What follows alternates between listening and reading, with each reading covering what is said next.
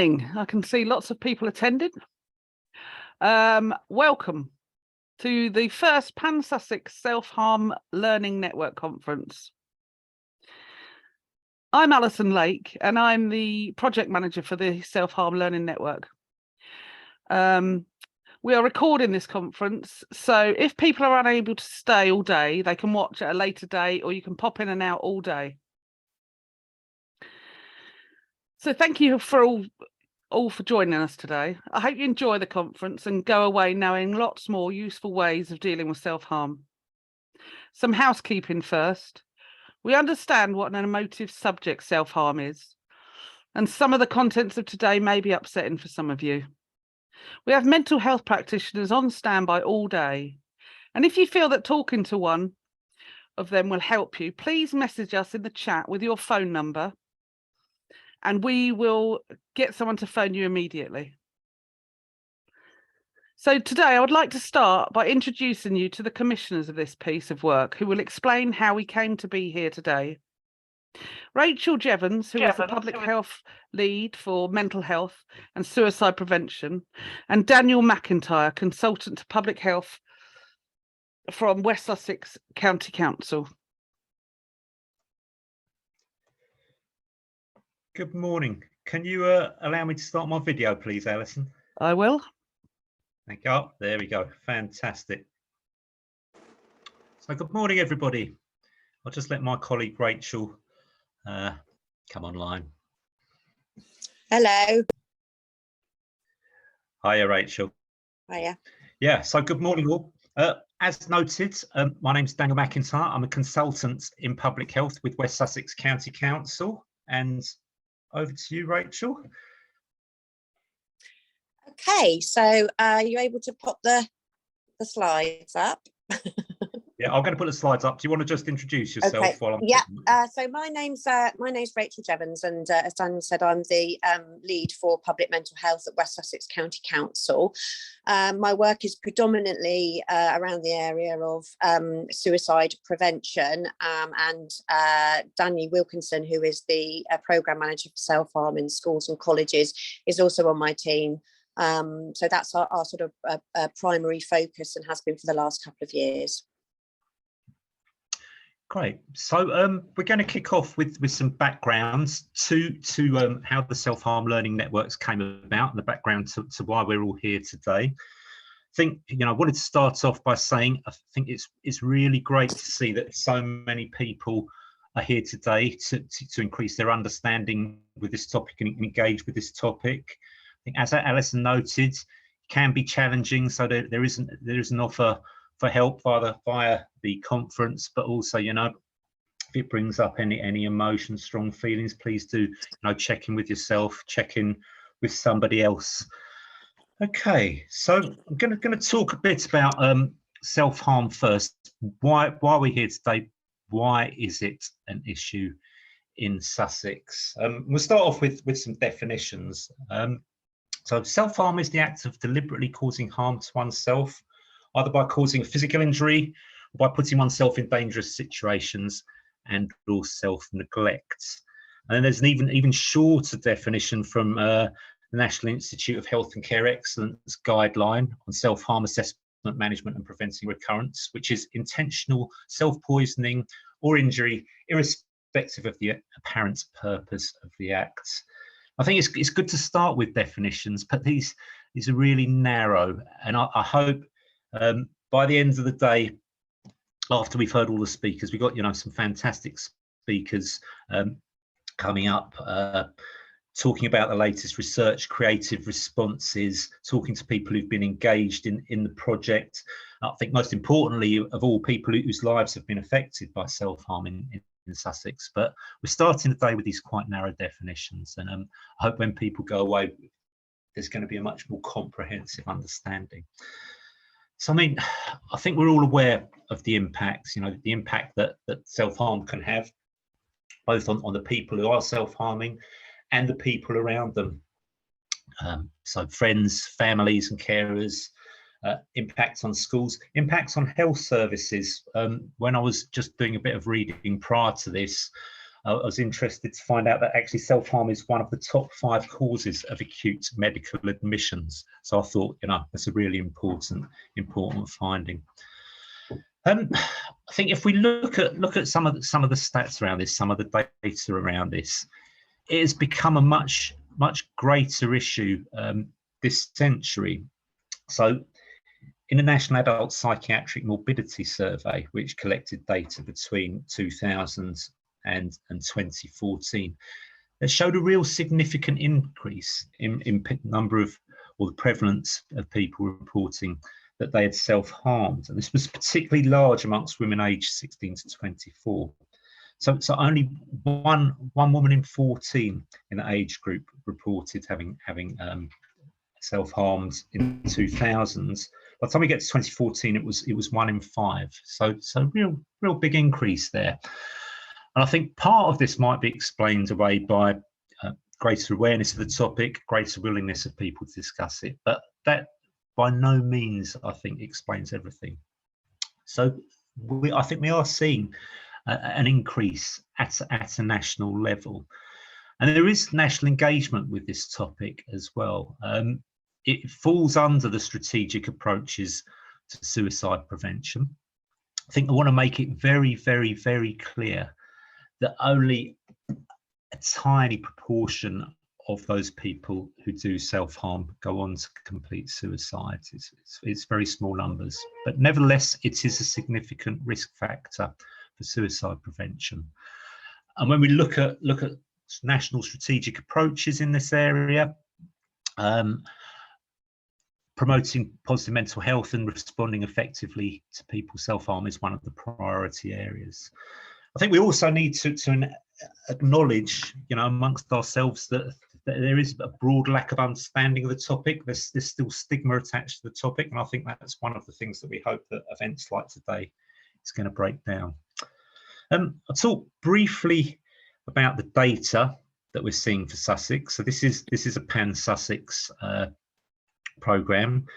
It's relatively similar across Sussex, despite the different populations that you might expect to see. I mean, East and West Sussex, more similar. Brighton and Hove, a different population. But we have a rate that's higher than the England rate, broadly speaking, appears stable. So there we have East, West and Brighton and Hove. And you can see that all three there are significantly higher than the England rate. I think there are some caveats about this data and some things that you always need to bear in mind when you're looking at the data for emergency admissions, which is that the data for emergency admissions really is what we call the tip of the iceberg. And the vast majority of activity around self-harm will not result in an emergency admission. I think also that those people who do end up being admitted to hospital are not necessarily representative of the broader population. So, for example, you're much more likely to see people who've self-poisoned ending up in hospital rather than using other means of self-harm. I think the other thing that it might suggest is that those other services and structures don't know how to respond effectively, don't have the training skills to respond to self-harm. So this might result in a hospital admission. So there's some caveats, but taking a look at it, I think you can broadly see where we are. So now I'm going to pass over to Rachel, and she's going to talk about some of the key stages in developing this project or programme. So over to you, Rachel. Thanks, Daniel.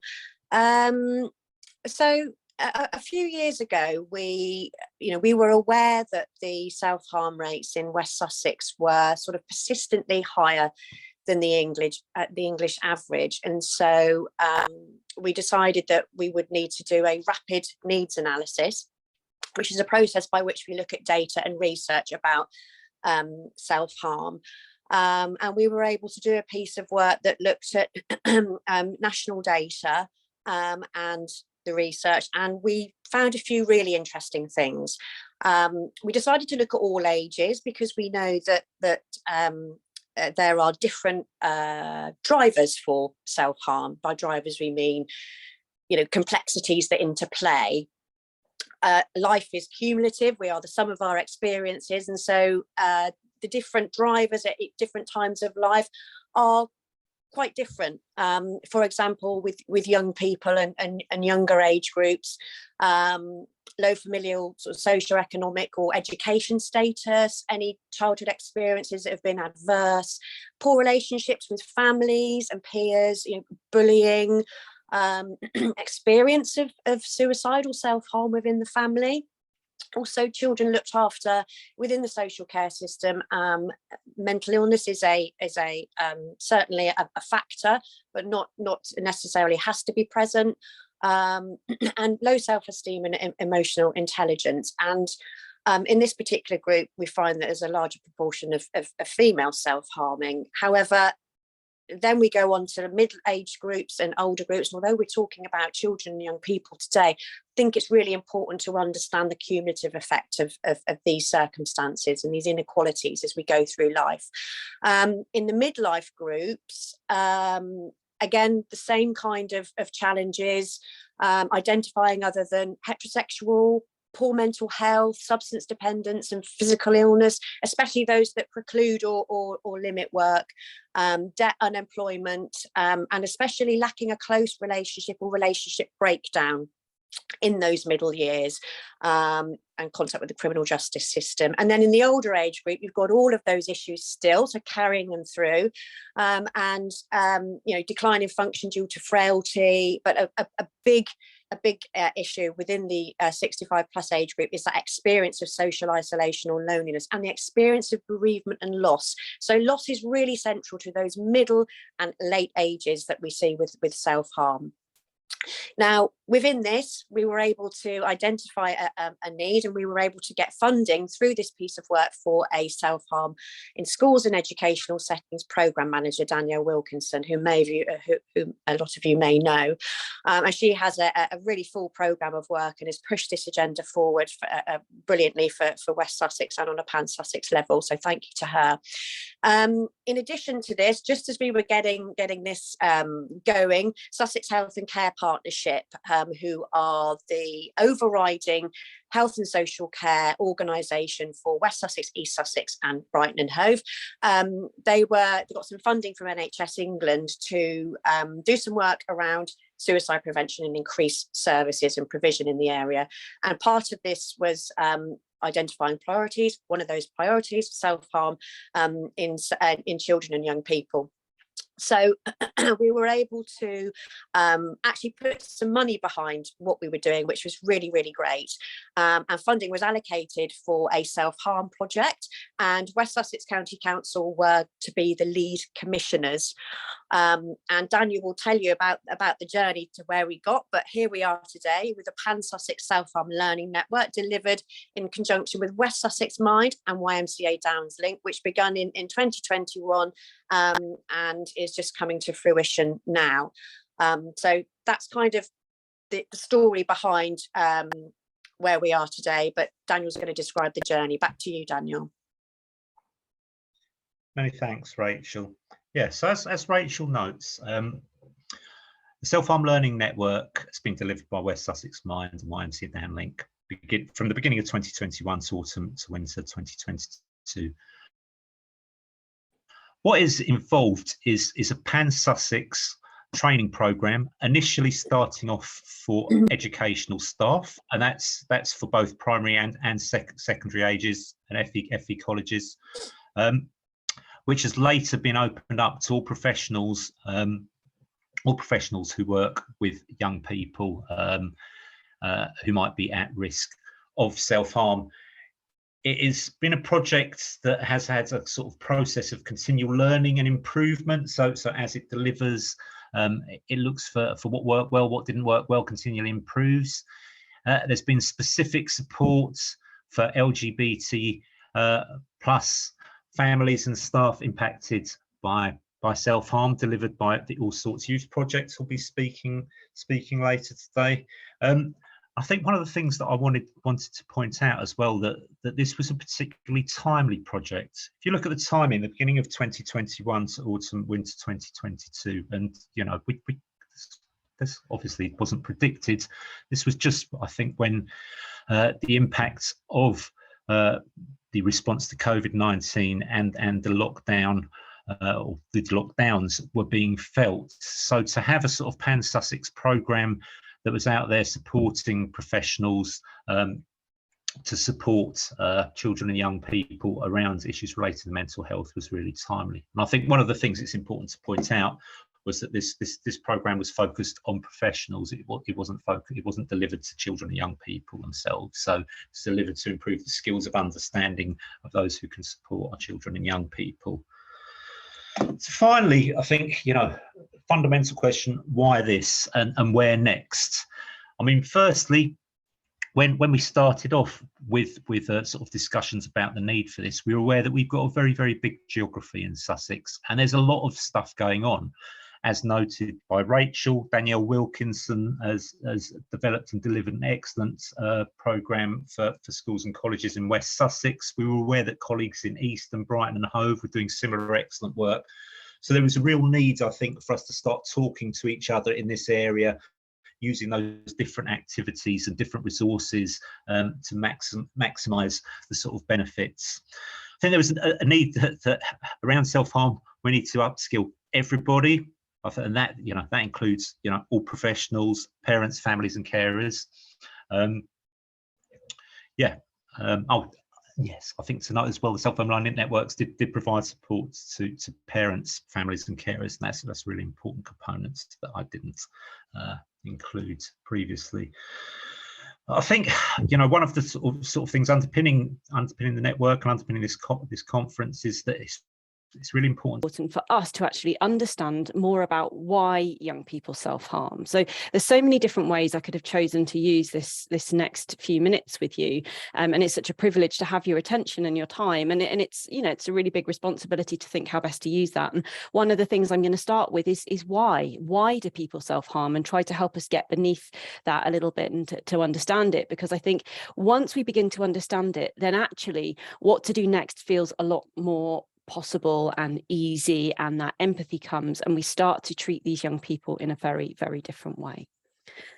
So in terms of what you can expect in the next sort of 45 minutes or so we're going to start with the why, as I said, then we're going to think a bit about those warning signs. What might you be looking for?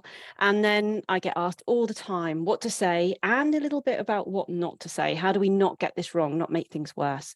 We'll think a little bit about staying safe. I'll share with you a link to a safety plan as well.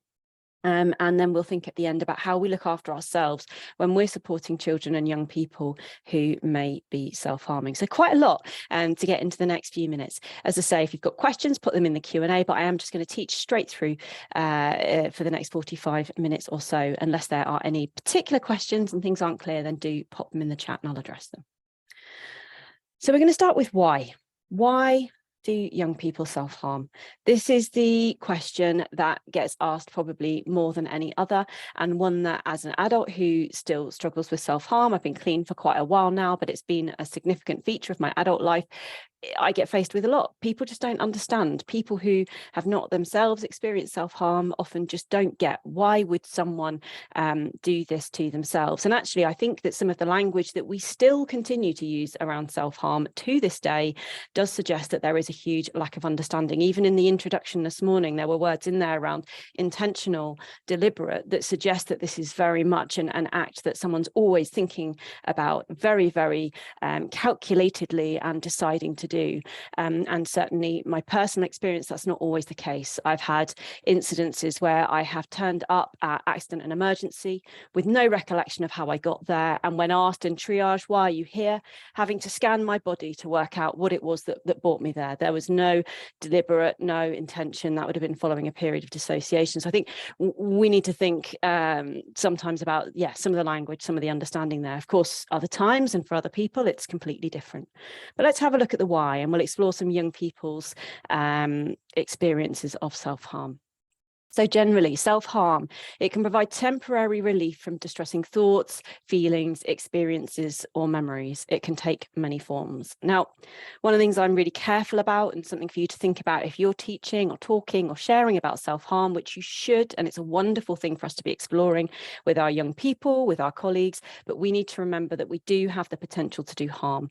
One of the ways that we can avoid that is not talking about these specifics, as this can act as a bit of a how-to. So you'll find that I don't talk about the specifics of self-harm.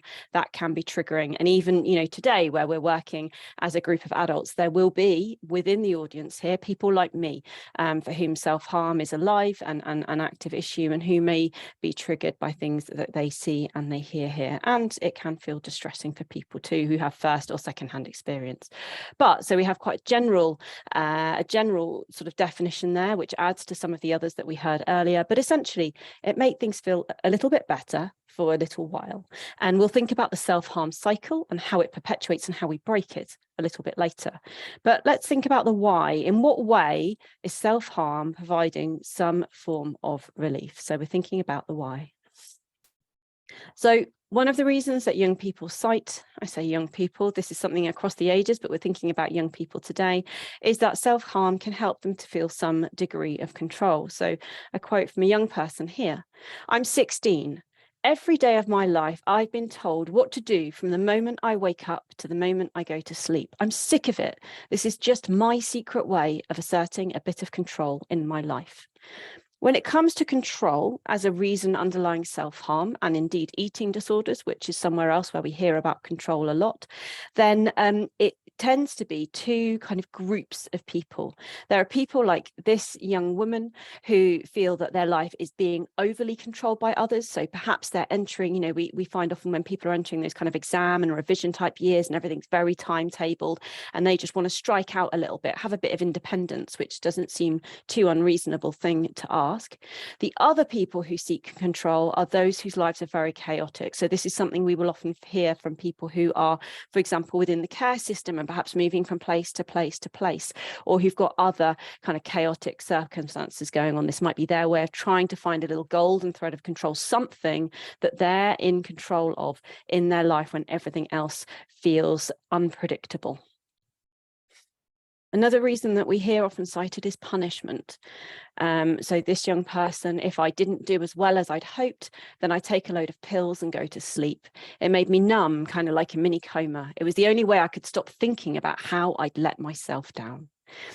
Now, again, punishment is a reason that's cited by more than one kind of group of young people. Sometimes it is young people who've got very high standards of themselves, and within those we will often find our perfectionist or obsessive compulsive type characters who are aiming very, very high, and letting themselves down might look like getting 98% on a test rather than 100%. On the other hand, we get young people who have learnt from their circumstances, from their experience of the world, that they deserve to be punished. And sometimes where an abuser leaves off, even where they are now maybe safe, we find that a young person will continue to punish themselves. This is a learned behaviour and one that we sometimes see continue even in the absence of abuse from others. The self-abuse can continue. So punishment is something we sometimes hear.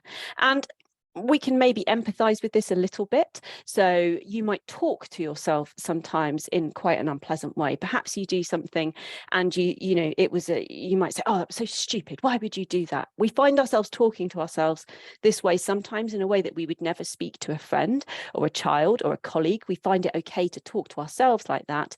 And this is kind of that, but big. Yeah, if that makes sense. This is that sort of self-talk, but taken to a whole nother level and actually physically perhaps hurting oneself. Communication is another reason that comes up a lot. So I'm not good with words. I'm good at cutting. When there are more cuts, it means I need more help. So For some people, the only way that they're able to communicate what's going on for them, because they can't verbalize what's happening, either because they literally don't have the words, they might be young, they might have communication barriers, they may be mute, and so they may show us what's going on, or it might be that they find it just very, very, very difficult to verbalize this, and it's much easier to show that they're hurting. One thing I think it's very important just to point out about this quote is it's not always the case that when there is bigger or more significant injury, that necessarily indicates more significant underlying emotional distress within the same young person. That may be true. If we're seeing a change in what's happening for a particular individual, we should be interested to know why that is happening. But you could have two individuals with very, very similar degree of harm, and they might have very different underlying experiences. Likewise, you could have one young person whose injuries appear very, very severe and someone else's who seem quite superficial. And it might be that the person with the severe injuries actually has an objectively less challenging situation to deal with, whereas the person with the superficial injuries might be dealing with a huge amount of distress, and we might wonder how on earth they're still coping. We need to hear young people's stories in order to understand what's going on. We shouldn't judge and assume from what we see in front of us. Coping is another reason that's often cited. So some people drink, some people take drugs, some people paint pictures. I burn myself. It's not really that big of a deal. It's just the way I deal with things. This is something that it can be difficult for our generation to get our heads around, because self-harm is so prevalent within the younger generations. This is something that is just a perfectly understood, recognized, relatively frequently accessed method of coping. So when I was younger, when I was at school, if people were a bit stressed, a bit worried, not quite sure how to deal with things, then the go-to mechanism tended to be to smoke marijuana, to smoke dope. And that was something that was just known as something that would make you feel a bit better and help you to get through. These days, if it was the same group of young people, probably we'd find that they were self-harming rather than using marijuana, and it would be treated in just the same kind of blasé kind of way. It's just something that young people do. We need to understand that, because it is very prevalent. And sometimes if we don't get that and don't understand that this is a kind of a go-to mechanism for loads of our kids, then it can mean that our response is so out of kilter with their experience and their way of thinking that they can just think like we're overreacting or we don't get it, and we can be sort of speaking at odds with them. It does also mean that many young people might try this just like once or twice, and then, like, you know, I didn't really fancy the idea of dope. I found other ways, and it can be the same for some young people in self-harm. They might give it a go because their mates are doing it, or someone else said they found it helpful, or they saw something online. And for this particular young person, perhaps it doesn't do anything for them, and they move on and they find a different mechanism. But for some, it becomes habit forming. So many, many more young people will experience self-harm just once or twice than those for whom it goes on to be habit forming, and whom we would be looking to specifically really try to support and address with the ideas we share today. Just one thing on that, of course, in the prevention type sphere, which is, you know, a whole nother day. But one of the things to bear in mind there is that actually, if we can teach children and young people about a range of healthy coping mechanisms, then that need to dabble with, to try out self-harm as a way of managing may not arise, because perhaps they'll use some of the other strategies that we teach them instead. Self-harm is usually in the absence of other better coping strategies.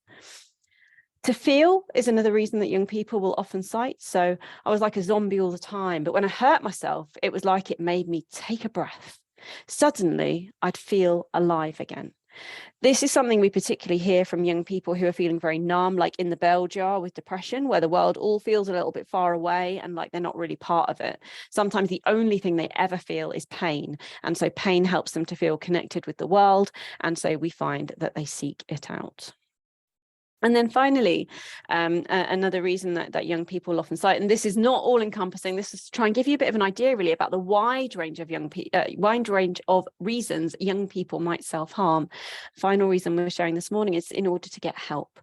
Unfortunately, for some young people, the best and most reliable mechanism for accessing help is to hurt themselves or to be seen to be suicidal. So I asked for help a dozen times and nothing. I cut myself up once and suddenly people were listening. So yeah, there's that. Unfortunately, with systems stretched as they are right now, actually, whereas 5 years ago, this would be the case. You hurt yourself, you would get some form of help. These days, young people are reporting that even that's not necessarily enough. And the lengths that they have to go to be heard, to be seen, to access help, feel more and more and more.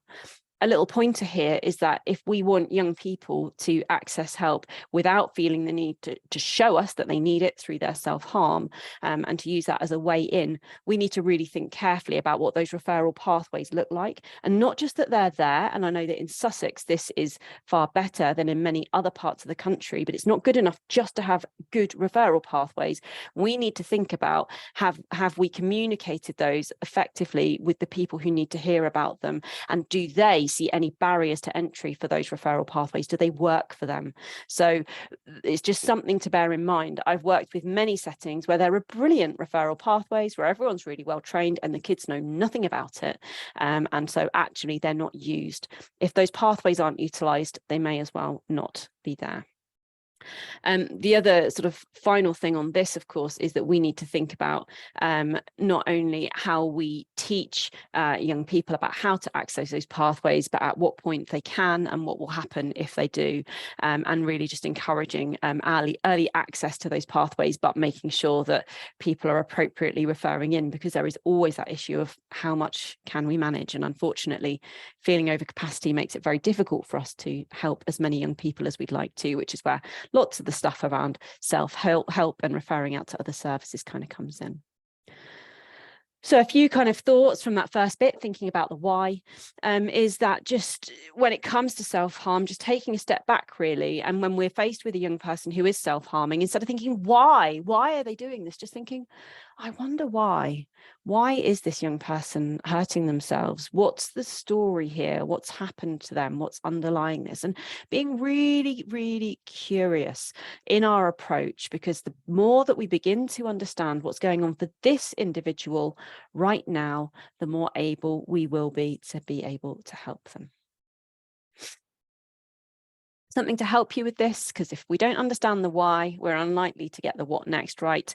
In the blog post and in the resources that I've shared, will be sent to you, is a little guide about getting to why. And there are various ideas in here to help us with our asking, to help us with our listening, and to work through things with young people. This isn't helpful just for self-harm. Actually, I've used it a lot with things like emotionally based school avoidance, eating disorders, anxiety, those sorts of things too. Anything really where we're seeing a behaviour in a child that we don't get and we don't understand what's going on, and they're not yet in a position to tell us exactly what's happening. They don't have that degree of insight or reflection. Then there's stuff in here that I hope you'll find helpful. Okay, so we've thought about why. I know, Alison, I can't see the chat without going in and out of it. So if there is anything, I am happy to be interrupted. So if anything comes up that you want me to answer as we go through, do let me know. Otherwise, I will go to Q&A at the end. So we've thought about the why. We're going to think next about the warning signs, so things you might look out for that might let you know that a young person may be in need of your help. And these always feel sort of quite specific, but at the same time sort of general. So these warning signs wouldn't necessarily tell you that a young person is self-harming, but they may well mean that they're at risk and certainly in need of a guiding adult hand and a bit of love. So warning signs that might suggest a young person perhaps is self-harming, and many of these would link to sort of body related issues as well, if someone has gained or lost a lot of weight or is struggling with body image issues. So long sleeves, baggy clothing, anything that kind of covers us up is something that we may often see in a young person who is attempting to hide injuries or indeed hide weight loss and so on. We'll see those often even in really hot weather and so on and so forth. This one seems really obvious, but bloody tissues or blades, this is something that we might look out for at home as well. But if we're seeing that regularly, then that's something that we would be concerned about if we're seeing that. Again, it sounds really obvious, but sometimes we don't think to pick up on these things. A young person who is experiencing low self-esteem, who's talking about being a bit of a failure, who's generally very, very down about themselves and talks very negatively about themselves, perhaps doesn't have much nice to say about the future and that kind of thing as well. So young people who are generally very, very down about themselves, I would be concerned about. They're at higher risk of self-harm than their peers. That doesn't mean they are self-harming right now, but they're certainly in our high risk group. Reluctance to change in front of others. This can take many different forms. This might be the child who is avoiding PE at school. This might be the child who is not going to sleepovers with their friends, or is avoiding going out to shopping with their friends, where they might be expected to try on clothes and change in front of other people. And again, that can be because they're trying to hide injuries on their body. It might be about trying to hide weight gain, weight loss as well. And this is also something we will often see in children who are experiencing abuse at the hand of others as well. So that kind of reluctance to change in front of others, obviously we see it quite a lot in adolescents anyway, as they become uncertain about their bodies. But where they're going to more extremes to avoid these situations, then I would be questioning what's going on for this young person. And then finally, withdrawal, low mood, anger or irritability. When young people are kind of actively pulling away from the people and the things that they've previously enjoyed, when they seem very down. And then one we often missed, if they seem quite angry or quite irritable, these can be signs of sort of anxiety and preoccupation, and essentially not really staying very neatly within our window of tolerance, which is our ability to manage day to day. And we move around in that window of tolerance all the time, and it's when we shoot up through the top or down through the bottom that those moments of impulse and self-harm might happen. There are also the moments when we might fly off the handle and shout at our friend or be rude to our teacher, and that anger, that irritability just suggests that a young person may not be coping. It's the same thing that we experience after a really bad night's sleep. That window of tolerance, our ability to cope and manage within the day, becomes very small, and tiny things can seem to send us flying off the handle and acting in a way that we might not feel very, very proud of. So when we see young people's change in behaviour, really these significant changes, then we begin to question what's going on for them. Do they perhaps need a little bit of help? The final thing, of course, that you might be looking for in terms of warning signs, and we're going to dive a little bit deeper into this one, is unexplained injuries. So if we're seeing unexplained injuries on a young person, one of the things we need to think about right away is, well, could this be self-harm, or might it be that this is a safeguarding issue, that they might be being hurt by somebody else? And so how do we determine that? A few things to look out for. So one, these injuries might be repeated often. That doesn't help us tell whether it's at their own hand or someone else's. But if we're seeing repeated injuries, we should be concerned. There's something going on here. We need to be thinking about our what next. If they're neat and regular, that suggests that it's self-harm rather than that they're being hurt by someone else. Not all self-harm is neat and regular, but injuries that are regularly appearing and which are in any way neat or regular, or sometimes, unfortunately, we'll even get young people who will sort of write out words in their injuries, or they might target particular parts of the body. So our young people who've got questions around gender identity in particular may target particular parts of the body that they're very unhappy or uncomfortable with, for example. But so seeing any kind of patterns, neatness, regularity to these injuries would be something that's a massive, massive flashing red light for me.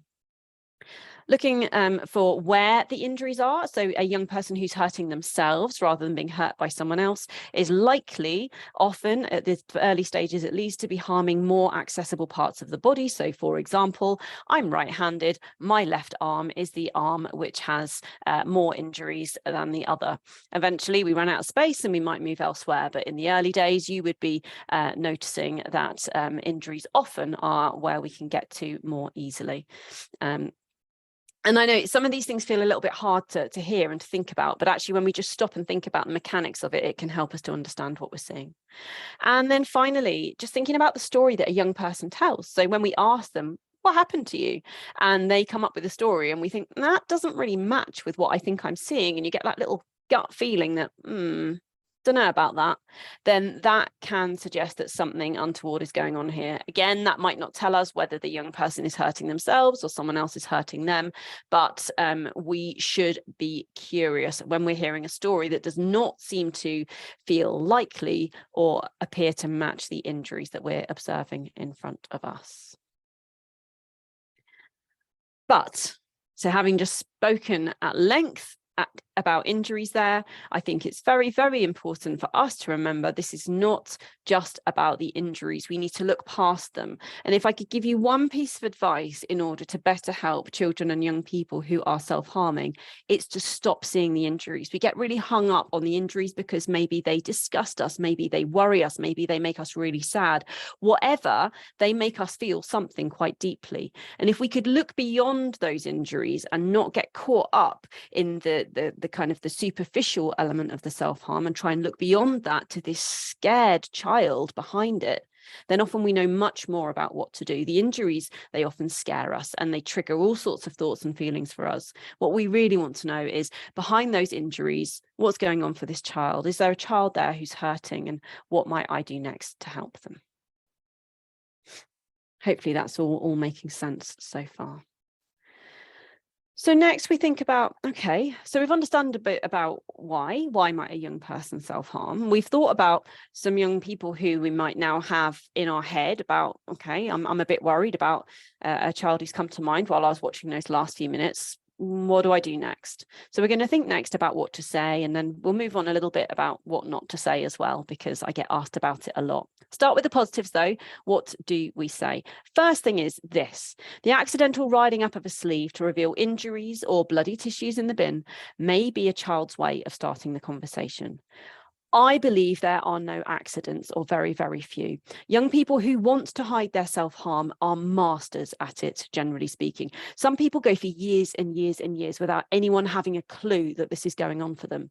If you have accidentally seen injuries, or you have noticed bloody tissues or blades in a bin, this is a child that on some level is ready to open this conversation. That does not mean that when you start that conversation, they're going to go, "Oh, I'm glad you asked. Actually, I've got 10 things I'd like to tell you about this." No, that's not likely to happen. And you might be met with all sorts of challenging feelings, and the conversation might feel quite difficult.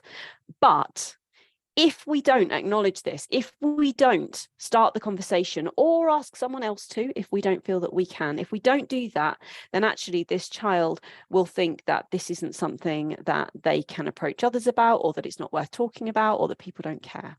So the worst case scenario, if we notice these things and we start the conversation, is the child knows that somebody cares, and maybe nothing else happens right then. That's okay.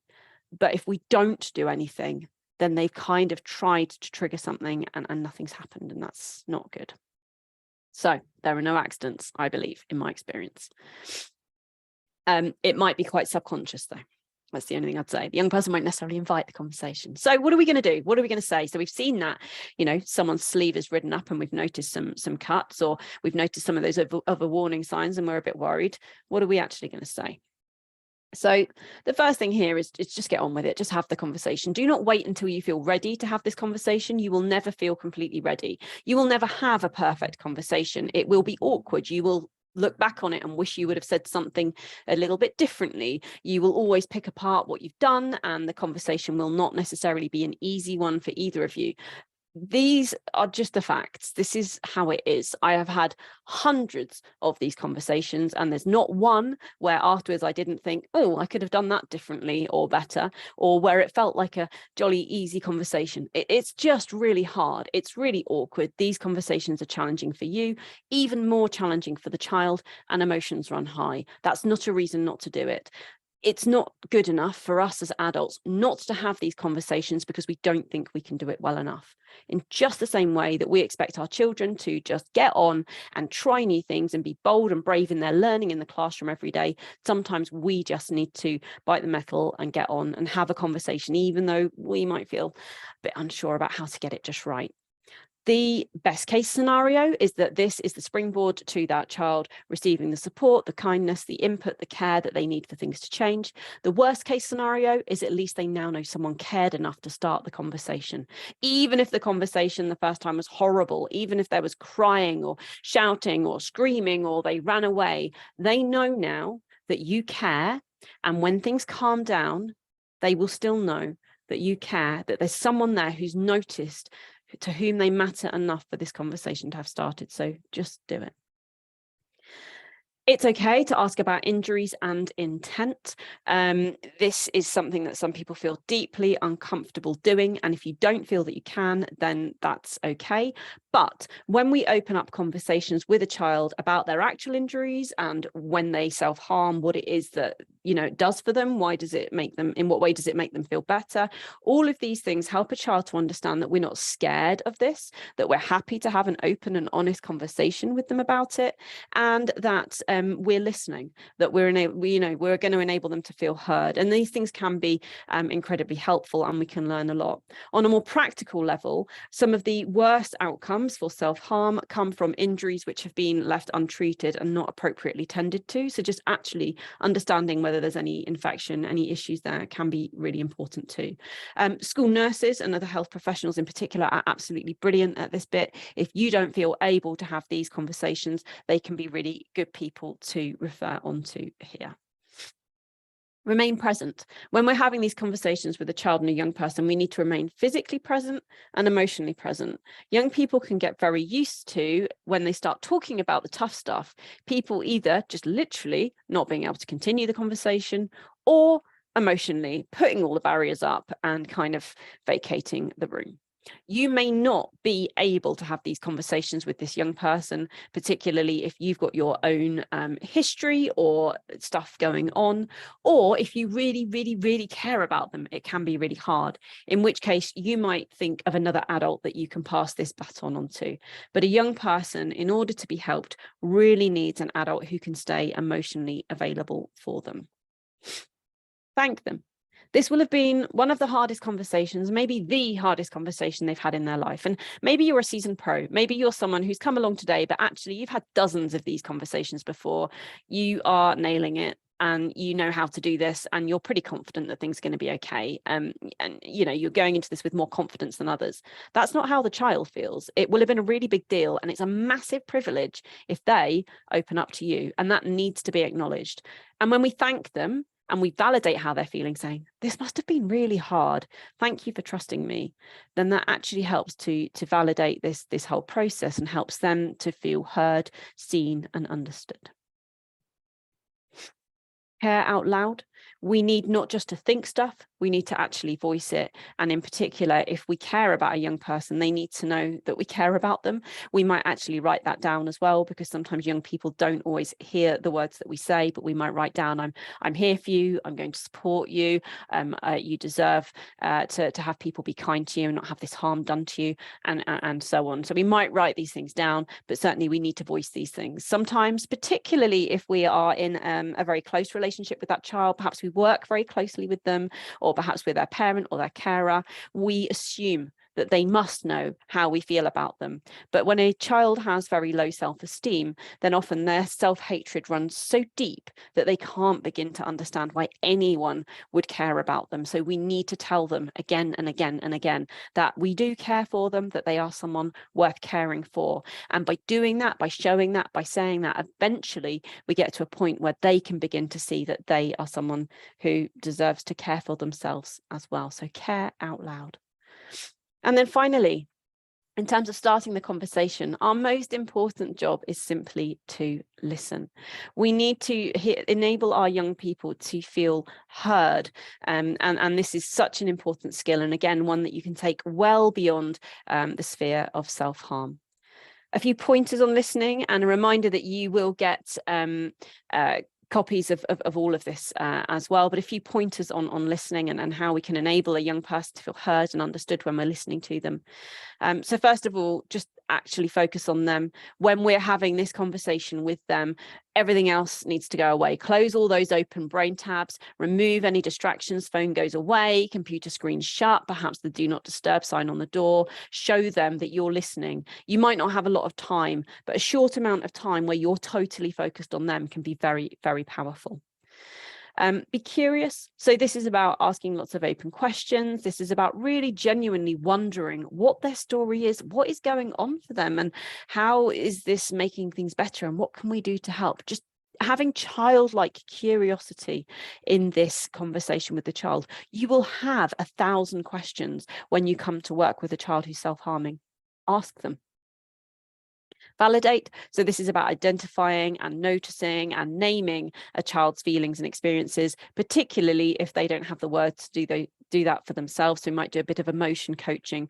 We also need to reassure them. In particular, if a young person is saying things like, oh, this is so stupid, other people are able to manage things much better than me, we need to reassure them it's not stupid. If it's making you feel this way, then it matters to me, and it's important that we find ways to make things feel different for you. So we need to validate and reassure. Reflect. So one of the things that we'll often do within kind of counselling and therapeutic type practice is to use our own words to reflect back what we've heard. This does two things. One, it shows that we've been listening, because we can't put something into our own words unless we were paying attention. So it demonstrates listening, which is helpful. But also when we put things into our own words, it's a good way for us just to check that we've actually heard what we thought we did. And if we got it wrong, we need to create an environment where the young person can tell us that. Sometimes the power dynamics within a relationship might mean that you say, I think that what I heard was X, and the child goes along with it. We need to make it really clear. If I've got this wrong, you must correct me, because sometimes I get, muddled about these things. We're trying to make it okay for them to tell us if we've misunderstood. And then finally, silence. Silence is the most powerful tool, and just allowing a little bit of space in the conversation, because it might feel awkward for you, but their head will be very, very noisy. Just allowing a bit of space for that to happen can be really, really helpful.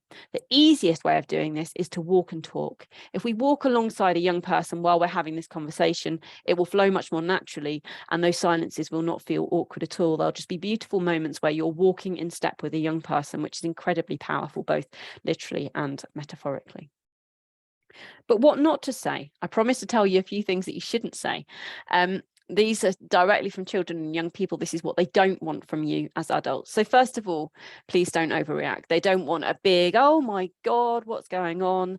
And they don't want you to be like, what? Why are you doing this? So we talked before about, why? And being curious is a really important question. And I think a curious why is helpful. Maybe not in that very first conversation though, but what they don't want is a why. Why would you do that? Which is what is sometimes the thing they find themselves faced with.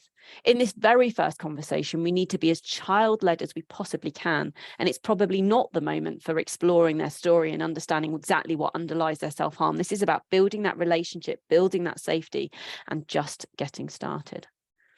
I understand. This is something that young people say a lot.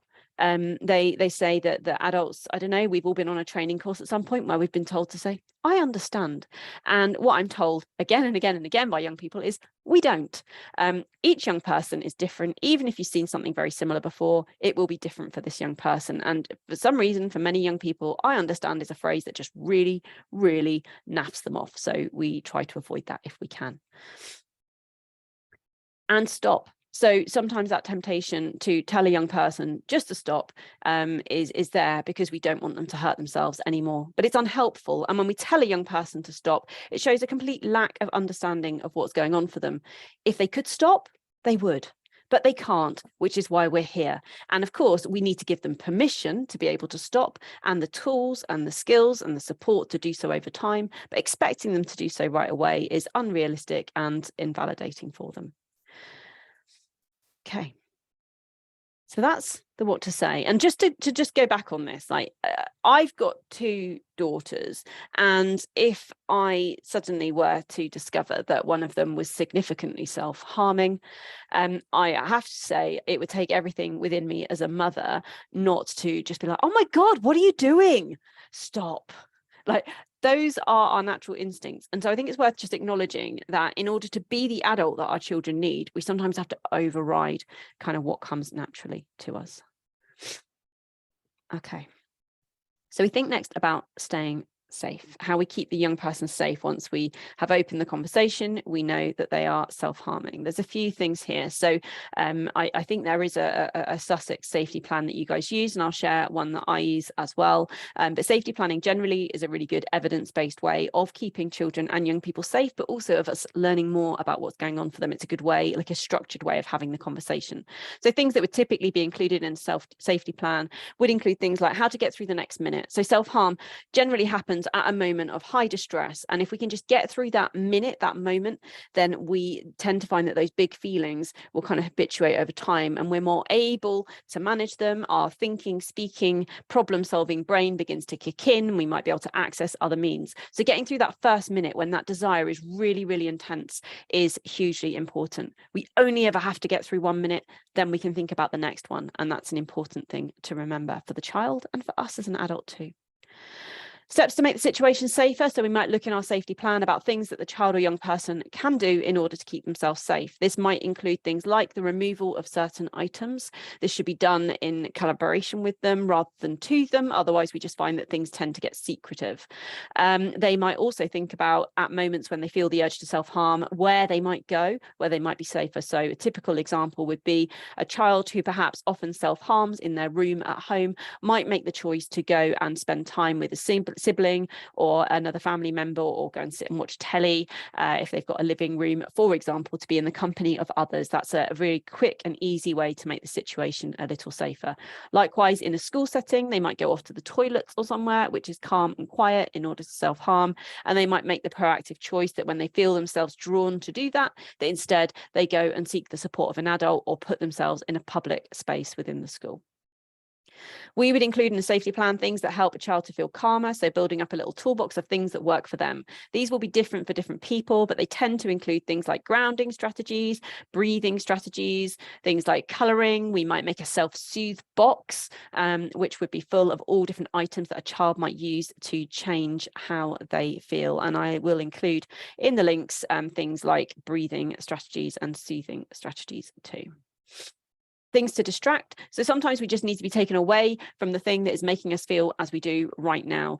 So these might be different activities. These can be really, they can seem very trivial, but I don't know, playing Candy Crush on your phone, anything that's just a little bit addictive that takes you away from the way that you're feeling right now can be really, really helpful. Or we might choose to pick up the phone to a friend or to watch videos of cats, whatever. It doesn't matter. It's about what works for the child and that takes them away from the thing that is causing them distress right now, whether that is a current experience or a memory, for example.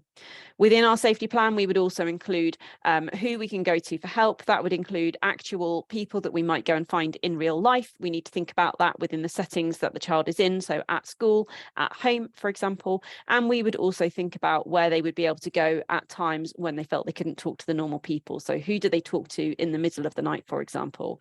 And that's where our other sources of support might come in, because, for example, a child might feel that they can't wake up a parent or call a friend at 3 o'clock in the morning, which is often when this feels most difficult, but they might feel that they could call the Samaritans or use the Childline online resource or text the Shout helpline, for example. So we would look to include those things. Always include at least one means of support which is available in the middle of the night and that the child can access without troubling people that they care for, because sometimes we feel like we can't ask for help from those that we really care about. So yeah, another resource that will be within the links that are shared with you and on that blog post is this self-harm safety plan, which is just all the stuff I've just described, but it has a form you can print off and use. Equally, you might make your own, but doing this, going through this process with a young person is helpful and makes a really big difference. Creating that plan, actually just talking through it with a young person, helps us and the child to understand a lot about themselves. And so whether or not they ever use it is almost irrelevant, actually, because the process of creating it is so powerful. If you do create a self-harm safety plan with a child, it's really worth revisiting it over time, because things do change and they and you will learn about what works for them, and it can be worth updating. Okay, we think next about breaking the cycle. Just got a keen eye on the time, but we're just going to think about breaking the cycle of self-harm. So this is a big thing, the cycle of self-harm and what kind of keeps it going. And I think this is really just to trigger the beginnings of thoughts and conversations about what might happen here, so you know the directions that you might start to go. But essentially that cycle of self-harm, so it starts with these big feelings that we're not able to cope with, and sometimes that kind of inability to cope, not having better coping strategies, can lead to these crisis moments. In those crisis moments, if we don't have better ways of coping, then we may turn to something like self-harm. For just a little while, things feel a bit better for all the reasons that we discussed right at the beginning of the session. But at the beginning at least, then there are feelings of guilt and shame that are related to that. A young person might beat themselves up and say, why am I doing this? Why can other people seem to cope and I can't? What a weirdo am I? You know, there'll be all sorts of negative stuff that will go with it. And those feelings of guilt and shame and worry, or, you know, what will my parents think? What will my teacher think? These things will add in to the original big feelings, because we've done nothing to deal with those big feelings. And now we've got a whole bunch of other complicated stuff that we're feeling because of the self-harm to add in. And so the problem just got bigger. And so we find that then we've got even more to cope with, and we've not developed any new healthy coping skills. And so what do? We turn back to the one thing that worked. It only worked for a moment, but it did work for a moment. And so we find ourselves there. And so the cycle continues. So for some people, this is a habit forming cycle. Now, to break the cycle, we can look at 3 different bits. We can look at the big feelings, we can look at that lack of coping skills, or we can look at how to manage that crisis moment. So the big feelings, this is a big one. This is one where we go into our kind of more like therapeutic counseling type mode. What's going on for this child? Where are these big feelings coming from? What can be done in order to manage or change the situation? Is there anything we can do to stop those big feelings needing to happen in the first place, or to deal with them differently in that first instance? Massive question, could spend about 3 days just teaching to that point, but that's one of the things we can be thinking about. Where are the feelings coming from? What else can we do to prevent or manage them? That ability not to cope, we need to think about whether there are different ways that this child might be able to learn to cope. Can we teach them healthy coping skills? Can we teach them different ways of expressing what they're feeling and thinking, and so on? And then finally, those crisis moments, what might they be able to do in those moments of absolute crisis when they don't know what else to do? Is there anything else they could do that would not result in them harming themselves? And here, the very helpful thing to do is to think, what need is being met by the self-harm, and how else might that need be met? So if a young person just feels like they're about to boil over and the self-harm feels almost like a release of tension, for example, if that's how they describe it when we talk to them, then we might think, what else might work there? So my therapist and I had it's an interesting one, but it worked for me when I would have those kinds of feelings where I felt like I was going to explode, and the only way to release that valve was to self-harm. I used to smash plates. I used to buy all sorts of old plates and I used to smash them. We have to think carefully about keeping that safe, because of course when you smash plates you are provided with something with which you might hurt yourself. So we had rules around it, but it felt good. It really helped. When you are used to using self-harm as a coping mechanism, most things don't work as well, and it's good to acknowledge that, but some things may come close, and it's worth just being curious and exploring different ways of managing those crisis moments, and always remembering if we can just get through 1 minute, then we might be able to tap into some of those other problem-solving skills. In terms of what young people say can help them in those kind of crisis moments, and that can help them. So 5, 4, 3, 2, 1 is a strategy that lots of young people have said that they like. That's a grounding strategy that many of you may have heard of, where we just try to distract ourselves from the difficult thoughts and feelings in our head and keep ourselves anchored in the current moment by using our senses and tuning into them. So we look for 5 things we can see, 4 things we can hear, and so on. Another thing that young people have said helps them is box breathing. So breathing strategies are fantastic, because psychologically, when we take control of our breathing, our brain's like, okay, they're in control. No need to press the big red panic button. They've got this. And physiologically, as we take control of our breathing, things begin to feel different. We've got enough oxygen running around our body in the right kind of order, and things just feel different, and we feel more calm and in control. So any breathing strategy is good, whatever works for you, but box breathing is one you could try, and many kids like it. So you breathe in for the count of 4, you hold it for the count of 4, you breathe out for the count of 4, and you hold it for the count of 4. And you do it as many times as you need to. Super simple. You can talk a young person through it. You can do it alongside them. This and some of the breathing strategies I'll make sure are included in your resources. I've got a group of 6 of them that we particularly like.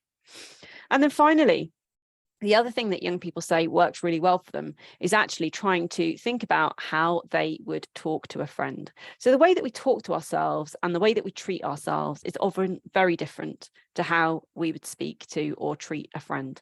And actually just sometimes just thinking, what would a friend say? Or how would I treat a friend? Can be a really good lens, particularly for our young people to look through. They're often very, very good friends, but not a good friend to themselves. So beginning to reframe it, how to be a friend to yourself, can be very helpful. So the key idea here, just so you've got it registered really, is just thinking, what need is being met? Why do they keep returning to the self-harm essentially? And how else might we meet that need? It's a really big question. It's a really big question, and one that can take a lot of exploring, but that's the key question that we would look to address in order to try to break that cycle. Now, the very last thing before we have just a few minutes for questions, fewer than we thought, I'm afraid, sorry. But before we have a few minutes for questions, is just thinking about how to look after ourselves. Now, this is important because the emotional load is high when we're supporting children and young people who self-harm. It's hard. So we need to think about how to look after ourselves. So first of all, first things first, we've got to be forgiving of ourselves. Maybe you heard something this morning that made you think, I've been getting this wrong. I've been doing all the wrong things. And maybe I've been doing harm to the young people in my care. Just forget everything that's happened before. What's good? Hold on to that. Anything that you think you should or could have done differently, do it differently in future. We need to be forgiving of ourselves. When we spend energy looking back with regret, remorse, shame, guilt, it's wasted energy, which could be used into being positive, proactive, caring, loving, nurturing of our young people in the future. So try not to beat yourselves up, but rather use what you know now for a positive future. Find an outlet. Really, really important that we are able to offload. That might be through supervision. If you have access to it, you might write a journal, you might have a colleague that you speak to, you might chat to your family pet. Sometimes finding someone or something that doesn't answer back can be incredibly helpful because we're generally not looking for advice. We just need the ability to get out what we're feeling.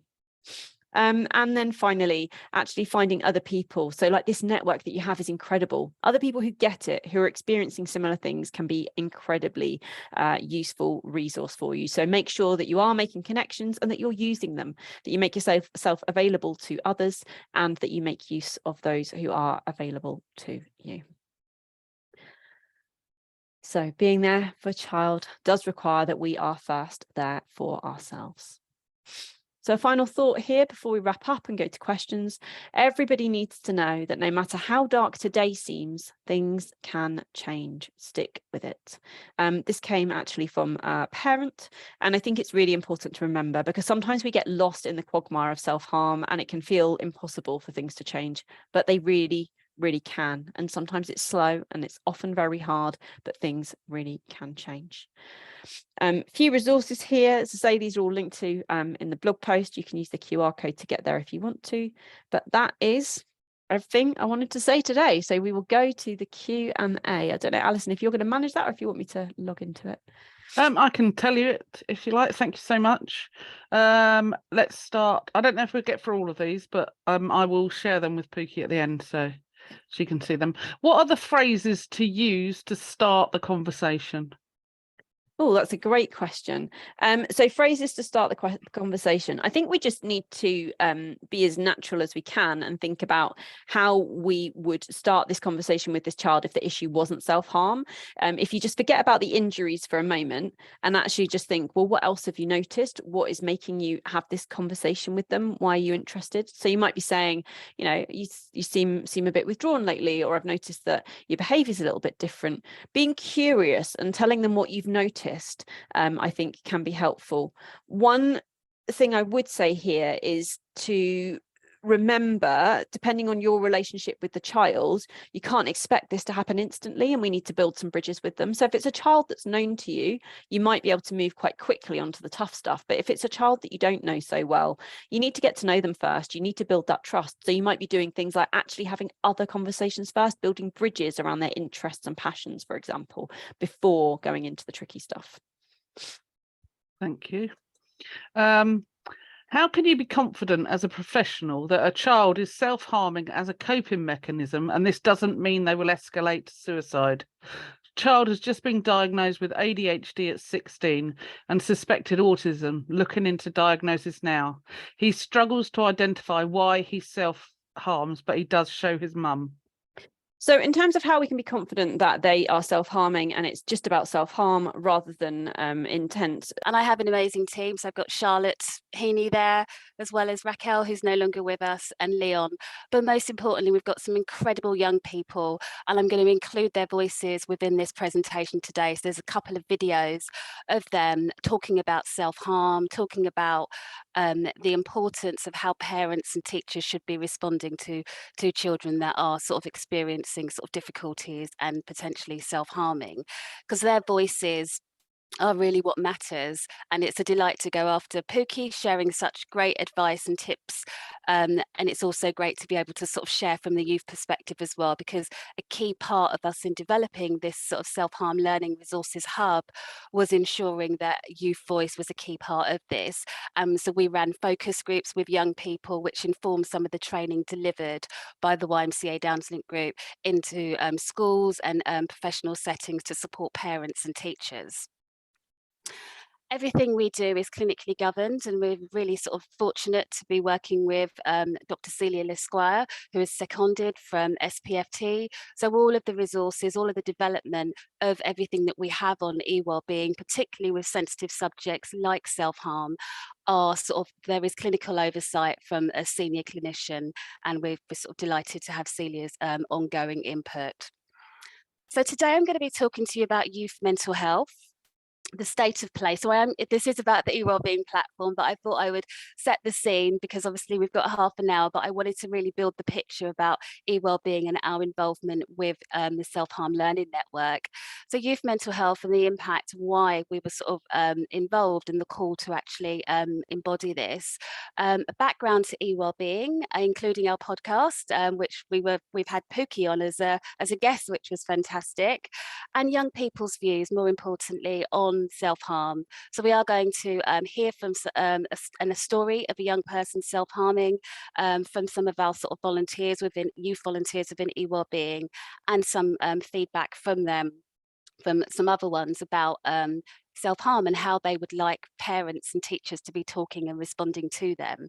And then I'll be going through this self-harm resources hub and sharing a couple of examples of safety plans which can be found on the resources hub.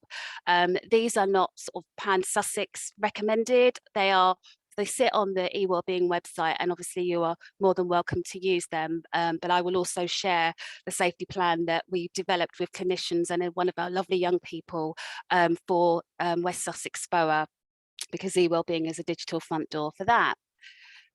So youth mental health, obviously we are living within sort of the COVID times, or the COVID generation, and now we're going through a cost of living crisis.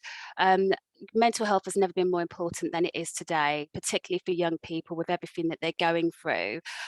We have seen a rise in things like anxiety, in low mood, in self-harm, and it's really important that young people have easily accessible resources and support.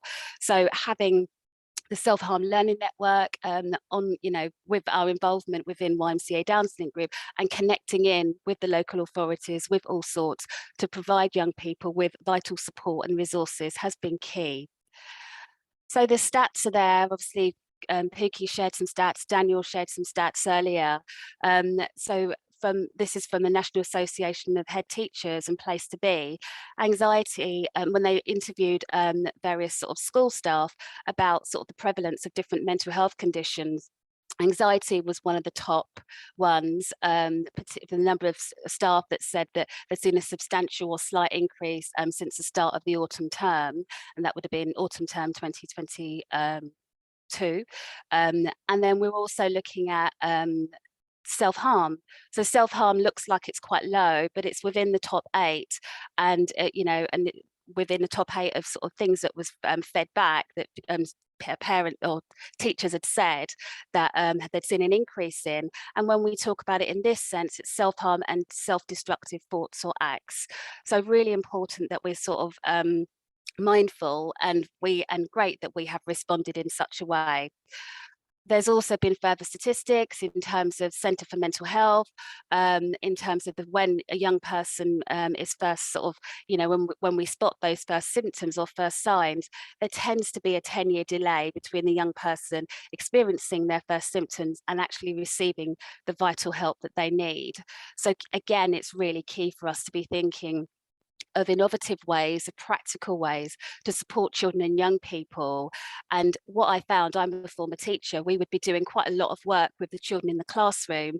We'd send them home and their parents would not have the same sort of dialogue. So there was an additional sort of link or training that was needed, or fellow teachers that needed that additional support. So it's great that we're doing this. So what we're going to do now, hopefully this works. If it doesn't, let me know. We're going to hear from some of eWellbeing's ambassadors, youth ambassadors, because like I said, youth voice is really important. We're going to hear from some of the youth ambassadors talking about self-harm. They are reading an account from another young person who has actually experienced self-harm themselves, and just talking through the process. And that young person is receiving help has received help via YMCA Dialogue. But it's just really important for us to just reflect upon some of those key elements that Pooky spoke about, but also marry it up with hearing the young people talk. When I moved to a new school, I was really shy in class. I had a lot of trouble understanding the teachers. They taught different subjects than I was used to, and they moved through the topics so fast I couldn't keep up. I started falling behind in class, and I started avoiding class. I was too ashamed to tell my parents, who were really proud of me at my previous school, so I just pretended everything was fine. When I started self-harming, I didn't know what I was doing. It was just a habit. It calmed me down, especially before exam periods. When I was with my friends, I felt like I could enjoy myself and forget about school. But then I started to feel more ashamed of my scars and self-conscious. I was worried that if any of my friends found out about my new habit, that they just wouldn't understand. So I started to not hang out with them and make excuses, and most of my friends became online friends. One day Joy invited me around to her house for a study party, and we were having great fun, eating pizza, sharing all of our ideas. But when it came around to my turn to show what I'd done, well, I got really self-conscious that everyone would realise how far behind I was with the workload. So I went to the bathroom to release some pressure, and that's when Joy found me and she saw all of my scars. To my surprise, she wasn't shocked or disgusted with me. Instead, she showed me a hidden scar on her leg from a surgery. She was constantly worried and embarrassed about it. Then she ran out and brought back our worksheets. I answered 3 questions, so had she. I felt a lot less alone about that. I'm trying to find a different way to relieve the pressure I was feeling from school. I found that playing tennis made me less nervous and joined in the tennis team after. I felt proud of something that I did at school that wasn't schoolwork. I still get nervous or anxious sometimes, but I know I can always talk to Joy about it, and that my parents would be proud of me no matter what. So obviously it's very sort of touching stories that we've just heard from young people themselves, and highlighting the need to hear young people's voices when it comes to self-harm, and realizing, just picking up on Pooky's point, that it's not always intentional or deliberate. It can often be a cry for help or support. So eWellbeing, our website, again, like I've said, we are a participation group supporting young people's emotional health and well-being, but we're also a digital well-being service, and youth voice, youth experiences really lies towards the heart of everything we do, and was a real key sort of part in the development of the Self-Harm Learning Resources Hub for this project. So we're youth-led, we do various different things with young people. We also work directly in schools. We are a digital wellbeing service, and we do lots of mental health projects, and we've linked in to the sort of Sussex-wide Foundations for Our Future strategy and mental health collaborative. So it's really key that we're working with young people as well as sort of key partners like yourselves to ensure that young people get the support that they need.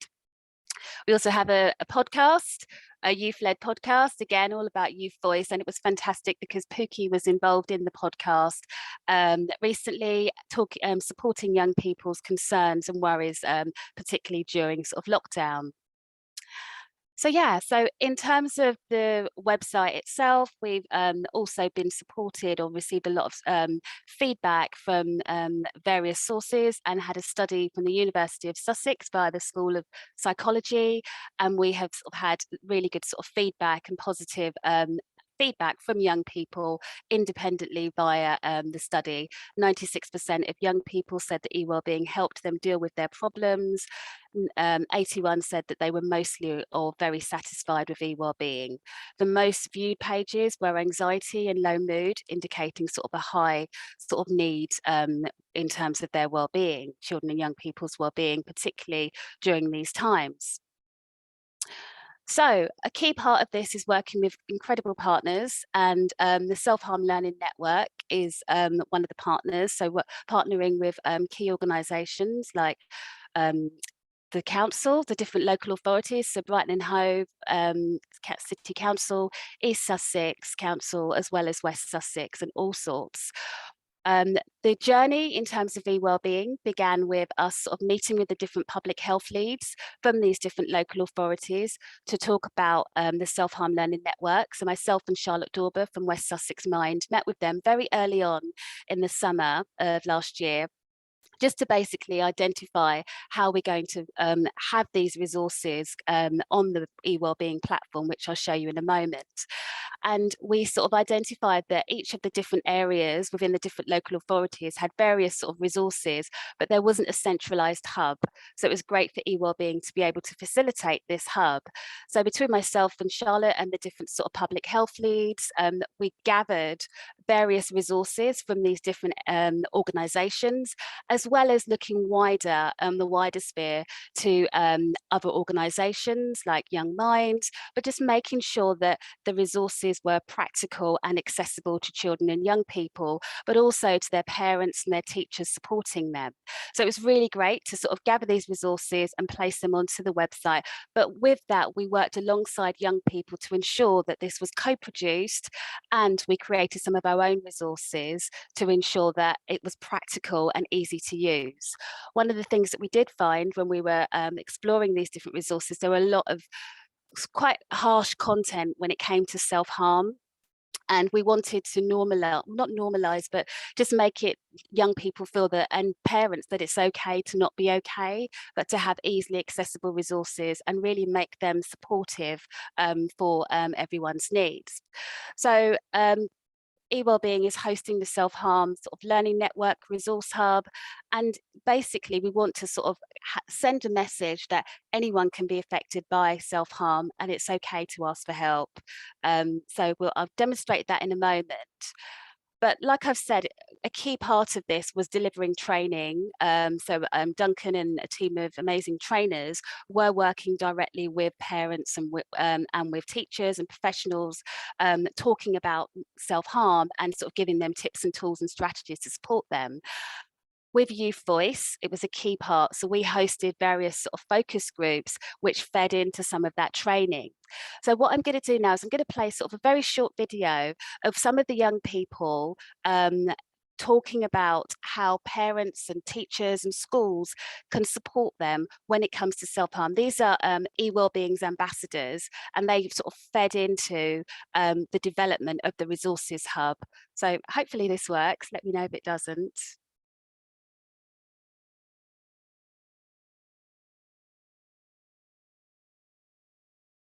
For parents and teachers to be like, you must not self-harm, I feel like it's very much like creates like a fear culture, and all that, and as much as it's like not a healthy way of like coping mechanism, I feel like if you breed this like fear culture of like you must never ever, like you don't, like it just, I think it, and then not have a conversation about it, it almost can breed curiosity, and yeah.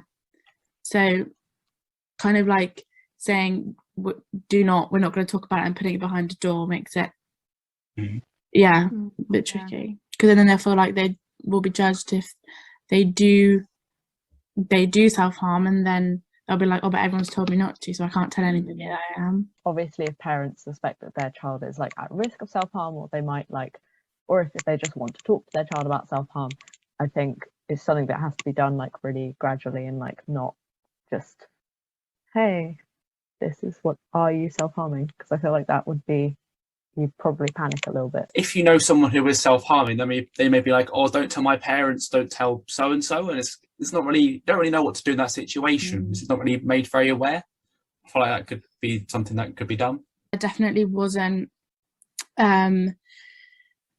enough talk about it from the teachers, and I learned most of my information from my friends at school, and sometimes it was like quite misinformed and got a bit messy in terms of like the kind of conversations that people were having around it.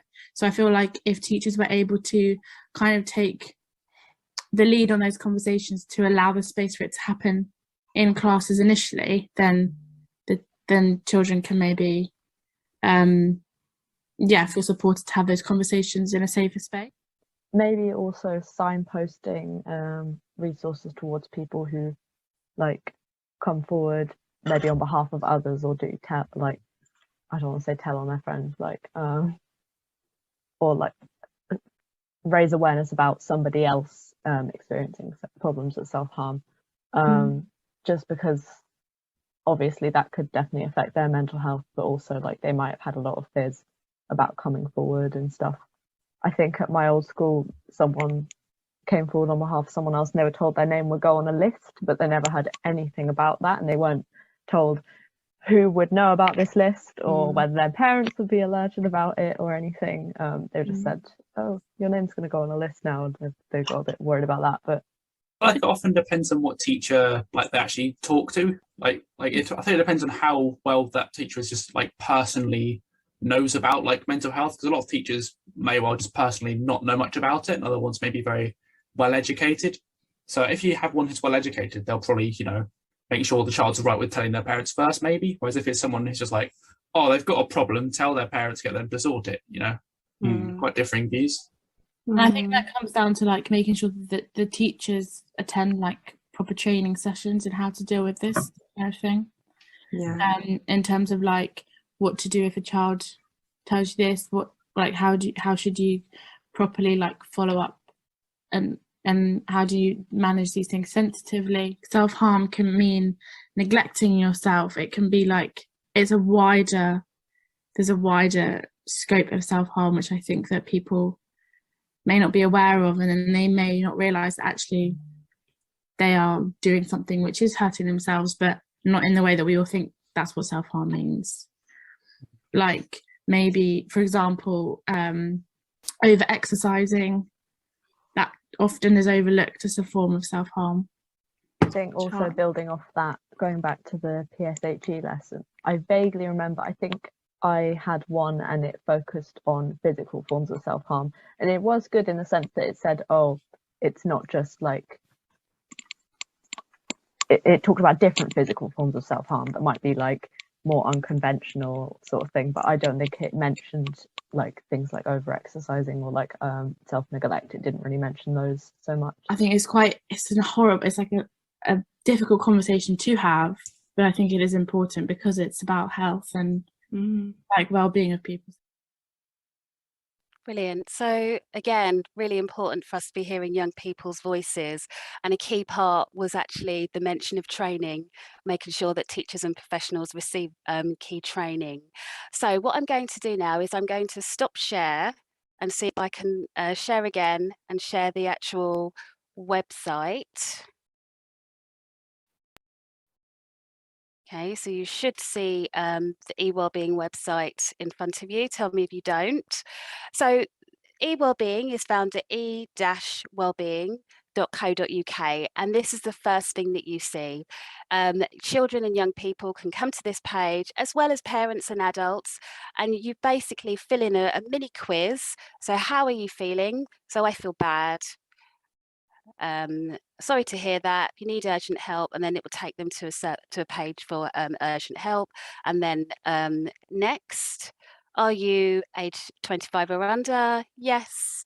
And then next, and then they're given sort of various things. So I feel anxious. So next, and then how much is this affecting you? So they're given prompts along the way to support them and how they feel. So when they eventually sort of fill in all of these sort of questions, there's not many, but they'll be taken to the corresponding feeling. So some of the feelings are sort of coronavirus anxiety, or anxiety, low mood, stress, racism, and then we also have a module here on self-harm. So the video that you saw earlier of young people talking about self-harm, so I feel like hurting myself. Again, we obviously give a trigger warning. We sort of go through sort of the different elements in terms of that. So in terms of the self-harm resources hub, the tab here, SH resources, and the sort of the direct link you can see sort of up there is /SH resources. So what we have done, we've gathered, so I mentioned earlier, we gathered sort of various resources from the different local authorities and Allsorts and other partners. And we've also created some of our own. And so if you are a parent or a professional or even a young person, you come to this page and there's different categories. So you can categorize yourself as a parent, a school or organization, or a young person. And the resources are basically listed down here. So we'll have information guidance for young people. So if you click on this link, let's talk about self-harm, it takes you to a PDF. And the PDF this is what comes up. And basically you'll notice that, because some of the research that we've conducted is where young people have said that they don't like clinical look and feel when it comes to mental health. It needs to be accessible and also normalized in a way that makes them feel that they can get the help that they need in a practical way. So let's talk about self-harm. So this is basically a self-harm guide for children and young people to ask for help. And you'll notice again that we're not sort of doing rows of text. It's very colourful and dynamic because we know that young people respond and you need to use information in a variety of ways. So then you sort of click on the different supportive links, and at the bottom here we've got a condensed safety plan and sort of emergency contacts, and this is something that can be used. This is not a pan Sussex safety plan, but this is something that could be very supportive, that a parent or a teacher or anyone sort of supporting a young person can be working with them can do. We also have a more sort of detailed safety plan that we devised for West Sussex SPOA with a young person, again co-producing this content and clinicians. So this is a little bit more detailed. So what I will do, I'll provide this, I'll send this over to Alison and then she can share this possibly as a link because this again gives it a little bit more detail than this. They're both very supportive, but this is what we're using for West Sussex SPOA. So back to the actual resources hub. So there's a wealth of resources on here that have been co-produced with young people for young people. So we have various sort of areas talking about self-harm guide. We've also worked very closely with Allsorts, and we've got some really nice sort of guides from them in terms of coming out, because we know that young people that are LGBTQ+ are more susceptible to self-harm, and some of them, and I'm delighted that Allsorts will be speaking a bit later.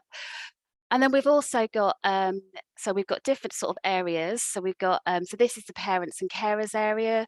And again, there's another sort of self-harm guide, slightly different for parents and carers. It's a slightly different look and feel, but again, it's advice and supportive.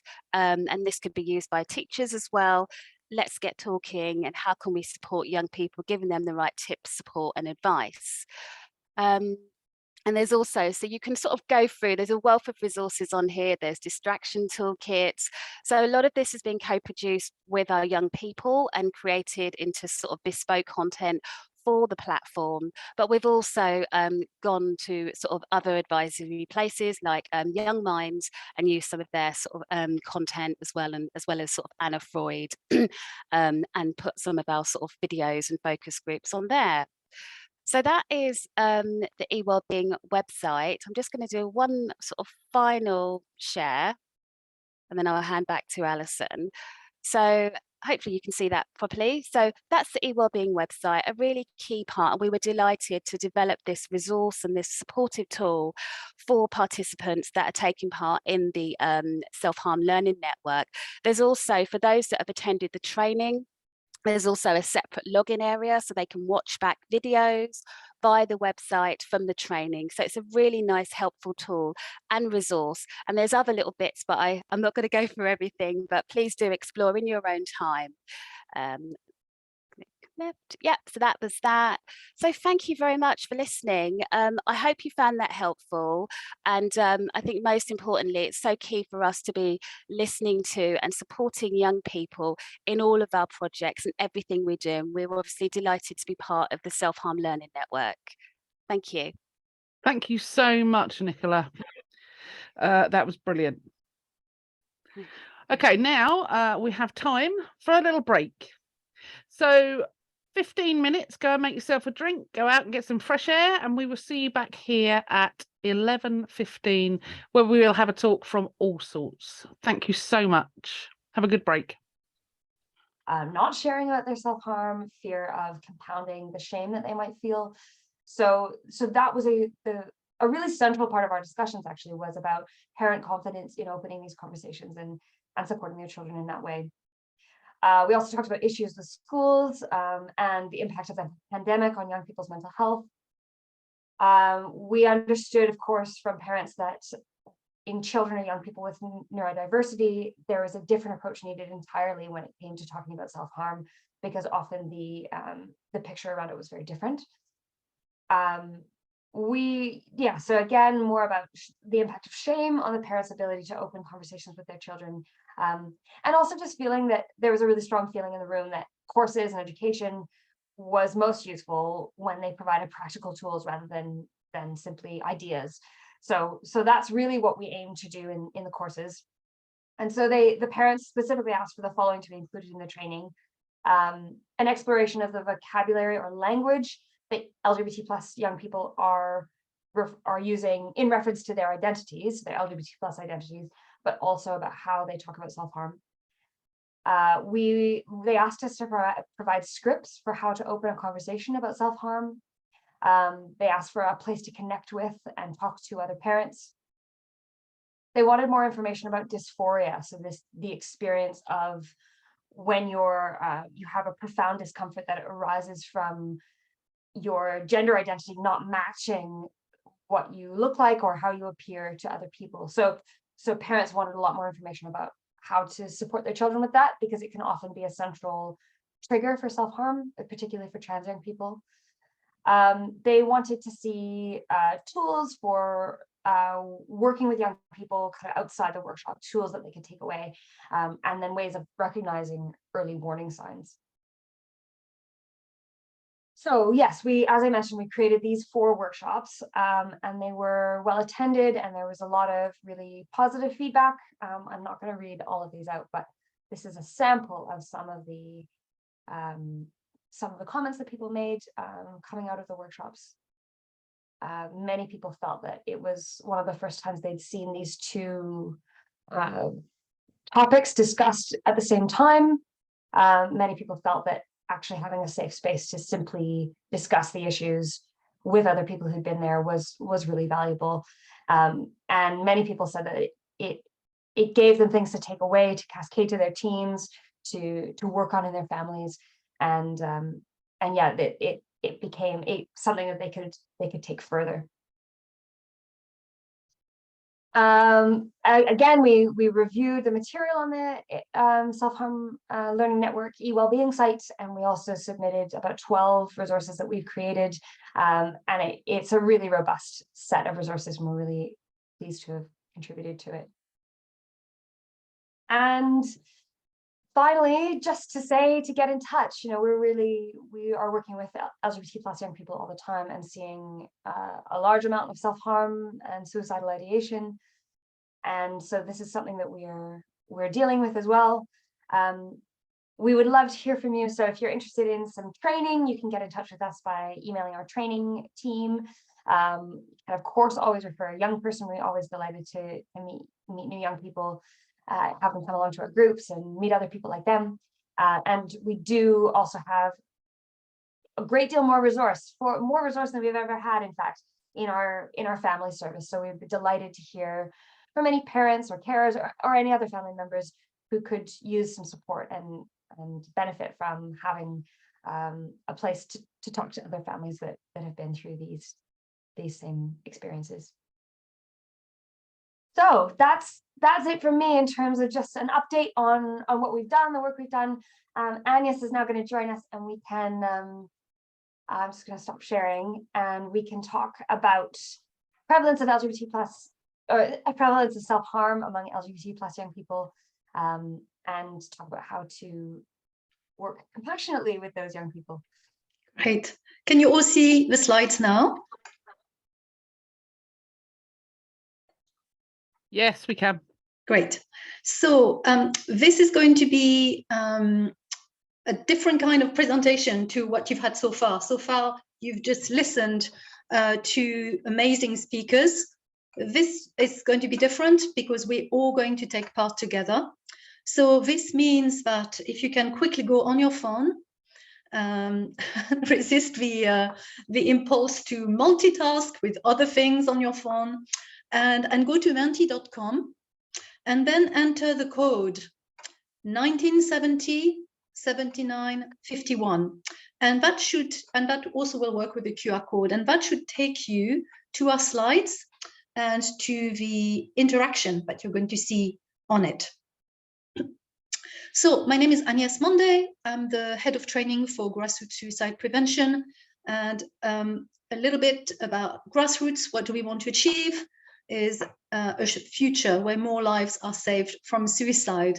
And what about you, Jess? Well, we want to see a world where LGBT plus children and young people are free to be themselves. Great. So what we're going to do today is we're going to focus on why do we see such a high rate of self-harm in LGBT plus young people and children? Sorry to interrupt, Agnes. Everyone's asking for the code again, please. Okay, that's fine. Thank you. And I'll put it in chat as well. Sorry. I have put it in the chat, but yes, feel free.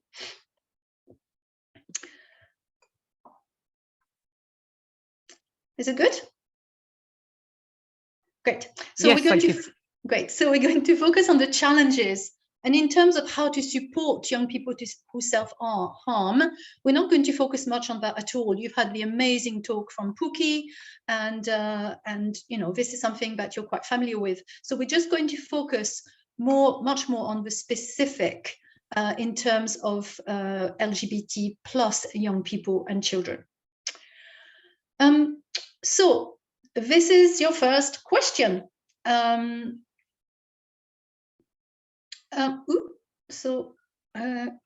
My first question doesn't seem to be happening.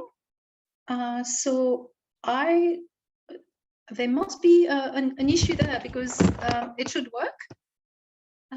Let me just fix that.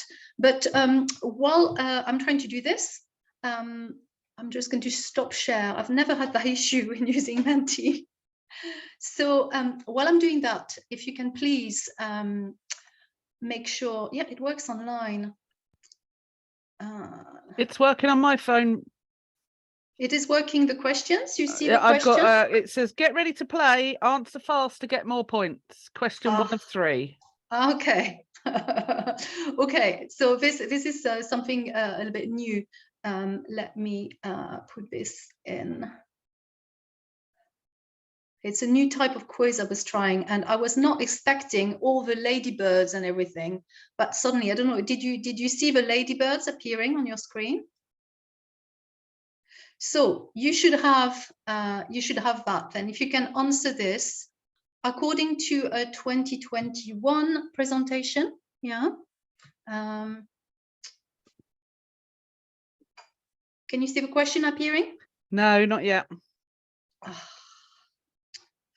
We can see the answer though. You see the answer. Okay, good. My apologies for that. Enter the countdown. Here it comes, I think. It says answer. There we go. Okay, so on your phone, you should now be able to answer.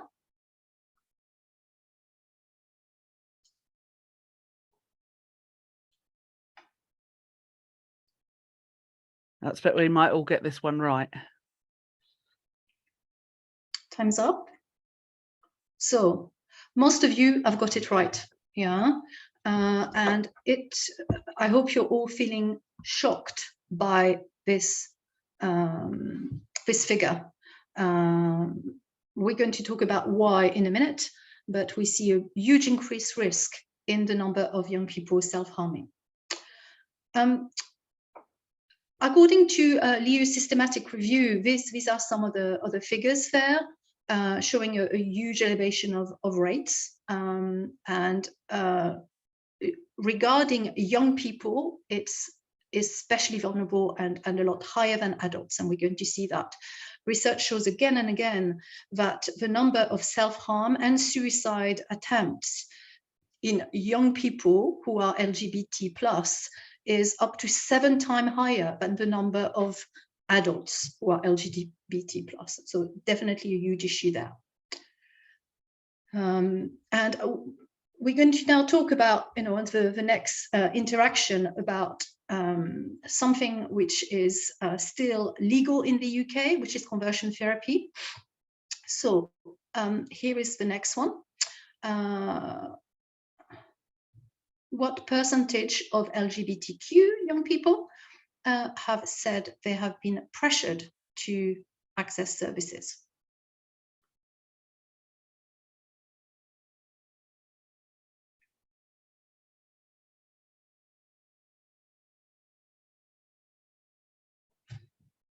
Yeah, and you've got it right there. This is the case, and it's higher in young people than in adults. Yeah, but very, very concerning. And the fact that this is still something which is legal is something that concerns us all. So feel free to lobby your MP for this to change. The next one is going to talk about our perception of self-harm, but the link as well with suicide attempt. So here is the next one.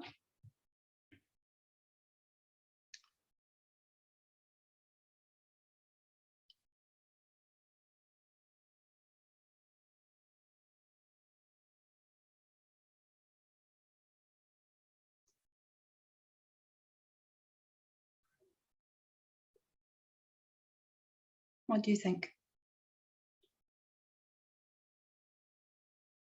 Yeah, and you've got it right, sadly, I would say. And it's interesting because the very same study, and this is part of a Millennium Cohort study in 2020, we asked those young people. The same study showed that less than 6% of heterosexual young people had made an attempt on their life. In terms of a Stonewall survey, slightly lower, 13% in 2018. This is really concerning, isn't it? We know, and I'm sure I'm not teaching you anything there, that 50% of all people who die by suicide have a history of self-harm in their notes. So it's a major indicator of suicide behavior.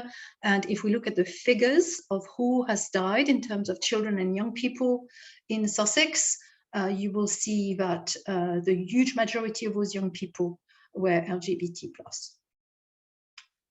So what might be driving these figures? Yeah, what is this about? So I'm going to ask you to have a good think about that. What might be behind this? Those very high figures. So this is your opportunity to think about that, and then we'll be able to all see what we think there. So what might be behind? And you can reply more than once. Yeah, feel free to put as many answers as you wish.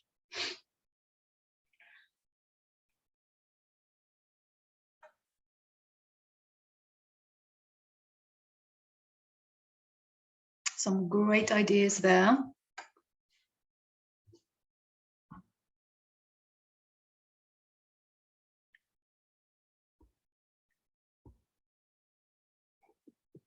These are all excellent. Well, they're all very common feelings. Yeah.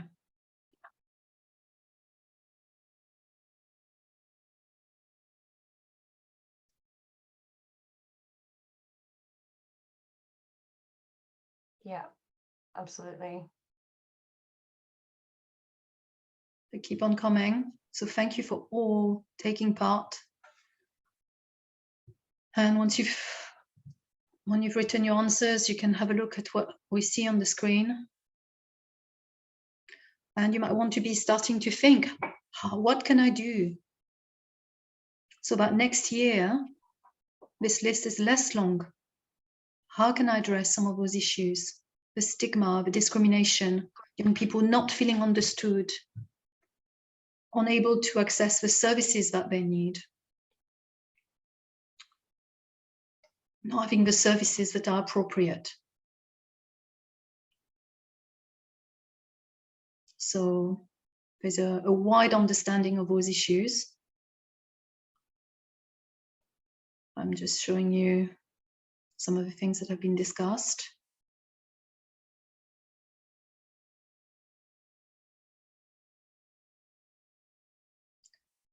And we're going to pick on some of those things in more details in a second.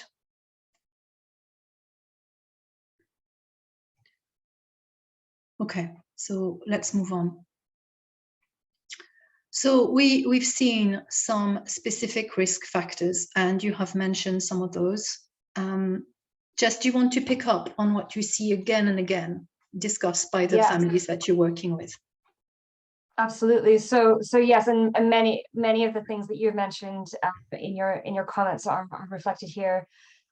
So the major reasons that we see LGBT plus young people self-harming, one of the biggest one is discrimination. So the experiences of homophobia, biphobia, or transphobia, and that continues to be a leading reason that young people are hurting themselves.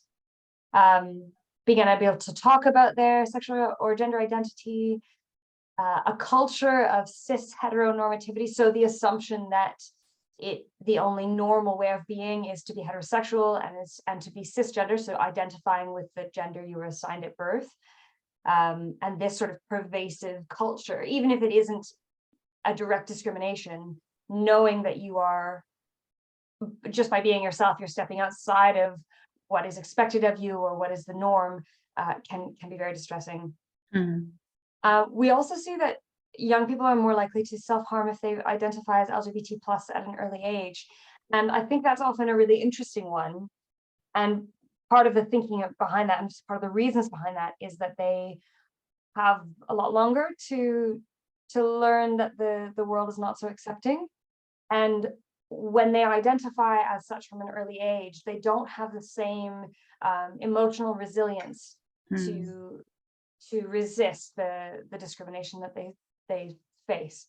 And so this can be a risk factor for LGBT plus young people. Being gender diverse, just generally, is another risk factor. Conflict with family or peers about sexual or gender identity. So if there's a rejection in the family or the friendship group, or some sense that you're not accepted, that can have a huge impact. And of course, isolation. And one of the things we saw was that, well, everyone in some way suffered through the pandemic, particularly young people, but particularly minority young people. LGBT plus young people suffered enormously through the pandemic, being disconnected or isolated from peers and others who share similar experiences. Great, thank you. So we're going to home in on one of the specific challenges, which is about developing an identity. And you would think developing and shaping an identity should be really a positive and empowering experience for everyone. It's part of growing up and finding your way in the world. However, realizing at a young age you're different from those around you, as just as said, can be really isolating and threatening and really difficult. And schools and health services don't make it easy because there's often just one vision of what normal looks like. And what we see is that there's a lot of stresses around that development of an identity, and also having to manage your identity across a wide range of areas and dimension, which makes it very difficult. So again, unlike straight identifying young people, LGBT plus identifying young people often will be challenged and questioned about their sexual orientation. We can't imagine someone who is straight being said, are you sure, it's just a phase, or all those things that young people might be told. So it's really an impact, again and again for our young people to get the support and to be able to build the confidence they need around their identity. Jess, anything else you want to add regarding this? No, I think there's a big moment when someone comes out where they have to leave an old identity behind and take on a new identity, and that can often be an uncertain time, particularly if they're isolated. So that's a time where we see risk. There's also a lot of joy here and a lot of beauty to a coming out process, but certainly it can be a risky moment. If you want to know more about that, identity model there, it's from D. Dougherty. He calls it the change model, which is really interesting. Lots of really good reading about that. So we talked a little bit about coming out, and I've focused here on the challenges instead of the benefits. And some of the main benefits, I suppose, about finding your community. But we see that the link between those challenges and the increase in self-harm. So it's for us, as professionals, as parents, as carers, is thinking, how can we bring this awareness of those challenges to have compassionate conversation with the young people we support, because the self-harm that they might be using to cope will be the top of the iceberg, and those various challenges, the stigmatization and the bullying that you very eloquently listed, in the previous activity, will be definitely underpinning those issues. And we cannot support a young person who's self-harming without the understanding of their context and the challenges that they face, because this will be layered on top of the common triggers. Pooky discussed some of those this morning. I just want to pick up a couple. For example, homelessness. You probably are aware that there is a higher rate of homelessness in trans young people, for example, who are really struggling to get the support that they need from their family, and will often move because of that. And young homelessness is linked to a much poorer mental health and a higher rate of suffering sexual abuse, violence, higher rate of substance use. And for trans young people, the risk will be even higher. And we see, when we look at the figures of who are the young people who are homeless, there might be a much higher risk of LGBT plus young people who are facing actual or feared rejection at home.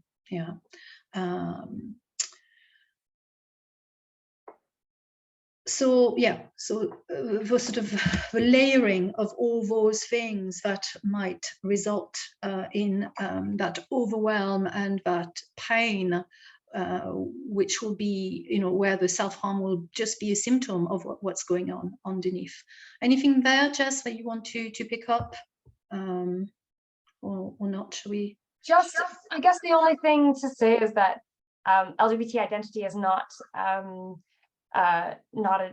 obviously not a mental health issue. It's not a concern in itself. What we see is that the distress comes from the attitudes of the people around us, the prejudice, the discrimination that people face. And so I often think that in a strange way, that's quite a hopeful thing, because it means that there's something that's very tangible that we can do. We can create safe and inclusive environments for people, and that goes a long way to supporting LGBT plus people to feel safe and well and comfortable and not feeling the urge to self-harm. And so I think what we need to be clear about is that it's a social issue rather than an individual one so much.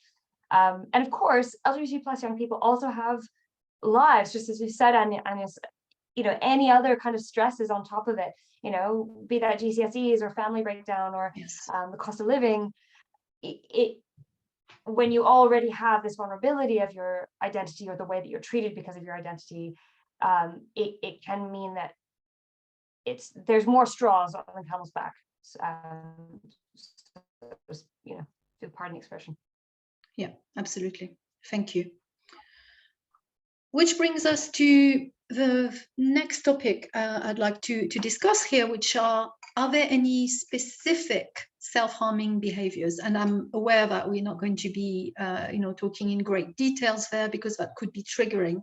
However, when we look at the research, we see some things that appear maybe more in the group we're talking about than in other groups, and we're going to try to unpick a little bit some of that. So some of you may be looking at that list and think, oh, I don't know what chemsex means, for example.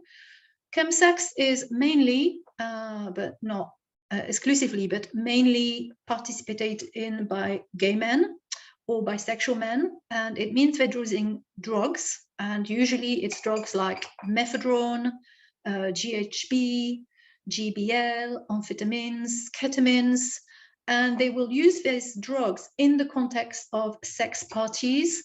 Often that might go on for hours or even days and days, and where numerous people might be involved.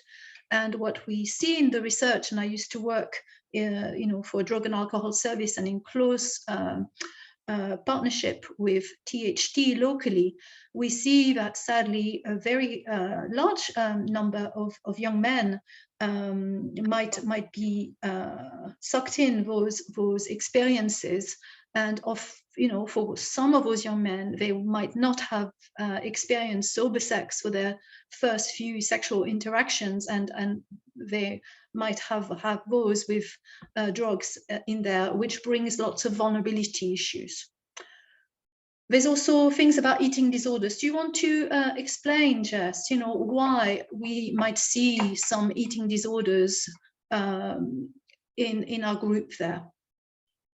And we don't want to generalize, but that might be something we see. Yes, of course there are many reasons for eating disorders, and it's extremely complex. However, we do see a large amount of eating disorders presenting in LGBT plus young people, and some of those, and particularly among trans young people. For example, some young people want to control the size of their bodies so that they don't menstruate. Other young people might want to remain very slim, to kind of maintain a sort of androgynous figure, not develop broad shoulders, and so on. So unfortunately, this is something we see quite commonly among trans young people who are struggling with their body image or feelings of being in their body. And often eating disorders are a way of addressing a sense of being out of control.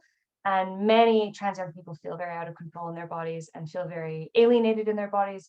And due to the lack of timely NHS support or intervention, many young people end up feeling a need to take control in a different way, and that can often manifest as eating disorders.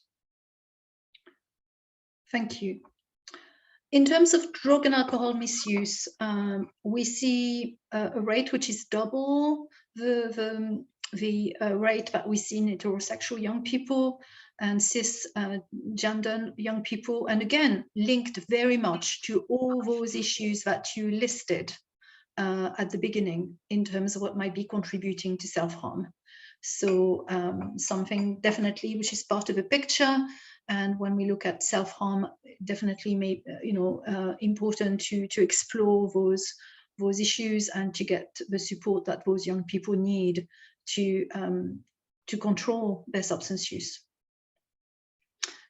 So what about us? And that's a really important activity that I'm asking you to engage with this one, thinking, of all the stigmas and all the issues that those young people might be experiencing. What would prevent someone who's self-harming sharing with you, sharing that this is the case with you?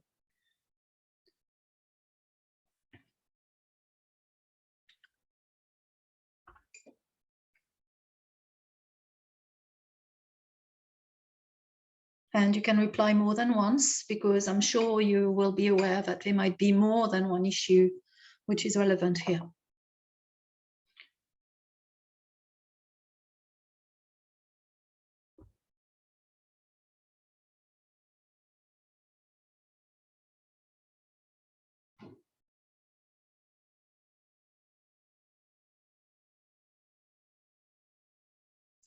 And once you've contributed, I'd like you to think, how am I going to address these barriers in my practice?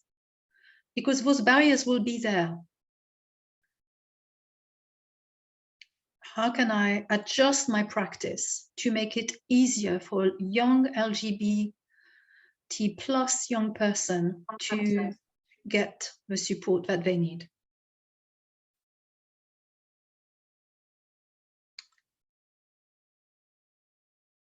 So we see some issues coming up again and again.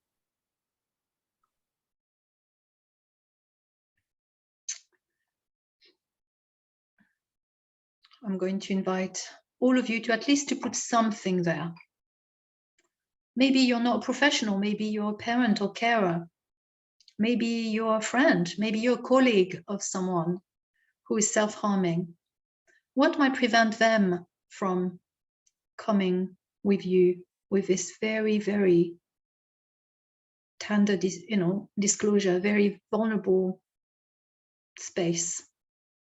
So we see some themes coming back again and again: the shame, the feeling judged, the fear of judgment. Maybe they don't trust you. Maybe they're worried about the police getting involved. They don't know what's going to happen next, isn't it? We've seen that coming out quite a few times. So that's really important. We always want to be mindful of what those barriers might be, because we might want to normalize some of those barriers when we talk with young people, to explain that we get it. We get that it's so difficult for them to share with us. And as Pooky was saying earlier on, to really express our gratitude for them to trust us with something like that. Yeah, it's a big responsibility when someone chooses to share with us. Now, someone's put guilt and not wanting to cause problems. Very, very relevant. Again, we see that as well with suicide. Yeah, when young people have suicidal thoughts, all of those issues, I suppose, come up that you're writing down here. Embarrassment, lack of understanding, and it might be that when they spoke to someone before, the answer they had was very poor. So, like, to just pick up one other piece that was raised, which was the fear of having to stop if they tell you.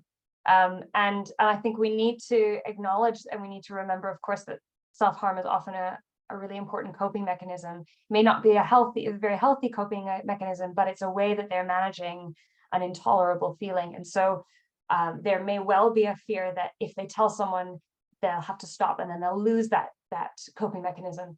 So that's a really important point. Thank you for sharing it. Yeah. And Tony has put in the chat as well, you know, that talking about a feeling of failure as well, which is interesting.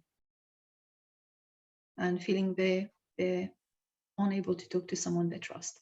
So keep this in mind, yeah. And what I'd like you to do is, you know, in the next few days, is to think, okay, knowing all of that, how can I make my practice a lot more affirmative of young people and of their experiences. So this is what the Queer Future survey tells us. Jess, do you want to talk a little bit through that?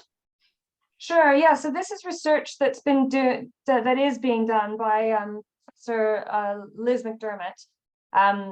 They've published a document called Queer Futures, and this is Queer Futures 2. They're looking at self-harm tendencies among LGBT+ young people, looking for the reasons why and how to support. And they've worked with a group of young people and asked them why they didn't ask for help. And I think a lot of the things that you've come up with just now have been reflected here. So you're spot on. And of course, but what I think is actually a little bit heartbreaking is that the number one reason why young people didn't share is that they didn't want to be seen as attention seeking. We have this idea that people are self-harming, they're doing it for attention, and that actually has a really damaging connotation, because it means that if we perpetuate this idea that people self-harm for attention, it means that people won't share if they are self-harming because they don't want to be seen to be attention seeking. Yes. So I think that figure really moved me when I saw it. Yep, absolutely. Then, yeah, maybe we can move on to the next one, Agnes. Yeah. And also, you know, it might be important to normalize that, you know, when we talk with someone, some young people might feel that, you know, they might fear that they might be seen as attention seeking, but I want to reassure you that, you know, it might be really helpful to normalize some of those views. For those that did ask for help, these were the places where they went for support. And you can see the different levels to which they found the support helpful. And the place they found the most helpful was an LGBTQ+ youth group, followed closely by the internet, which is not necessarily as safe a place, but certainly plays a really important role in young people's lives and their access of support. So we see actually that the young people are much more likely to feel supported by social spaces, informal spaces, their friends, their people they meet at a youth group, their boyfriend, girlfriend, their partners, and less likely to find services such as a GP or mental health services as supportive and as helpful. So that, I think, is a really important thing for us to pay attention to, that there's work to be done. And also to honor and recognize that these social spaces have really important value for young people. Indeed. And it's a bit of a double-edged sword, isn't it?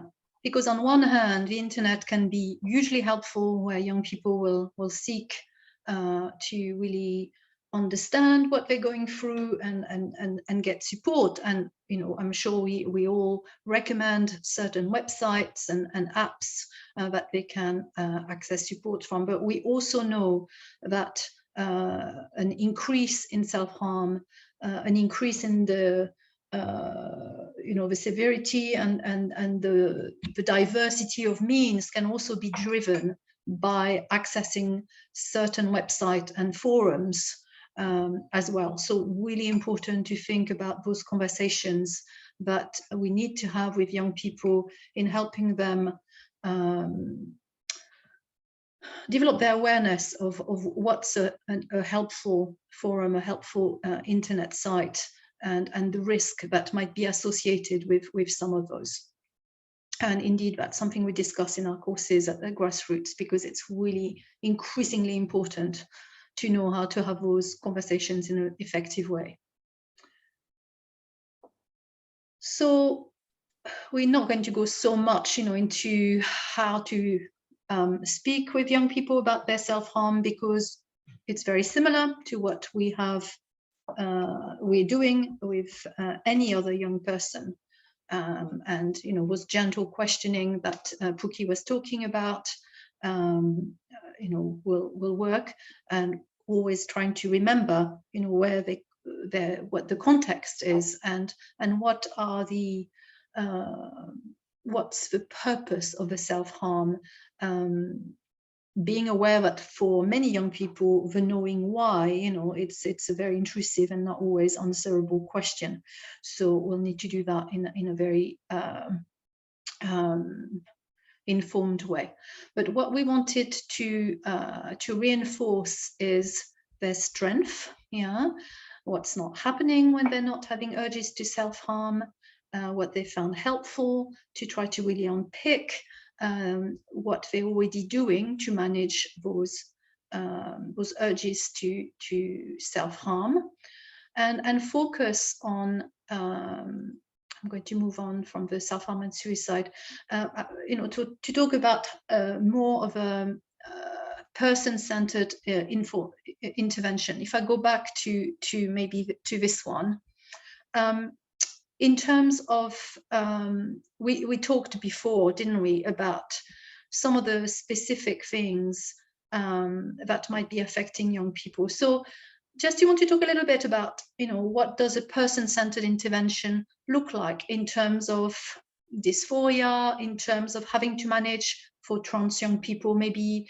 very long waiting time, discrimination, and all the stresses that they might be under, that might be underpinning the self-harm. Yes, I think it's really important that we address self-harm in a very, obviously a very person-centered way, but also addressing it by looking at what is driving the self-harm. We also, everyone who self-harms does so for different reasons and has different triggers for doing so. And it can be really useful to dig into and understand what some of the drivers might be, so that we can support them to make appropriate alternate choices. So for example, if someone self-harms largely because of feeling a sense of dysphoria, so that disconnect that I mentioned earlier between what you look like or you feel like and how you appear. So for example, if someone is self-harming because of those feelings of distress arising from dysphoria, you might suggest ways that they can affirm their identity, whether that's putting makeup on, or finding clothing that they feel are more flattering, or spending time with other people who have similar experiences. Those things can all help to lessen the intensity of those feelings of dysphoria, so that it's quite so intense. They can actually affirm their gender through their appearance, or through the company they keep, or the things they do, which might help them to lessen the amount that they turn that pain inwards. Great. And I think, well, spending time with other people who have similar experiences can be enormously healing, whether someone is dealing with discrimination, the bullies at school, or mom and dad not understanding. Having that space, the value of peer support, particularly in LGBT plus spaces, is huge. Invaluable. And really makes a huge difference. Absolutely. For people who are struggling. Yeah. So they'll be able to speak, for example, to other young people who also have to, wait on those huge waiting lists for gender, the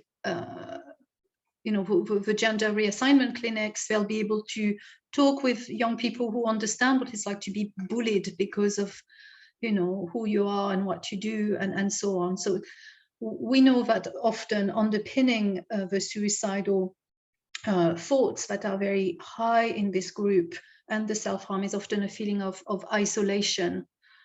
So attending those groups are going to go, it's going to go a really long way to connecting them to other young people and to professionals that really get it, which would be great.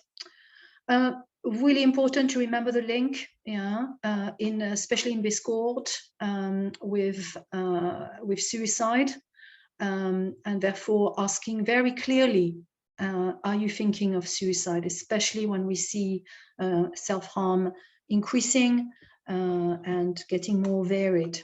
Very, very important to ask regularly. So this is something we wanted to leave you with, you know, and this is the last question we're going to have for you to participate, is thinking, what can we do? We talked about those issues that our young people are facing at the beginning. So are you feeling prepared?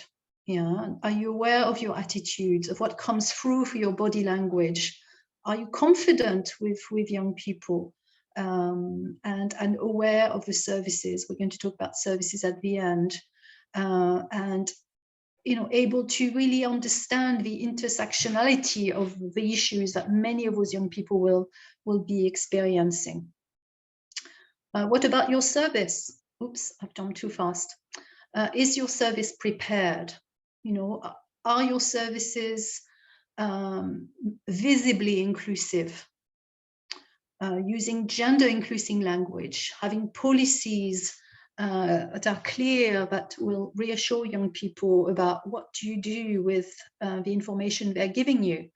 Having hours that are convenient for teenagers to attend, and so on. So really important to think, you know, following today's presentation, I really would like you to think very carefully about what you could do differently. So what might you do? Yeah, what are you going to do after this morning? What are you going to bring back to your teams to ensure that, you know, if we are going to do the same presentation next year, there might be less of those drivers of self-harm and suicidal thoughts.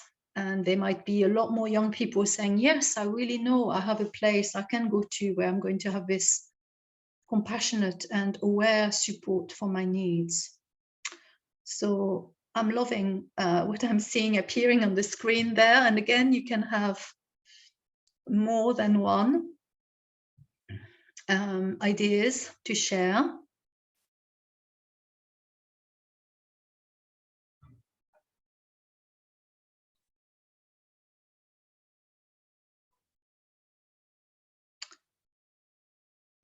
And what we will do is we will share the slides with the comments that are coming through, yeah, so that it gives you some pointers. So I will share the Menti slides rather than just the ordinary slides, so that you might come back to your team and say, oh, why don't we do more of this or less of that, based on what is being shared right now. Some really good ideas.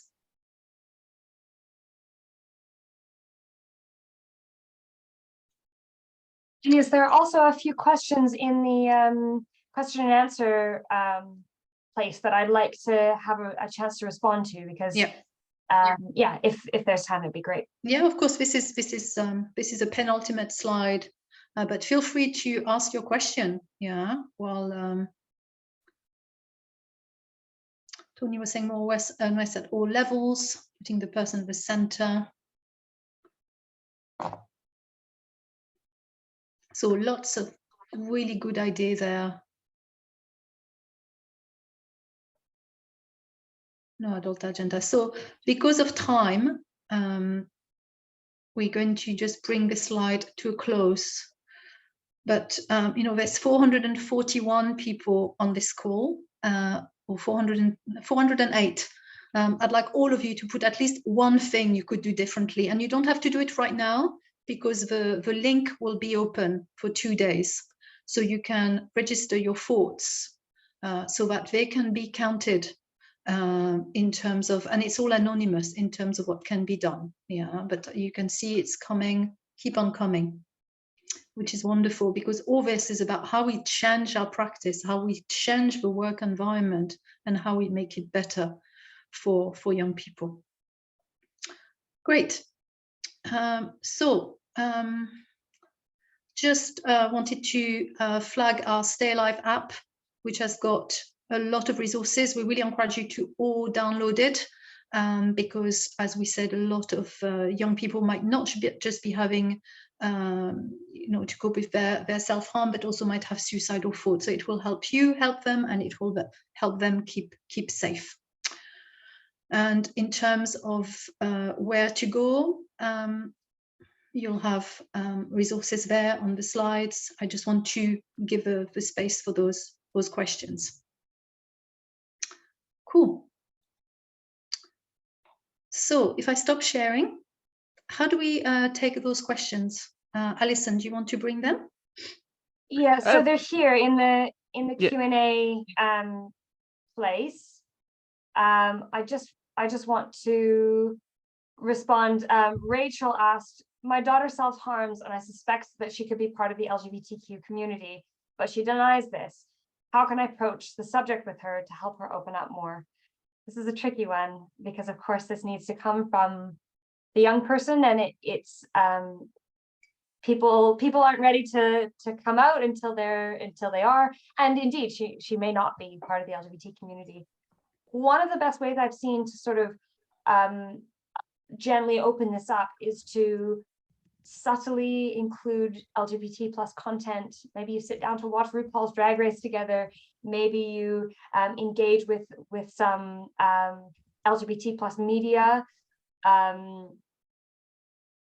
together, just as a way of, and maybe not even discussing it, but just as a way of indicating and showing her that you're cool with it, or that you're welcoming of it. Maybe you could have a gentle conversation about it, and celebrate some of the things that you see happening in the LGBT plus community, just to kind of send the message that you are welcoming. And then ultimately you have to wait for her to come to you with anything about her identity.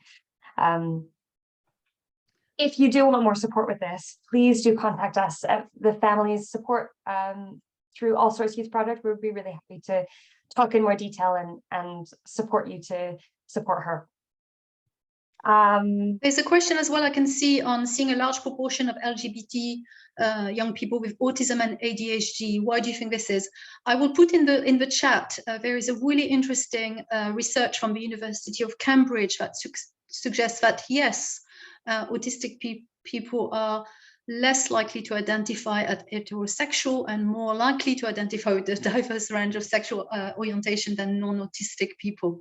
So I'll put the research there. Yeah. We also talked about how self-harm can be different for people with neurodiversity than for people who are neurotypical. And this we've seen particularly in our conversations with parents and carers of neurodiverse young people.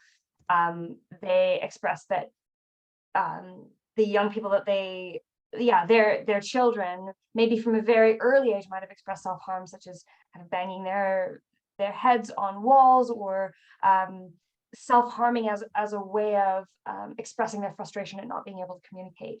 And so, and also the young people might have a very different relationship to their experience of self-harm. There might not be the same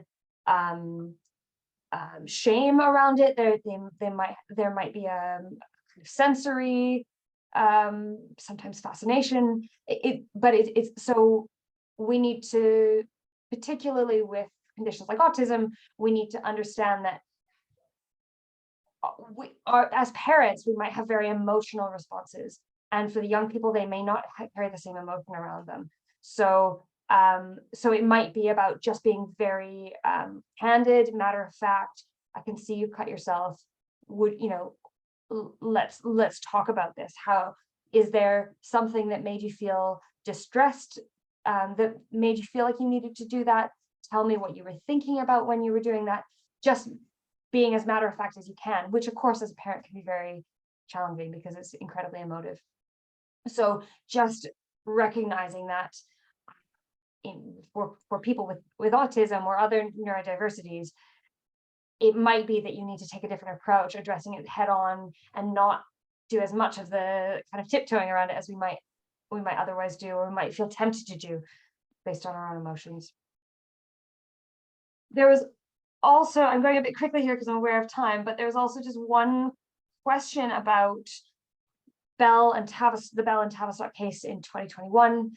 This, for those of you that don't know, there was a case that was brought against the Tavistock Clinic, which is the Children's Gender Identity Development Service, by a former service user who had felt that the service didn't adequately challenge or question their gender, and that person was now regretting the transitioning that they had done. So the question that Julie's asked is, how can we deal with such sensitive issues around gender dysphoria better when working with young people? This is such a huge question and a really central part of the work we're doing.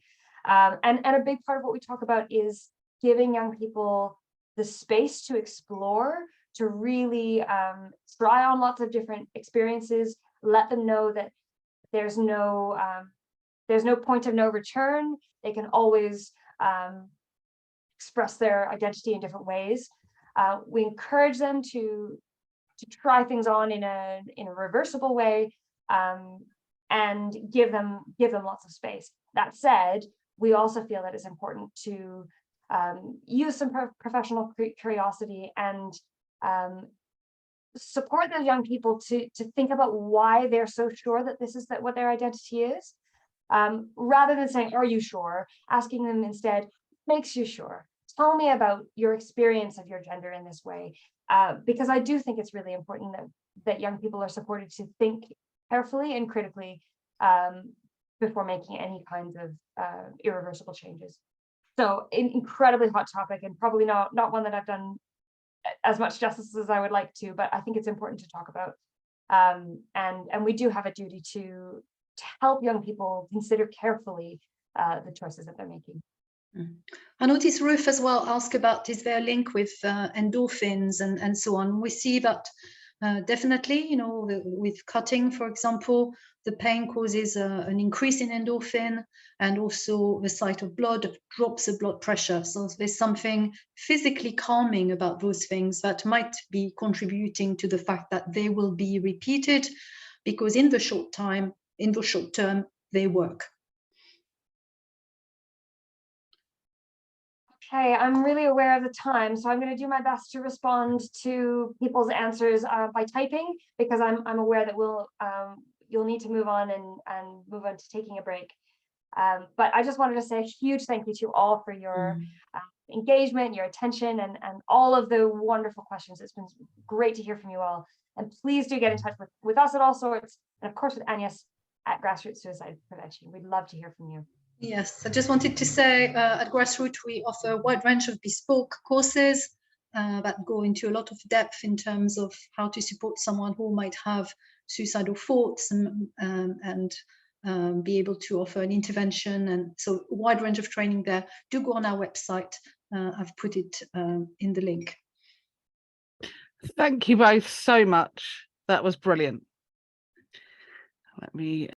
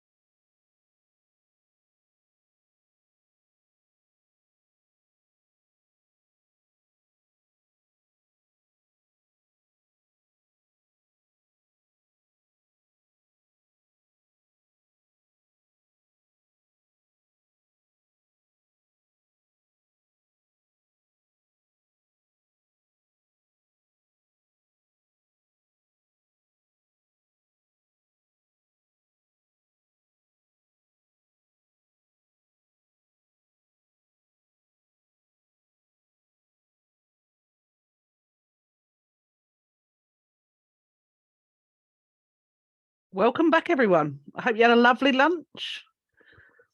I couldn't find any vol au vents in my fridge, but you know, needs must. Our next guest is an award-winning spoken word artist, poet and author. She'll be performing and talking, taking questions on her work and journey. Sami uses rhyme as a means of release and therapy through her spoken word, and inspires people in her community to speak up and take action. If you'd like to ask Sami a question, please write it in the chat and we will get to them at the end. Also, please remember, if anything you hear is upsetting, please message us with your phone number and we will get a trained professional to call you immediately. Let me now hand you over to Sami Rhymes.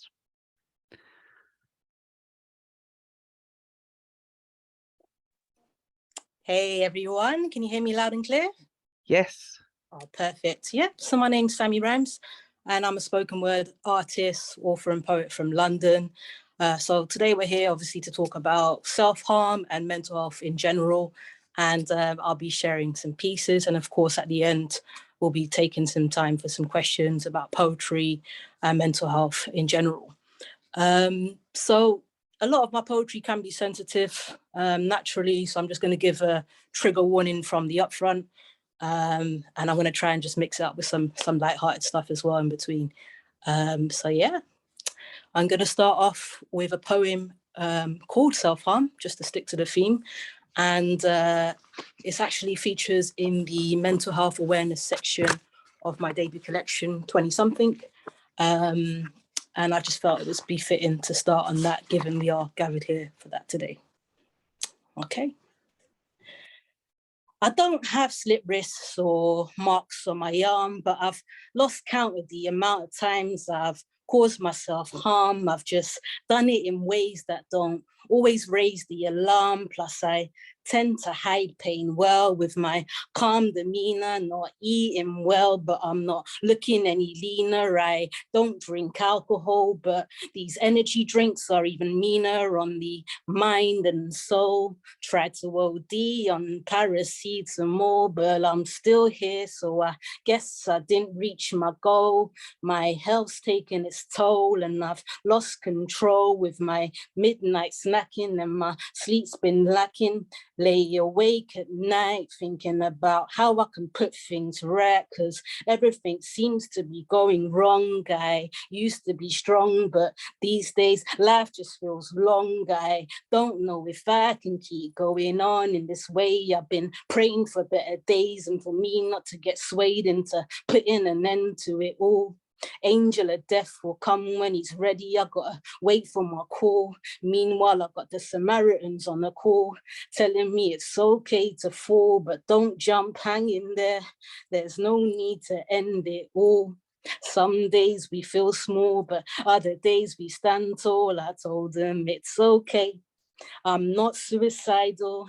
I just wish I was never born. This life has left me feeling torn. I'm tired of it all. You can see it in my yawn. I'm up at dusk and I'm up at dawn, but I'm also down at dusk and down at dawn. Try turning that frown upside down when I get up in the morning.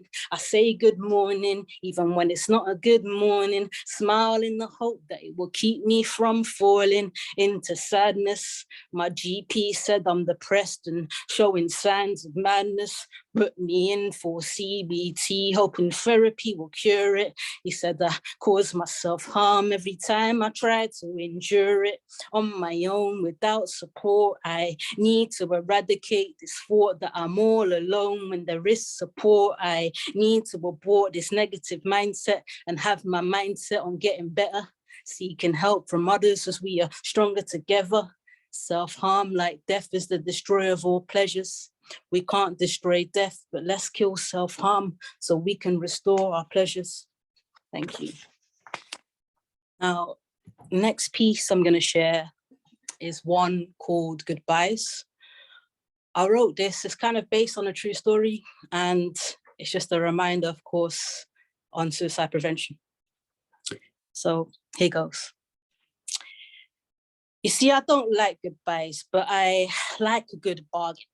Always hustling and looking for goodbyes, but life It's not something we can bargain. It's a gift, but we don't all get to profit from the uplift it brings due to tight margins. Suicidal thoughts got us thinking whether life's something we even want to take part in. Regardless of what we decide, we can't hide the fact that suicide is on the rise, and as some of us departing real young, like Will Young, we feel we better leave right now before we fall any deeper. Now she's 6 feet under, can't get any deeper. She was living dead for a while, like the Grim Reaper, covered up in the cloak of paint, so dark nobody could see her. If only somebody could have seen her and spotted the signs, like the way she used to mix pills with wine and disappear from time to time. When asked how she would say she was fine, even though she was clearly down all the time. Should have read between the lines and given her the time of day, then maybe she would not have had to go away so soon, and maybe things would have been different if those men hadn't entered her room, and different if they had let her keep the locks on her room. Maybe she wouldn't have been raped, and maybe she wouldn't have been groomed. Maybe she would have lived to see more sunsets, sunrises, and full moons. With support, she probably would not have thought that her life was doomed. Maybe she would have healed by now, recovered and bloomed, no longer feeling physically and mentally ruined. You see, her suicidal thoughts could have been freed if only she had somebody to turn to in her time of need. She could have been more than just another statistic in our news feed, and that coffin she was buried in could have been freed for a little while longer. Age doesn't determine lifespan, but older shouldn't be burying their youngers. Death should be natural, not self-inflicted. It comes without a warning. We can't always predict it, but when we see the signs of suicide, we should do our bit to help restrict it and help those afflicted change their thought process and views. There's always something we can do, even if it's just a quick "how are you?" I'm here to listen and I'm here to help you. I got your back and I'm praying for you. All this pain you're feeling, you will get through. Nothing lasts forever, I reassure you. Time heals and things will get better for you. You see, sometimes people just need somebody to vent to or simply say hi to before they become that person we say goodbye to. Thank you. Now, a piece I wrote as well during a low time, and I think the message in this one is just remember we're only human and we all fall, so pick yourself up. So it's called Fall. Some days I thrive, feel alive and strive to give my all. Other days I fall and fail to respond to his call. I'm only human after all. It's only normal that we fall. At times I curve up into a little ball, 'cause I feel really small and want to give up on it all. Sadness takes its toll, but I stand up tall, take control and pick myself up from the fall. Force a smile and try to forget it all, 'cause I'm only human after all. It's only normal that we fall. Life's a chore, I can't take it anymore. I know we can't have it all, but why can't things go back to how it was before? When I was small, it was easier to get up from a fall. I had the energy and strength to take it all, but now it's really hard to pick myself up when I fall. I don't know if I can go on anymore. Voices in my head, yeah, I've had it all. I wish I could just end it all. I guess I'm only human after all. It's only normal that we fall. Thank you. Another piece called Mental Health Awareness, literally. One that I've not performed, but it is also in my book in the Mental Health Awareness section. And I think it's just a reminder that we need to be aware, and aware about ourselves and aware about those around us, because mental health is something that everyone, you know, needs to monitor. You can sense that something's up. My silence is saying a lot. I can't think straight, but I think a lot. Got voices in my head that won't seem to stop. My mind feels like it's going to erupt. I say I'm okay, even though I'm clearly not, because it's easier to say I'm okay than explain why I'm not. How do I tell my story when I've lost the plot? It's hard to find your place when you've lost your spot, and it's hard to give your all when you feel like you've given all you've got. I seem to have fallen out of love with things that I used to love, and I don't know if I can still love after being hurt so much. I think I need the hug, I need to feel the love, I need to rebuild the connection with the one above before I self-destruct. Life's a test and the biggest one of the lot. I'm just trying my best to succeed and not be a flop.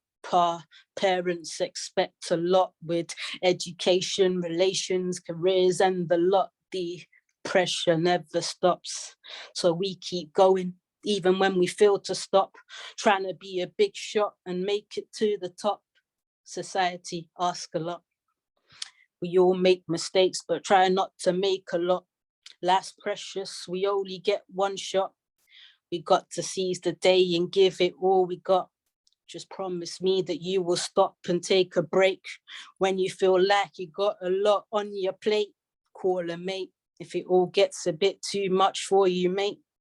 The mind is a fragile vessel waiting to break, so we've got to take care and stay aware. Mental health impacts every single one of us out there. Thank you.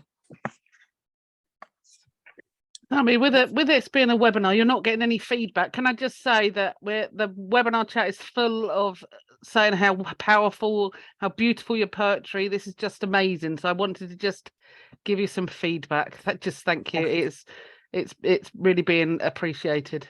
Okay, appreciate that. Thank you. Thank you. All right, let me do one that's a little bit more lighthearted, but still on the theme of mental health. And it's one called Turning 30, which I wrote on my birthday. As you approach the end of the era, I think there's a lot of pressure coming to you about where you need to be at a certain time of life. And I still think the message in this one is relevant. So I'm going to share that one now. People are bold. I keep getting told I'm getting old and I gotta settle down before I turn 30 years old, as if my heart's gonna go cold after 29. They say, Sami, you're still fine, but you're cutting it fine. Might look young, but you're running out of time. Soon you're gonna expire and go into decline, and soon guys are gonna stop giving you the eye. So stop being picky. Now is the time to settle, but I'm not looking to settle for any Tom, Dick or Harry, Abdul or Ali. If that was the case, then I probably would have been divorced or unhappily married. I need to find that hobby material before I can marry. Yeah, wanna fall in love like Meghan and Harry and ride like Bonnie and Clyde. I don't need a rock my size, but I need a rock by my side. Someone who treats me right and makes me feel all warm and fuzzy inside. Reminds me of the Most High and doesn't feed me lies. Pleasing to the eye and beautiful inside. I don't even ask for much in a guy, but I can't seem to find Mr. Right despite having tried.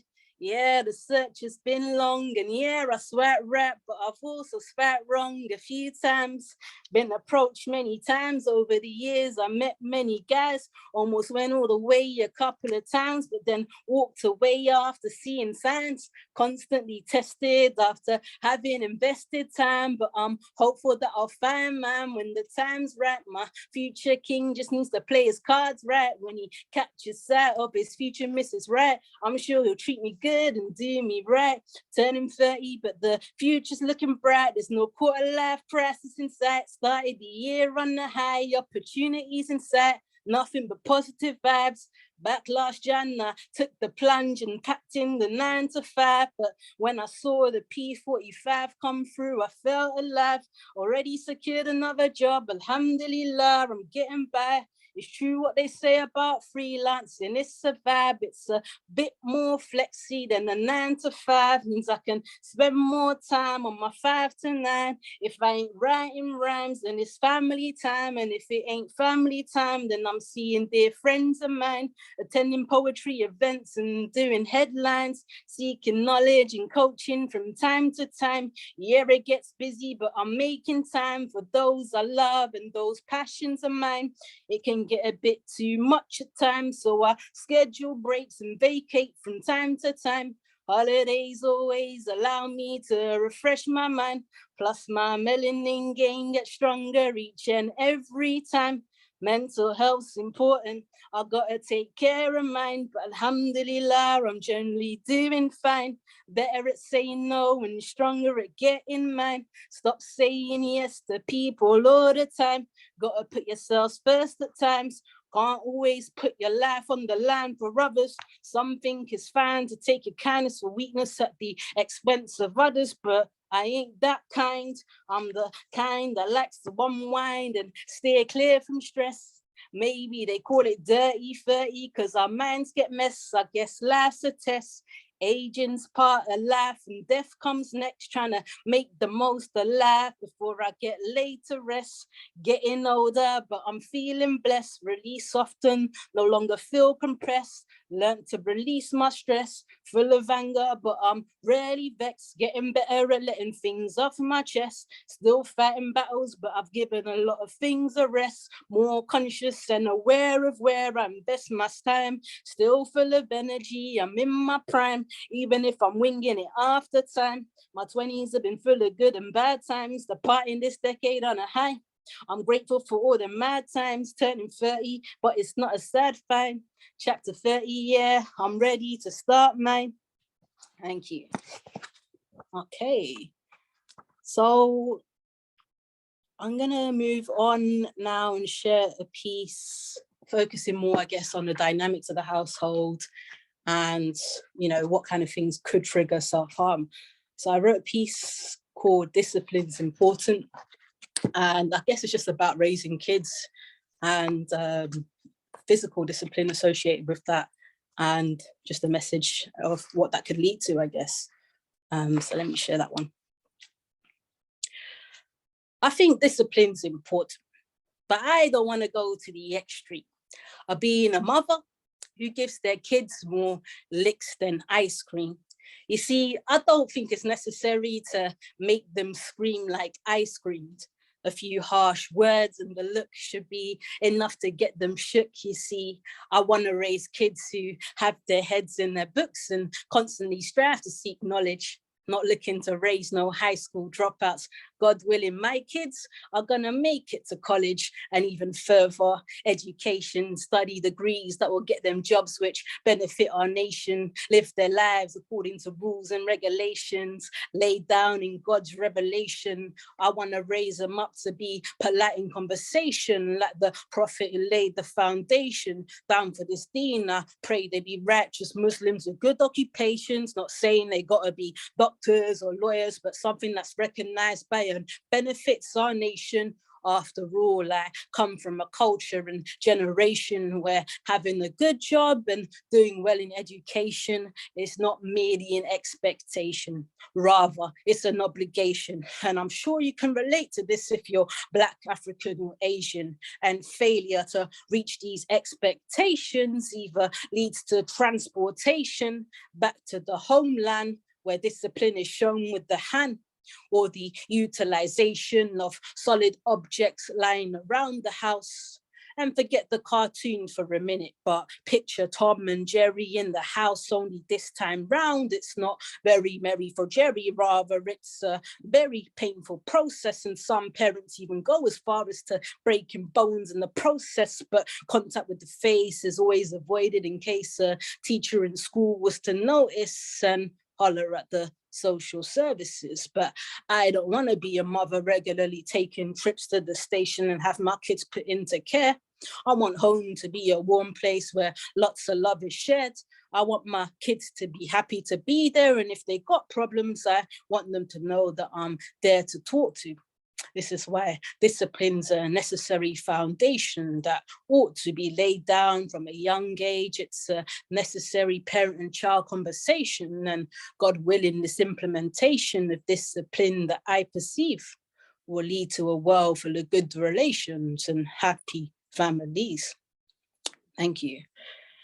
Okay, so last year actually, I contributed poems to an anthology called It Will Be the Black Experience, and I was asked to focus on Black mental health. So there's some poems in there which I haven't ever shared before, but I guess, you know, it's worth tapping into a couple. So I'm going to read one called Talking About the Pain. I think especially, you know, like in African and Caribbean households, it's a big problem. Where people don't like to talk about any of their mental health. So this piece is called literally Talking About the Pain. Growing up, I learned to take the cane the same way I learned to take the blame. Life was never picture perfect, but I was always getting framed, the scapegoat always being blamed, the tamed and the famed in exchange for another's gain. I knew what was wrong.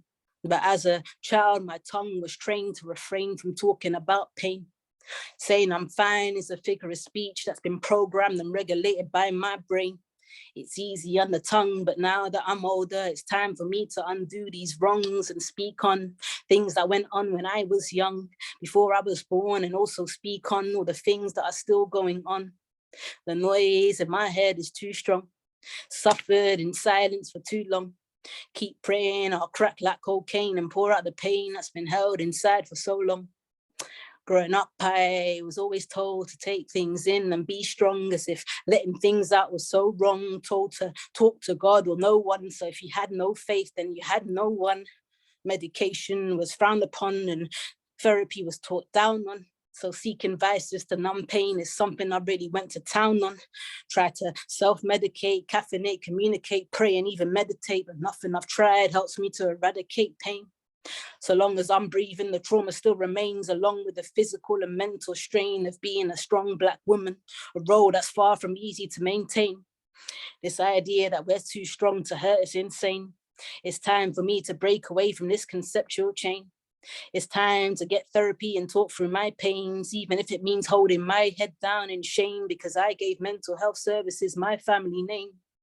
I need to heal, reveal, and release this pain. It's time for me to speak up after years of restraint. It's time to call out these so-called saints, these racist, rapists, and oppressors who until this day keep getting away with their twisted ways. Just like my ancestors, I pray and patiently await the day where justice will be served and oppressors will be put away. Now it's time for me to unlearn my learnt ways and make way for better days. If I don't change my ways and speak up now, I'll pass my ways on to my kids and risk having this cycle of not talking about pain repeated years down the line from now. Okay. Another piece I'm going to share, I guess, on the same theme is one which I wrote, which just, I wish it became old. It's called I Can't Breathe. It was a poem that was triggered by the George Floyd incident. However, you know, it's still unfortunately very relevant. And the reality is this is the type of thing that has a massive impact on mental health. So here's that piece. They've been killing us softly for centuries, got us caved inside cells and cemeteries, racial eugenics, profiling and slavery, annihilation and police brutality, constantly suffering physically and mentally, all in the name of white supremacy. It happened in the past and it's happening presently. A lot of the same happening a little differently, and watching the stars become a pleasantry, which is presently unpleasantly being televised and even captured in cinematography, a worldwide issue, a subject of humanity. That's why it's important that we collectively learn our history and study its geography. Black Lives Matter, we say this tirelessly. These peaceful protests are starting to take its toll and take the life out of me. I can't breathe and I'm tired of living breathlessly, forced to inhale the stench of injustices regularly, trying to excel freedom, but they're not letting me. It's like we're expected to fight for freedom and justice indefinitely, but I'm tired of fighting. I don't have a lot of fight left in me, Black and Muslim, so I'm considered the enemy. They've been trying to take the from me and put an end to me. What's the point in having all these human rights policies when there's oppressors and supremacists amongst the authorities, always being judged, but there's no one defending me. It's only attackers that I can see, and they're constantly attacking me. They want to see the back of me because they don't like the black in me. So long as I'm breathing successfully, they're gonna keep going at me and have me saying I can't breathe until I can't actually breathe. Thank you. So sticking on the theme then of Black mental health, another piece, I released a project earlier this year called Triple Threat, which looks at the challenges of being Black, female and Muslim. And there's a piece there which focuses on Black mental health called Being Black's a Crime. So I'm gonna read this one next. There's no sugar in this cane. Don't mind a bit of pain, but being whipped and stripped ain't the same when you're being restrained and detained for a crime you didn't commit. Matching a description that only your skin color seems to fit. Being Black's the crime for which they want to convict. Innocent until proven guilty, but in their eyes, Black is filthy and you're guilty until proven innocent. Prison is imminent, and once you're inside, these prison guards move militant. Multiple participants caught up in an array of incidents, reports of broken limbs and torn ligaments, beaten like an instrument, witnesses silence, no one was vigilant, malfunctioning body cams, what a coincidence. Too many Blacks caught up in similar predicaments. All of this is equivalent to cases of false imprisonment and cases where officers have been responsible for planting weapons and stimulants. Adults taken in generally face 5 to 10 years of imprisonment. Some are given life. 5 years is typically the minimum sentence given to young males that are Black and innocent. White offenders plead guilty to the same crimes, yet manage to get off with insufficient evidence. The racial disparity in the criminal justice system is evident. Richard Phillips spent over 45 years incarcerated in the state of Michigan, wrongfully convicted of murder despite having long proclaimed his innocence, eventually exonerated in 2018 when the man responsible for the crime came forward supplying new evidence. Meanwhile, innocent bros, they on their knees praying persecutors find new evidence. They are trying to get rid of all the Black citizens from Western born to first generation immigrants, and the attempts to annihilate us are getting ridiculous. They even stop and search us to ridiculous, then arrest us for resisting them, even when it's clear that we ain't resisting them. Mentally sick of them, physically can't deal with them. Any form of contact literally seems to trigger hypervigilance.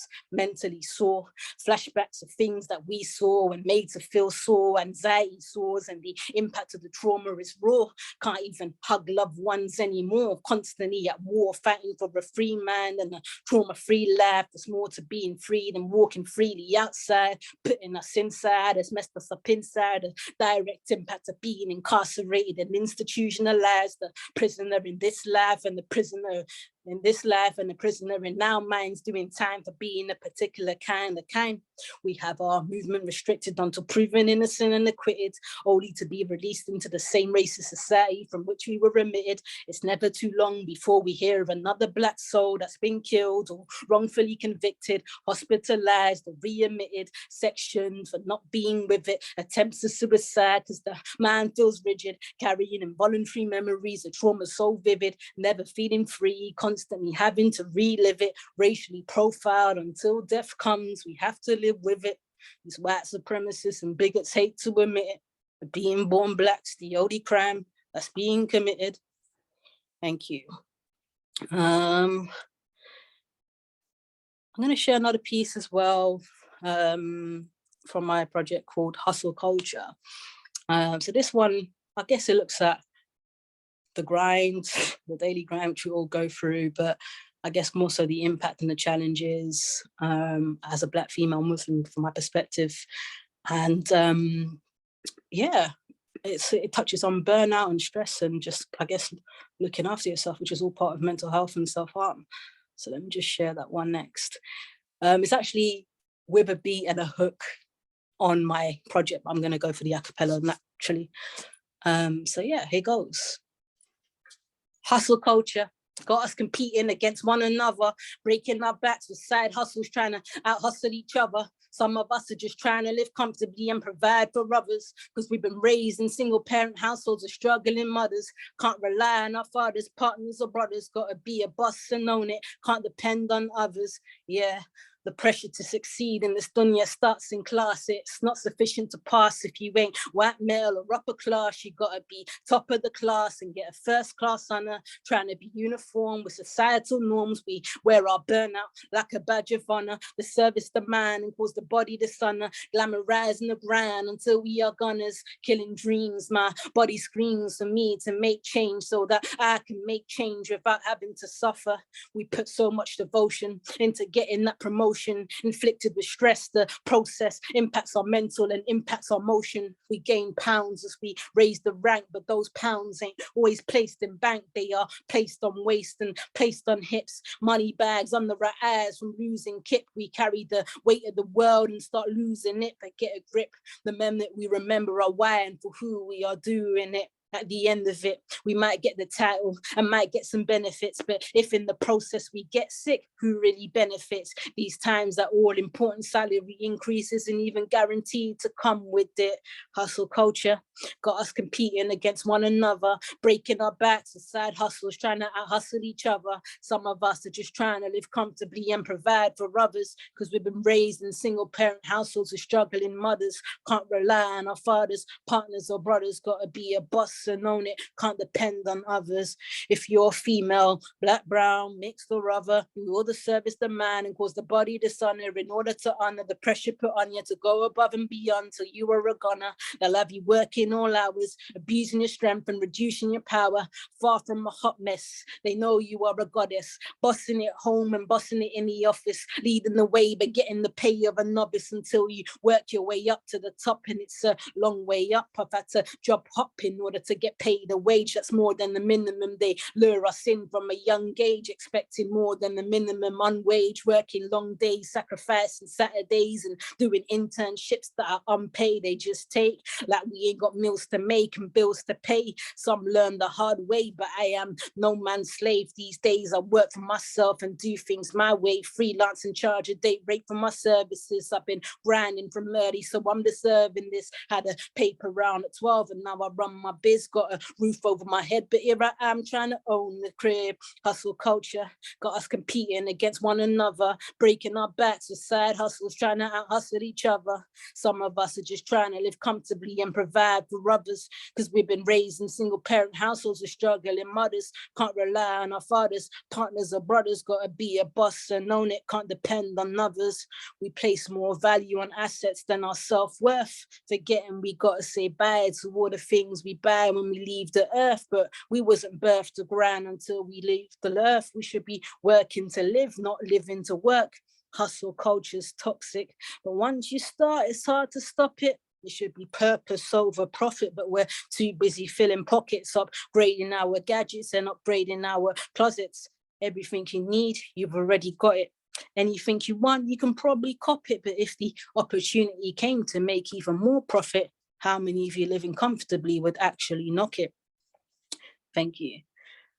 Cool. Just looking at time.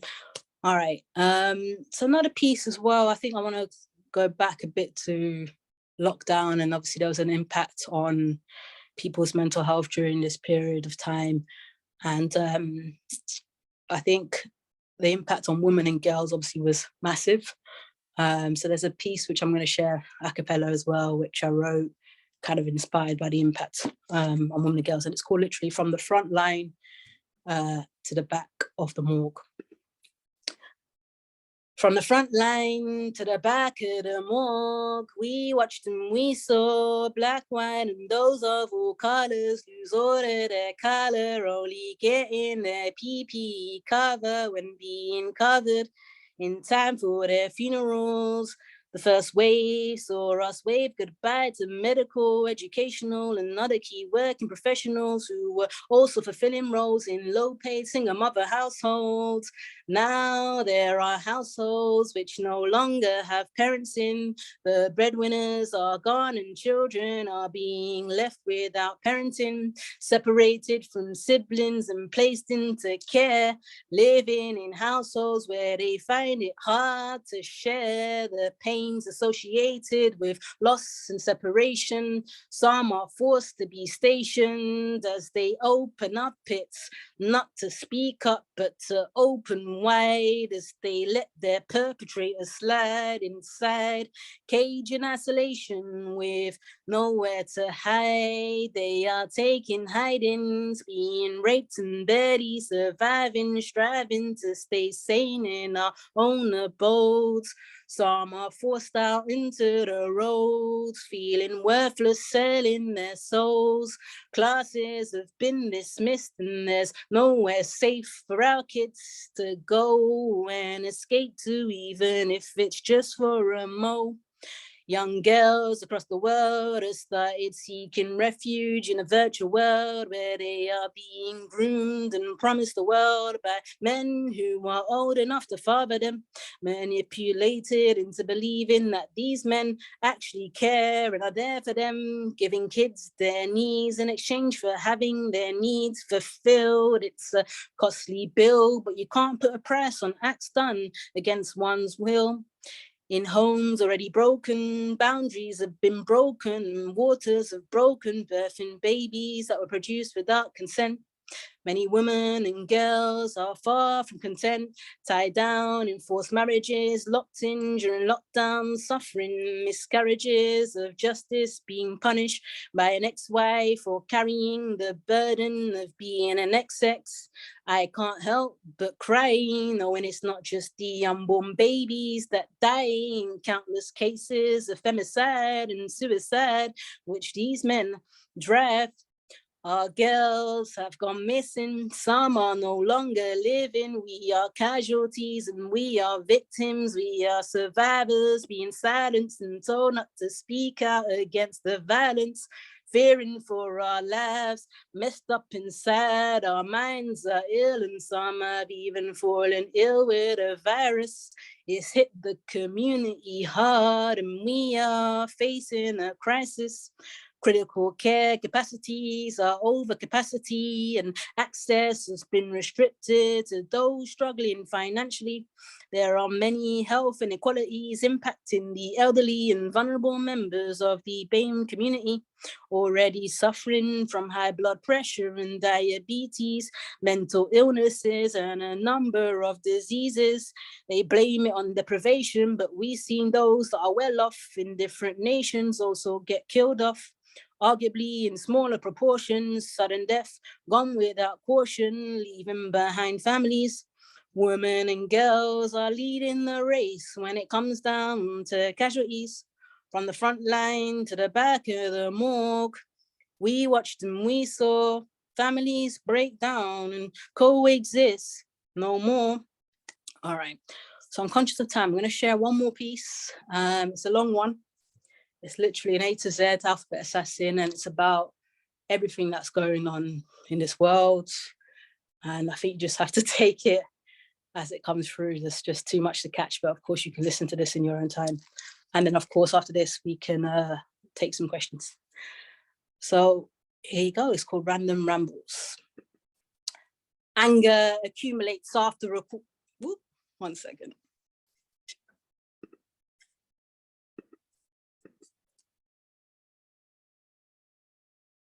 Yeah.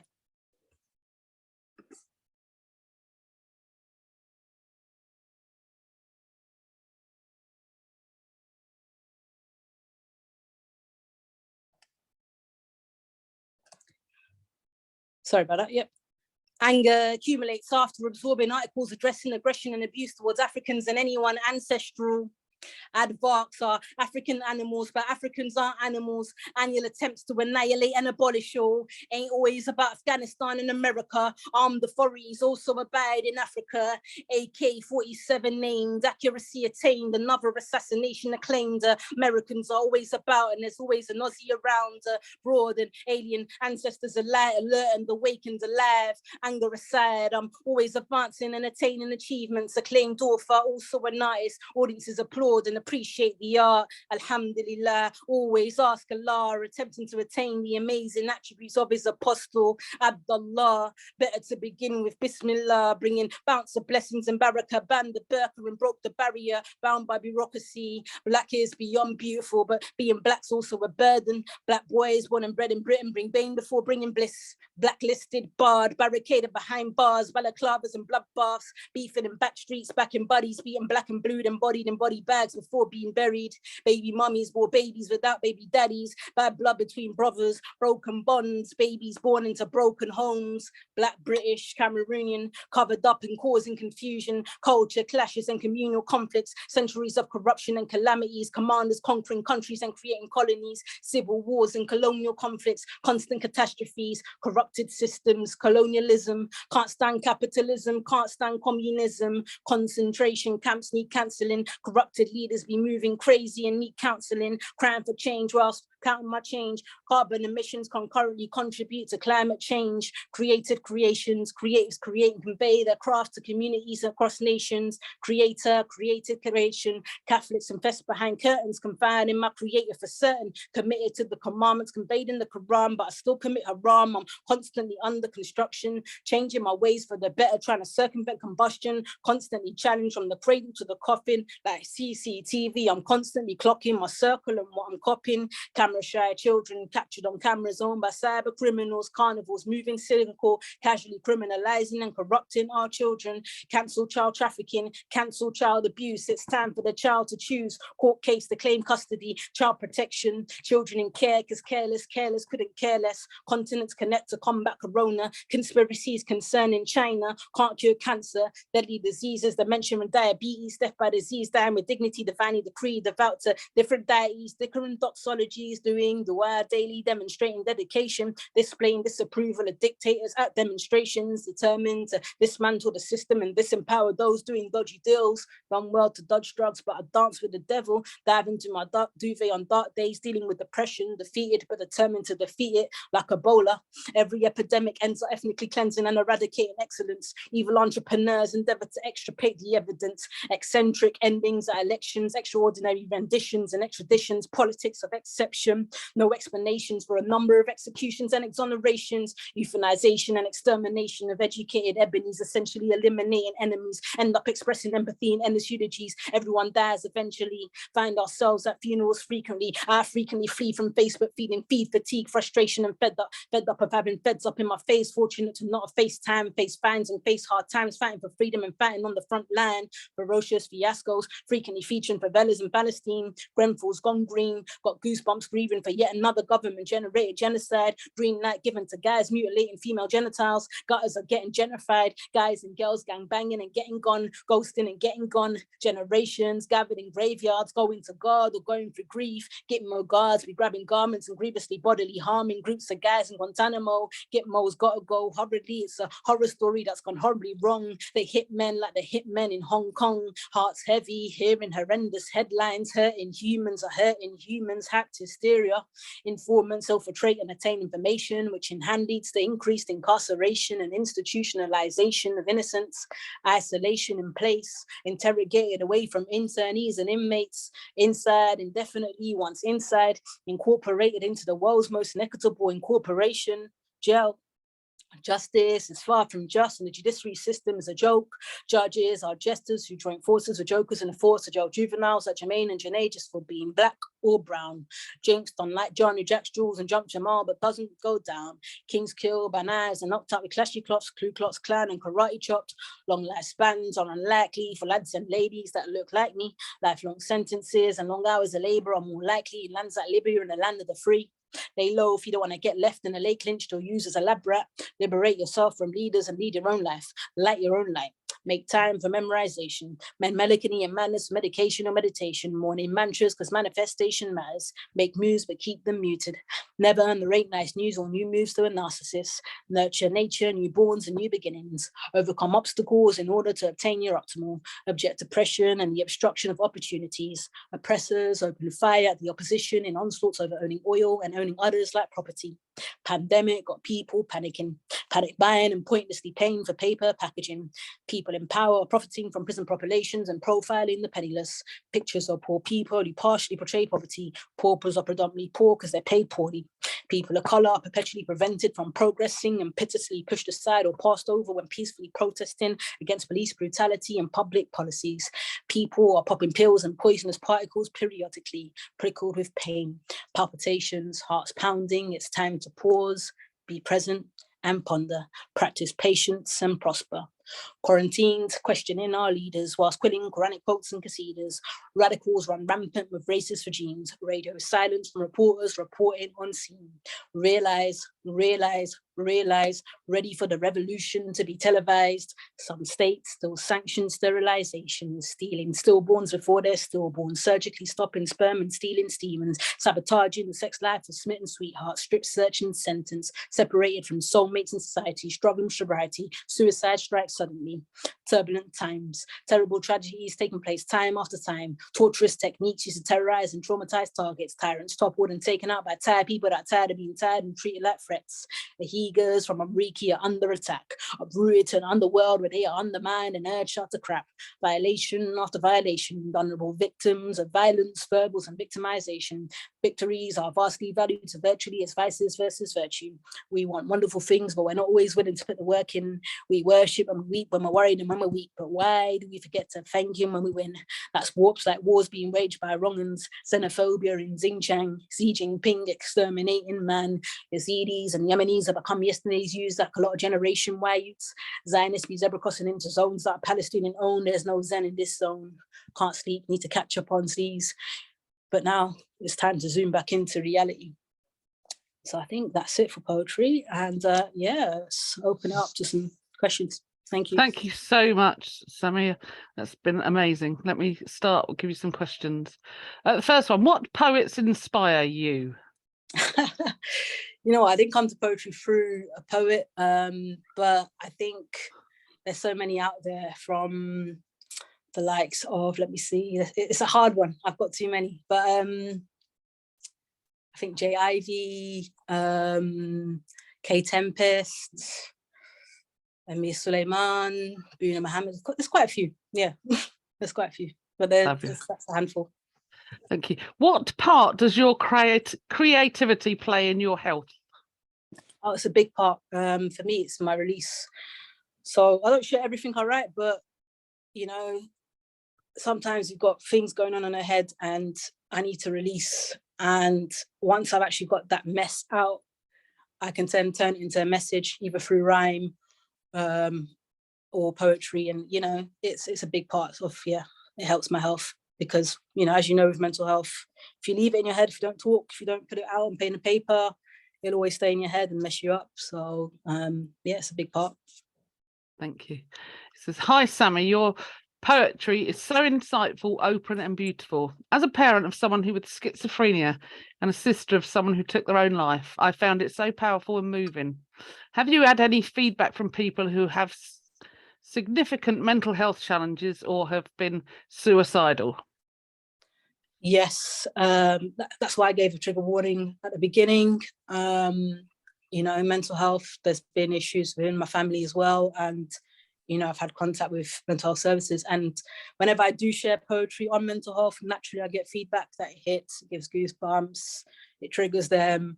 So, you know, it just goes to show it's not a small population going through a lot of these struggles. And I think it's important to kind of keep raising awareness about these feelings that are being experienced by, you know, a large population.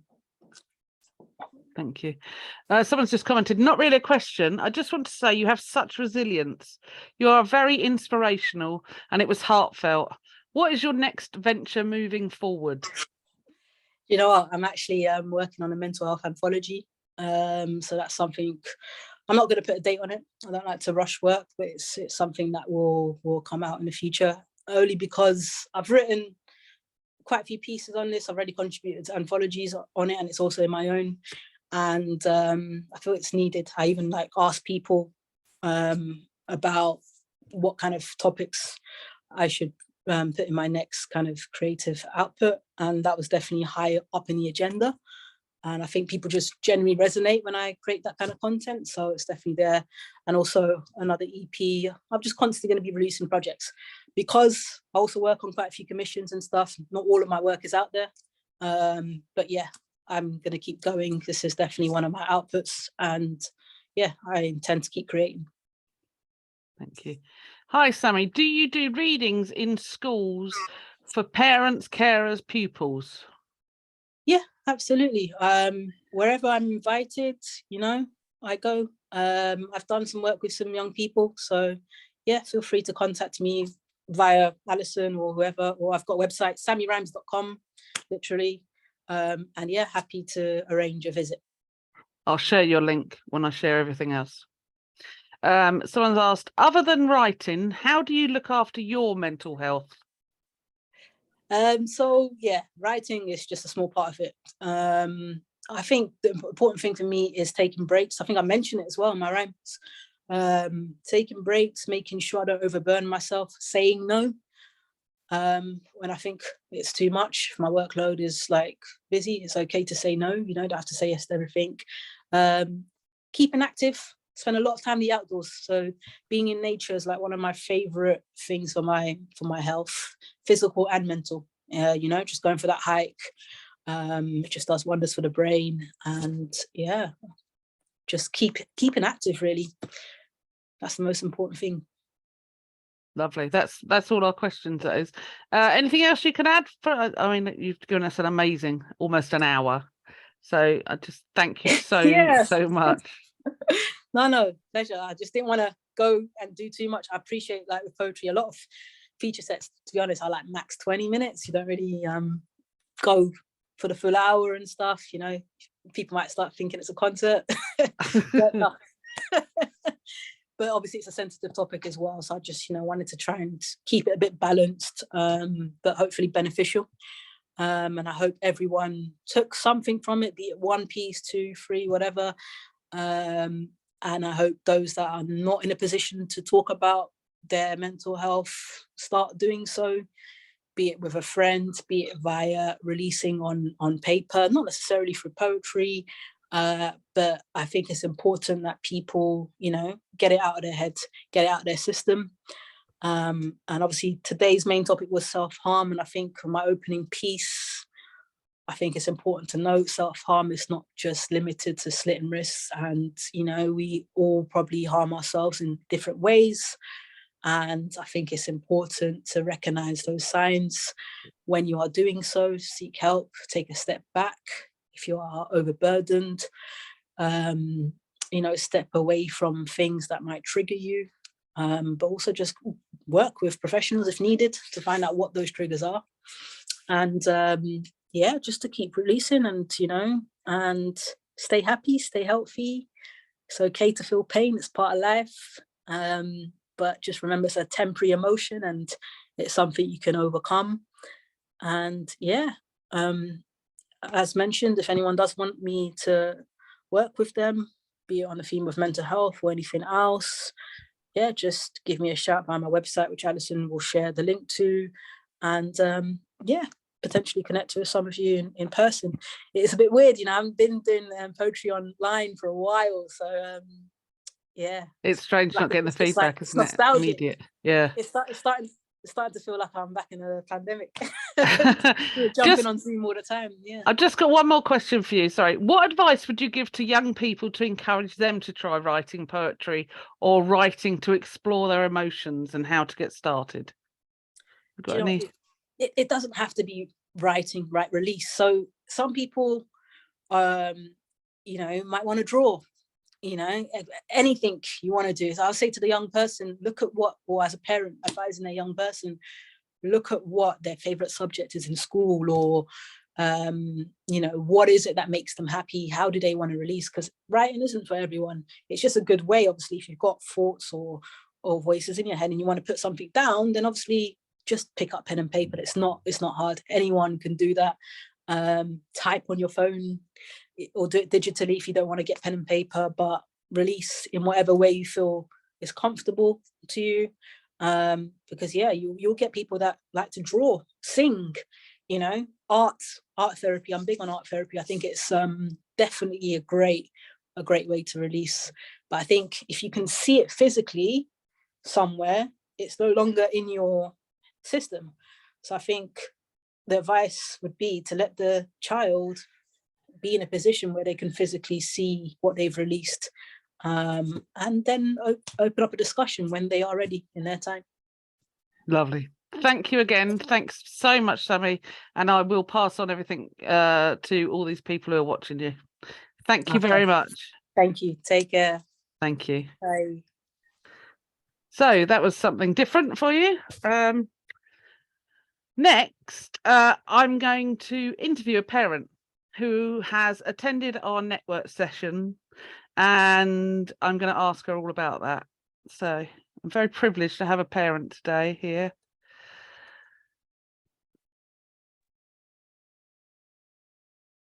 Hi, this is Jane, and let me just get myself in the side view. So thank you so much, Jane. This is very brave of you, I know. No problem at all, Alison. It's my pleasure. What I want to say to everyone is Jane's son, William, is 13 and has been self-harming for about 18 months. So Jane, firstly, thank you so much for doing this. I know it's not an easy thing to discuss. So can you tell me, how did you find out about our network? Well, William was having some counselling through the YMCA Downslink a couple of years ago, and I think we were referred by her. So that's how I initially found out about you. And how useful were the networks to you?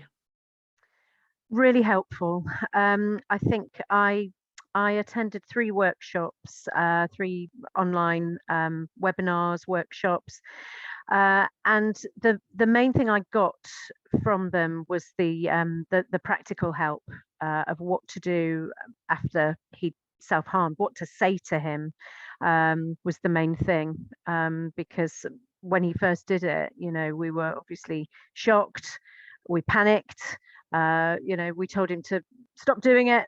And that was the worst thing that we could have done. So it just helped us to sort of build a script, and you know, it gave us advice on tone of voice and the things to say.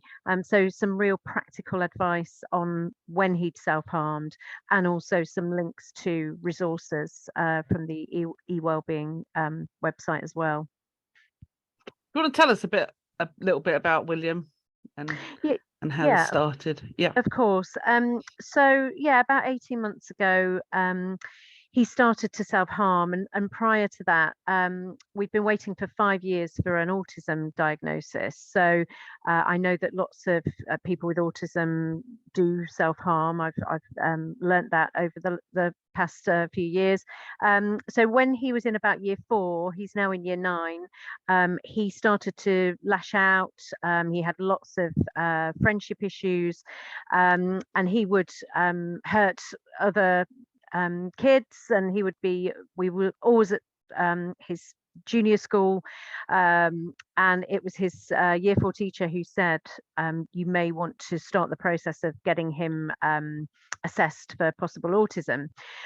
So with a bit of maturity, as the years have gone on, he's stopped having those incidents with other kids. I mean, there have been a few, you know, in the past couple of years, but they've largely stopped, and he is now hurting himself. And he said to us, you know, a few months ago, what would you rather?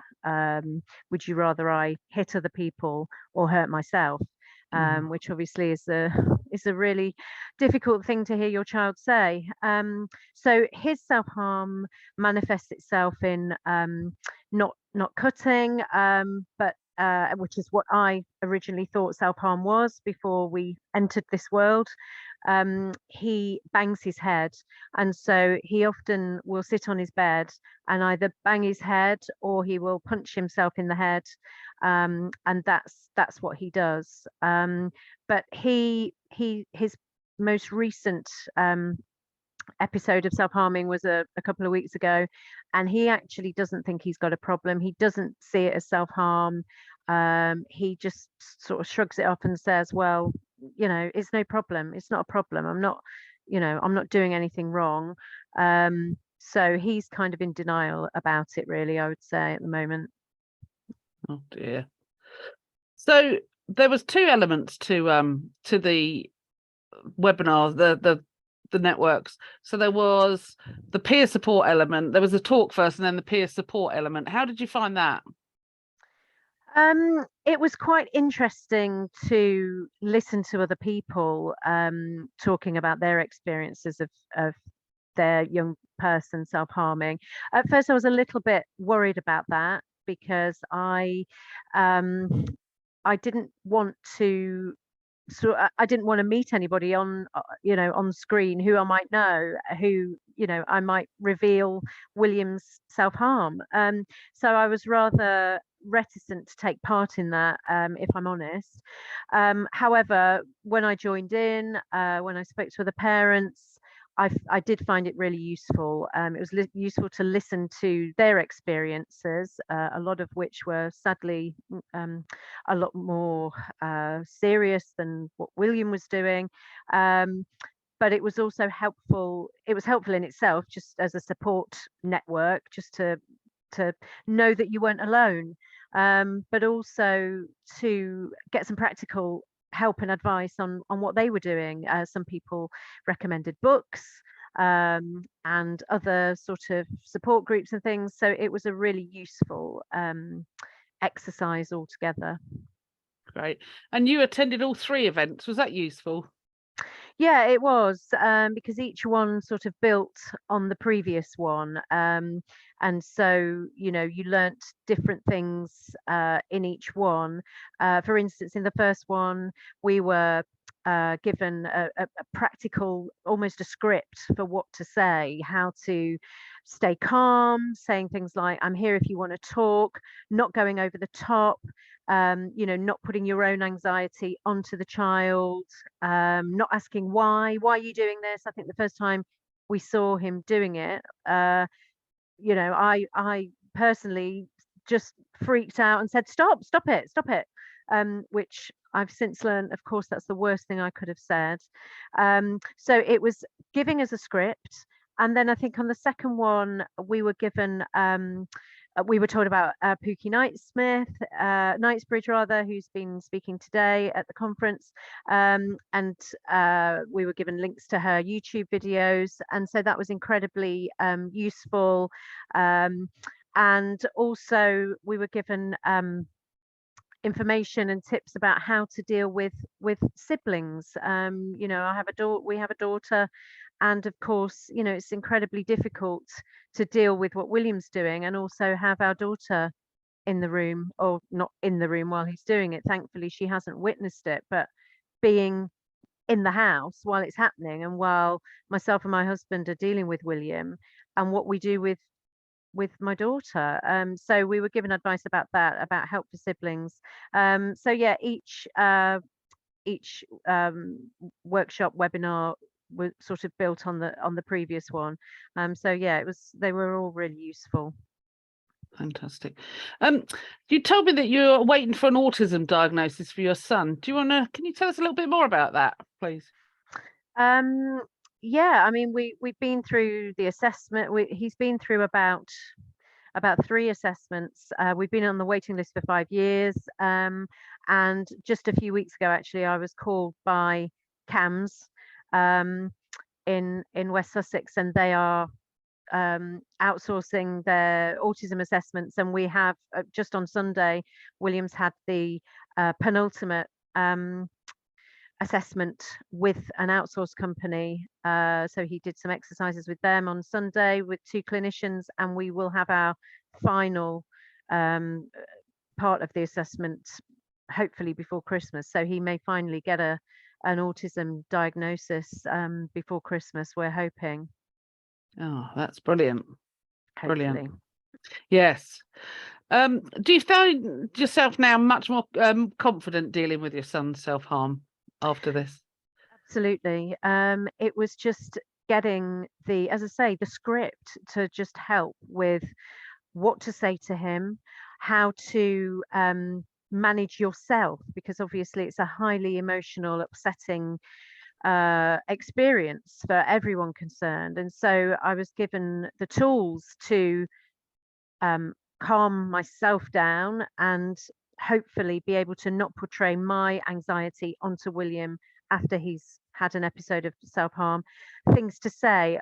One of the most valuable phrases I think I picked up from these sessions was strike while the iron's cold. And so, you know, that really resonated with me, because, you know, when emotions are heightened, when this is happening, you know, my immediate first thought was to, oh my God, I've got to stop him. I've got to stop him doing this. I've got to help him. And that's the worst thing that I probably could have done. So just to let him know that we are here, we just sit with him sometimes in the room afterwards. We help to keep him calm. We don't ask him why. We just say, we're here if you want to talk. And we just concentrate. I think another important thing was that I've from going to these sessions was to help him get through the next minute, help him get through the next 10 minutes, help him get through that evening, and just living in the moment and just getting through that day, through that session, and saying to him afterwards, you know, let me know if you want to talk, not striking while the iron's hot when everybody's highly emotional, but just helping everybody to calm down and then having a chat if he wants to. Fantastic. Thank you so much. Now, someone's asked in the questions, hold on. Why were you worried about knowing other people there, other parents there, and them knowing about your child's self-harm? Because it's obviously highly personal, and I just didn't want to out him. I didn't want there to be anybody on the sessions who I knew, who obviously would have, it was probably irrational, but I just thought they would have been in exactly the same position as me. But I just didn't want people to know that he was doing it. I've since realized that that was probably, you know, unfounded really, but yeah, I didn't want, I suppose I felt protective of him, and he doesn't want people to know, and I didn't want anybody to know who I was and to know who he was and to know that he was doing it, I guess. Yeah, fair enough, isn't it? It's so hard. Is there anything else you'd like to say to us to tell the audience? I don't know. I mean, I suppose I've picked up so much from the sessions and also from the e-wellbeing website, with the practical help, with the resources, the signposting, the videos of young people speaking about their own experiences. I just think it's you know, such an amazing resource that we have access to. And when you're feeling lost and vulnerable and feeling like you're the only family going through this, it's been such a support to know that there are so many other people, sadly, who are going through the same thing with their young people, and there's lots of help out there, and it's just such a great resource. And I'm so pleased that I did go ahead with it, and I did get over my fear of seeing somebody I knew, and you know, just took the help, and I do feel a lot better equipped to deal with William and his problems. So thank you. Thank you. Someone said on here, brave lady coming to talk on here. Thank you, which I definitely agree with. And also someone's put, hi Jane, we've heard today that self-harm is different for neurodiverse people. Is that true for your son? If so, in what way? I don't know if you can answer that. Well, I mean, again, just from what I've picked up over the months and the last few years about self-harm, I believe that self-harm is quite prevalent within the autism community, and you know, they seem to obviously have more difficulties to deal with in a neuro, what do you call it? Not neurodivergent, but a what's the opposite? The everyday life of people who aren't Neurotypical. neurotypical. That's the phrase I was looking for. Obviously, they have lots more difficulties to deal with. So I believe self-harm is a way that they can find relief and release, and that you know, it's sadly more typical. And I have learned that headbanging and punching as opposed to cutting is apparently more common with boys and maybe within autism, with autistic people. I'm not sure, but I'm learning as I go along. But it's interesting. I don't know why that may be, but I believe so. Well, thank you so much, Jane, for sharing. That's really, really great. And actually, what we're going to have next is we've got enough time to fit in one of the people who ran the sessions, and they're going to tell us a bit about the sessions and what they did. So thank you so much, Jane. Very brave of you, and no problem. I just feel so I've got anything I can do to help. I feel so grateful that I've had all the help I've had. So anything I can do to help others, I'm more than happy to be involved with. So thank you. Thank you very much. So as I say, we've got time to speak to Ali, who runs these sessions. Now, unfortunately, these sessions are no longer on. This was part of the program, but we do have, and we are still running until March, for professionals, a condensed form of this course, which I'll put a link up. You can still book on, and I will send you the link when I send everything else. So the aspect that Jane was talking to, they had an hour, and then they had an hour talking afterwards, and that's the bit that we're not running anymore, unfortunately, but we are running the professionals, and Ali Lovegrove, who's going to speak now, she ran those. So without further ado, I'm going to hand you over to Ali. Thank you so much, Ali. I know that I've dropped you in this quite quickly, but thank you, and over to you. Okay, no problem. Hello, everybody. It's wonderful to be part of today. Such a lovely different collection of inputs. So yeah, I'm Ali Lovegrove. I'm an emotional health and wellbeing worker for the YMCA Downslink group, the wellbeing service in Brighton and Hove, and I'm a trainer. And I've been involved in this amazing project, the Self-Harm Network training that we've been talking about, and which we've just heard from a parent directly about. So I was involved in the parent carers first session, and then we did separate sessions for the professionals or people who volunteer or are employed roles with young people who might need to know a bit more about self-harm, whether they were supporting someone knowingly with that or not. And those were 6 hours of different sessions, and they're all on the eWellbeing website. And I will just say, because we have been asked by somebody, how do we access those videos? So I'm going to tell you how to do that in a moment. So I'm going to share the screen. I'll only be taking you up to the break, so I'll be good and swift here for you. Just start the slideshow, go away bar. Sorry, I'm not as ready as I could be. I can't see the bars in the way. Right, hang on. There we are. So these were the organisations we were in association with, primarily, of course, West Sussex Mind. And on this page, there's a self-harm resources tab.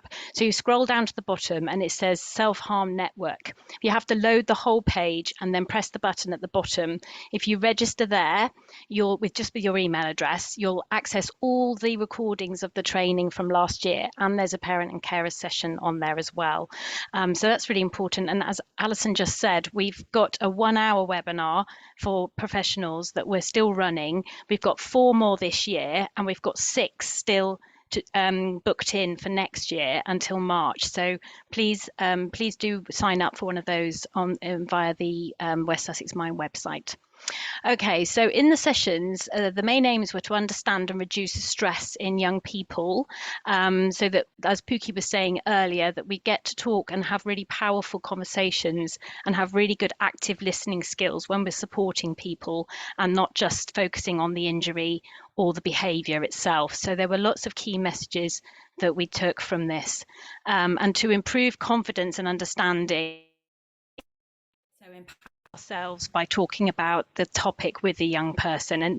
And we've mentioned there that parents can feel very ashamed and very worried about talking about this. It has been a hot potato. It's been really taboo.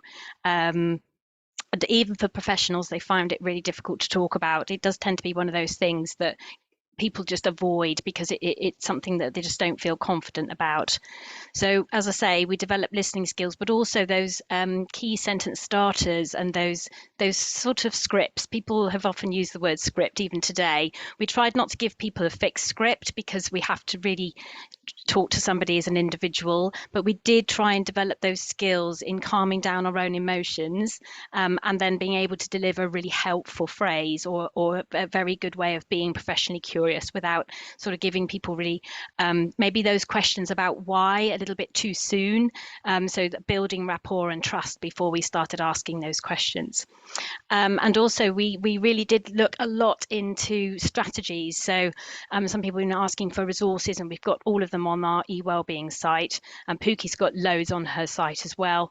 But we did actually talk through some of those resources. So we put handouts up on the screen and discussed how we would use them with a young person. And we talked about how to support families and siblings and peer groups, whole cohorts of people where maybe there was some self-harming behaviours happening. And we even modelled maybe a type of small group intervention in a school or in an organisation where a group of people might be talked to with a plan and to do a risk analysis. People have been asking about crisis planning, and we had one that we demonstrated that we could use directly with the young person. And again, all of these are on the website. It's a huge website with lots of resources, but rather than send you all the different links, we've got them all in that one place. And we talked about how to assess the risk. We talked a lot more about the higher risk groups who are on our radars, and how to refer them, and obviously depending on where we live, because there are different services, but also making sure that we reported any safeguarding issues to our designated safeguarding lead and how to do that. So the three main sessions were as follows, and I'm aware of the time and I don't want to take too long on this, so I'm just trying to move the bar out the way. If you need a few more minutes, we'll have a shorter break. It's absolutely fine, Ali. I don't know if people will love me for that one. Okay, well, I've just gone too far there already. I've also got this bar in the way. So we described it, we did actually define self-harm, and we do use some of those terms that we've mentioned already today, but to help people distinguish between injury and behaviours that might be harmful, like over-exercising, disordered eating. But we did mention how important they are, and there might be some links around the intervention, what might be underpinning those behaviours, and also to explore those feelings, so to help develop that emotional literacy in ourselves as well as in the young person that we might be supporting, and using different resources to help different age groups, because we did run these sessions for primary school professionals or people working with primary school age children, I should say, and a group that might be working with older young people in the secondary school ages. So we distinguished very, very much between the two because of that, using the language and maybe the resources that might be slightly different. Yeah, as I said, we mentioned the risk. I've mentioned that already. And then in the springtime, so that was last autumn. Really, hang on. Move that out of the way. In the springtime, we talked about the young people's voices, that what they'd said to us. So we used a bit of that the piece that we saw with Nikki this morning, and we had a longer piece as well. And from that, we had a discussion around, you know, how we could respond to those young people's comments about how they felt they were and weren't supported, and how we could tweak things and change things in our environments at work. We talked about consent. We talked about Gillick competency law, age 13, and whether we should always tell parents or when we should tell parents, and how we could empower a young person to feel involved in that choice so that they had their own agency reflected if and when we shared it with the family. We looked at a couple of case studies. So we sort of explored what else we should know about the young person, what other things we could add in so that we could get a whole jigsaw piece picture of that young person's experience of their life at that time, maybe looking at their adverse childhood experiences as well, and then looked at what interventions we could suggest or where we could signpost them. More on strategies, resources and communication, because that was a requested, and we always did a closing session as well.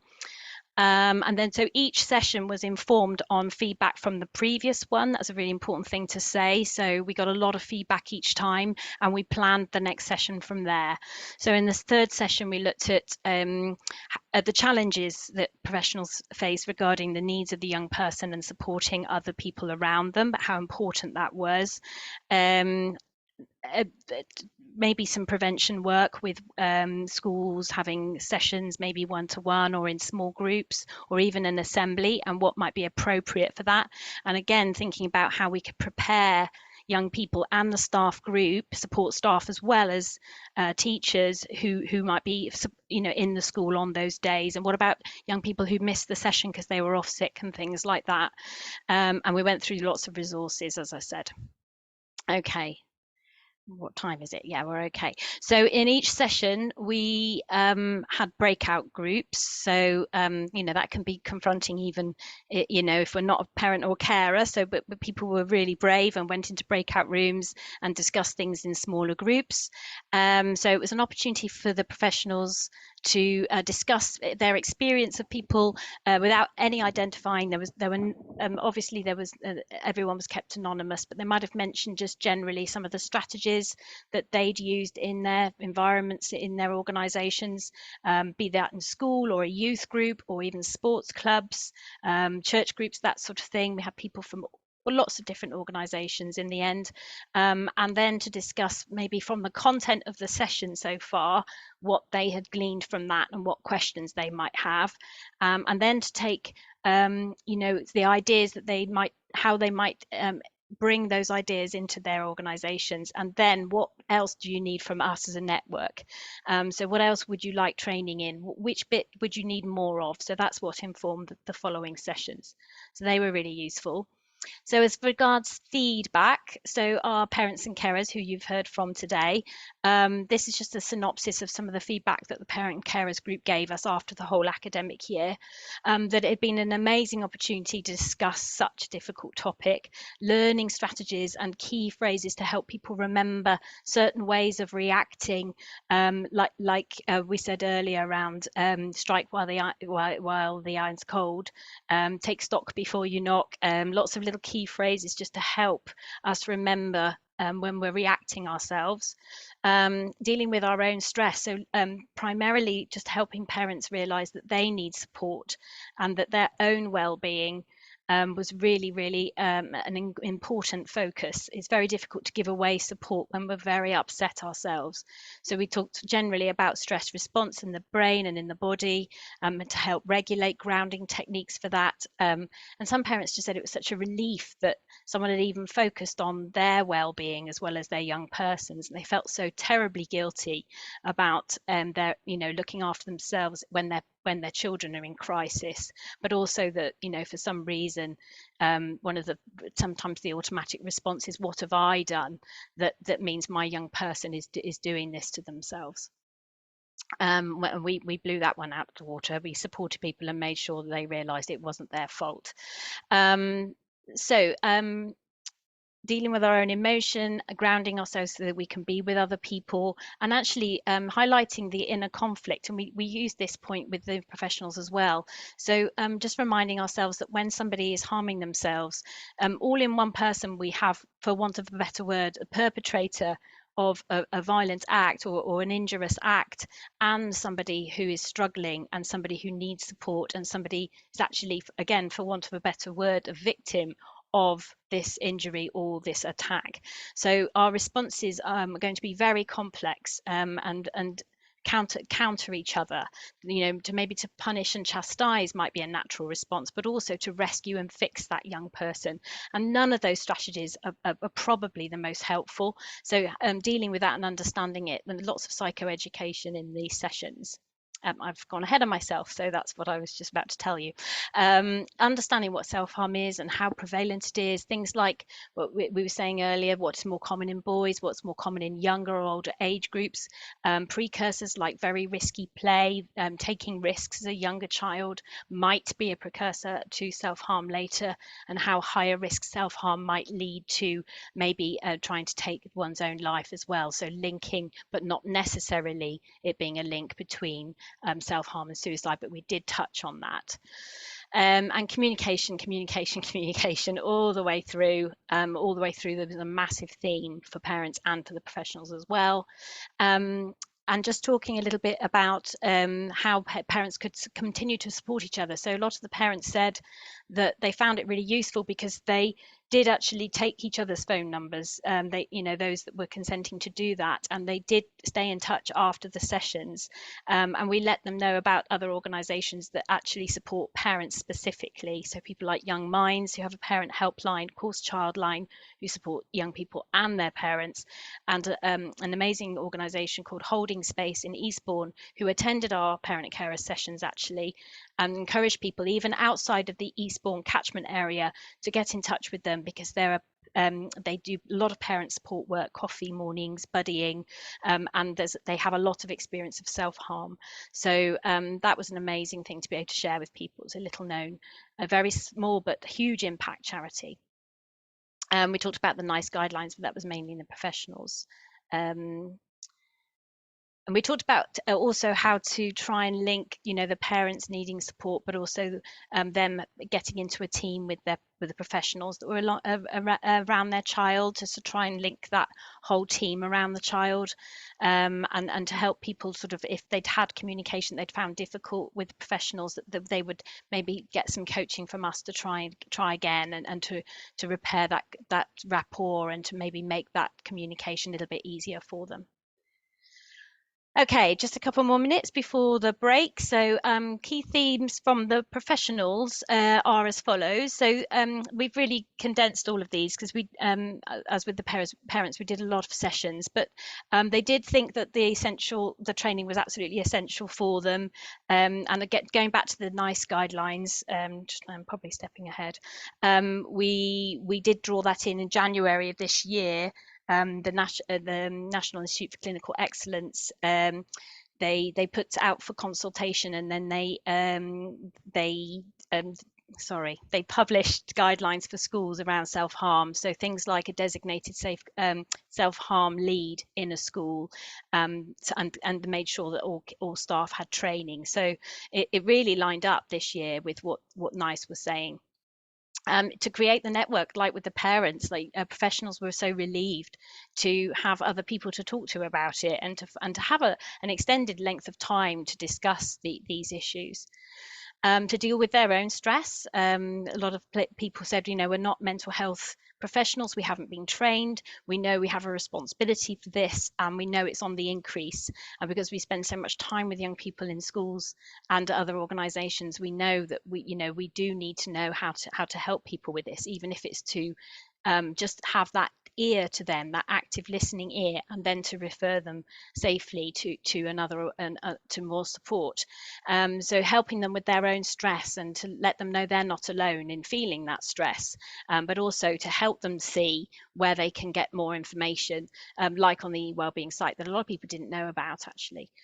Their own inner conflict. So as I said before, that that clash between wanting to sort of sort the situation out and control it and stop it, but also to nurture and to be alongside and to create a rapport and a trusting relationship with the young person who might need that extra help. To understand what it is and what it isn't. We blew out some myths, like Pooky was saying, and trying to change the language around it.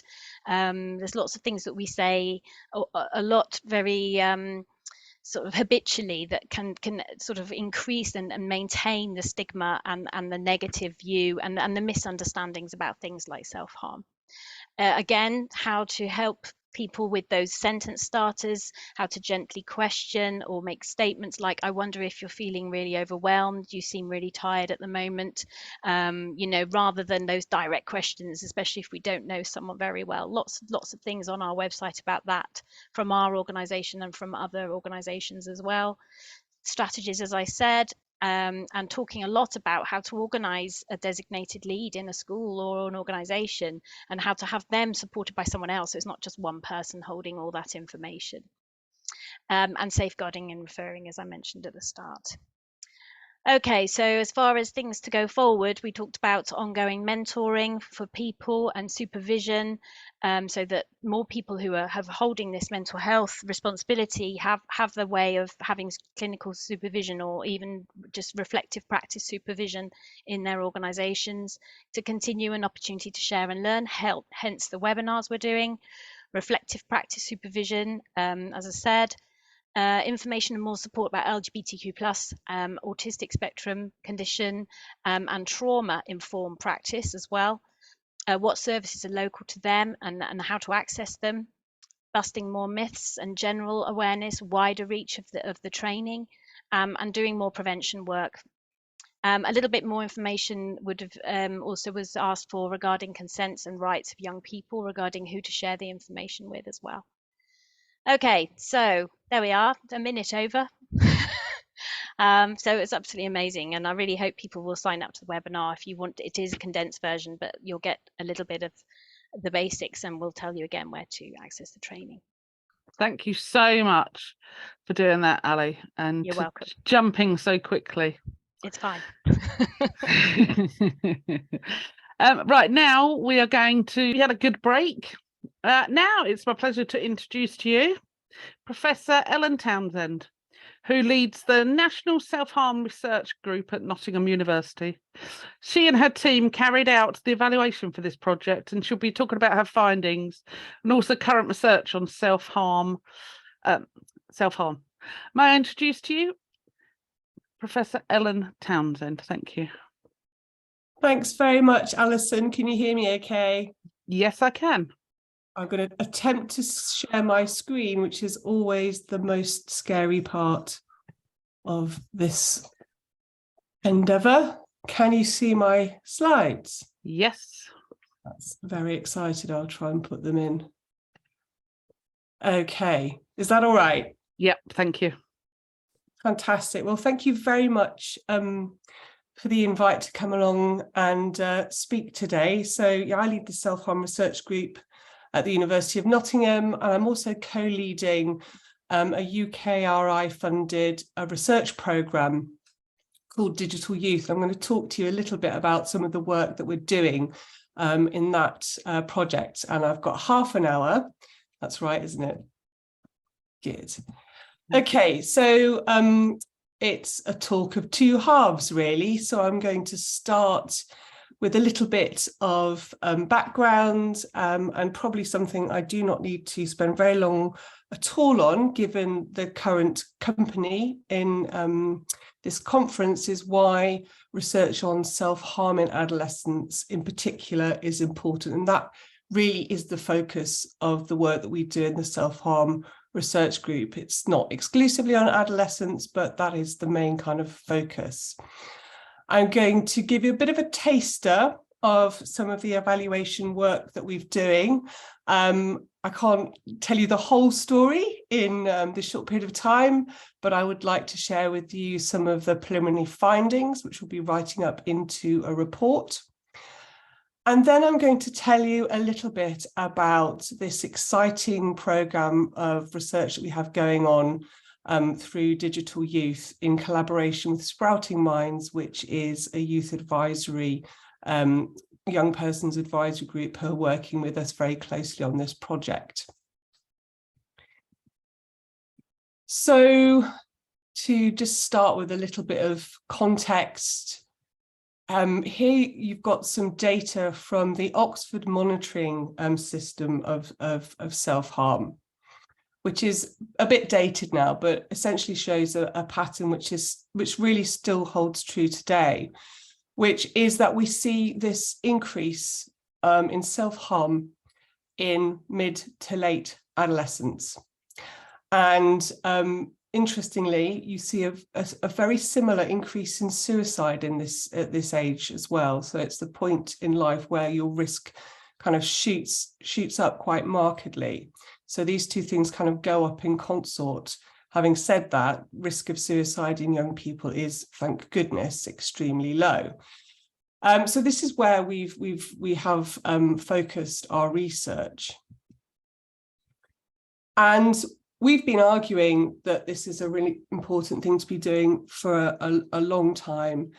And a couple of years ago, there was an important paper in the Lancet Psychiatry looking at the relationship between non-suicidal self-thoughts and self-harmful thoughts and attempted suicide.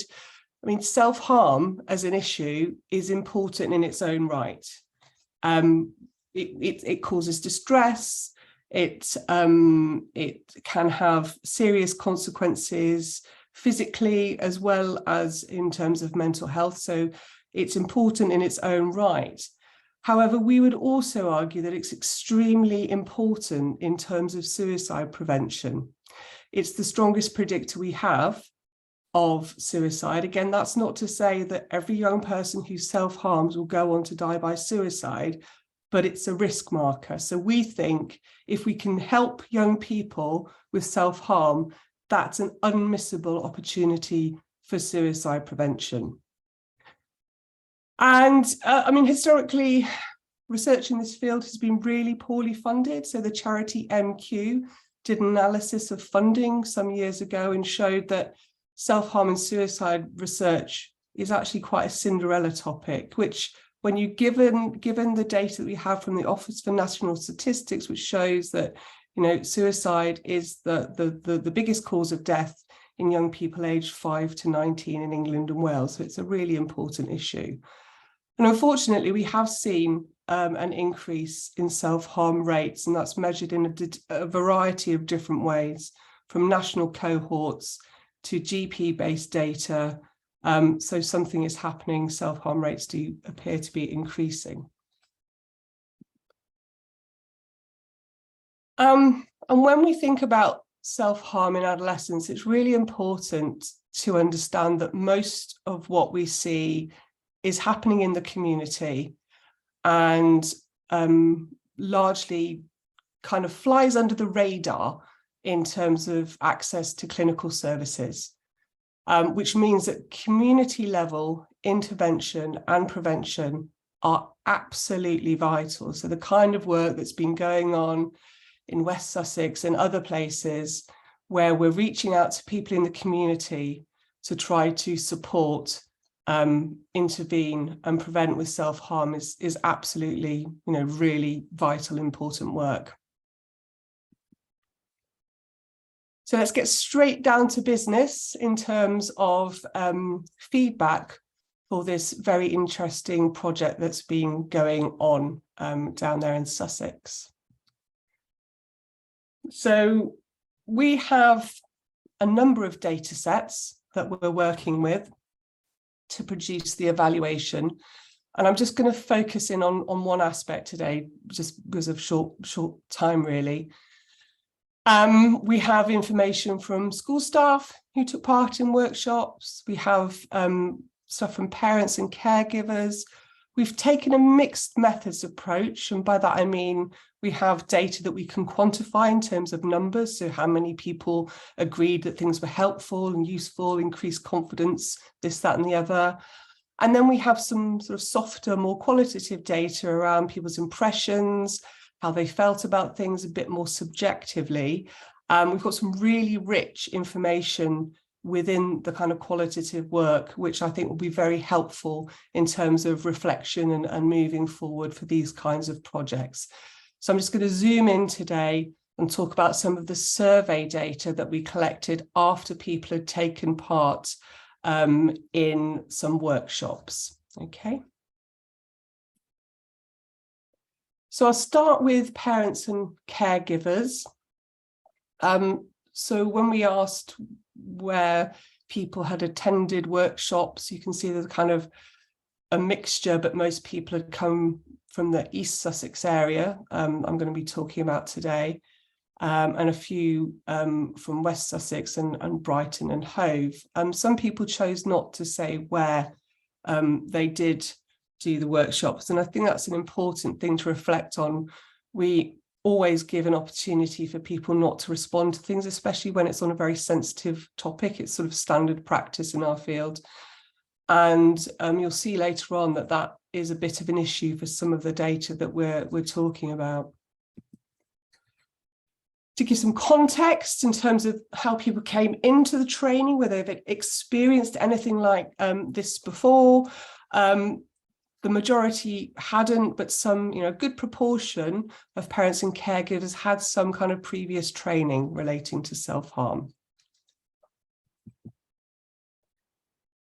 Some very positive findings here, I think, in terms of thinking about confidence. So having taken part in the workshops, one of the questions that was asked was, has your confidence after taking part in this workshop increased in relation to where you would go for support, and in terms of talking to your child about self-harm? So we saw that 70% of participants felt more confident that they would know where to go for support, which is really positive.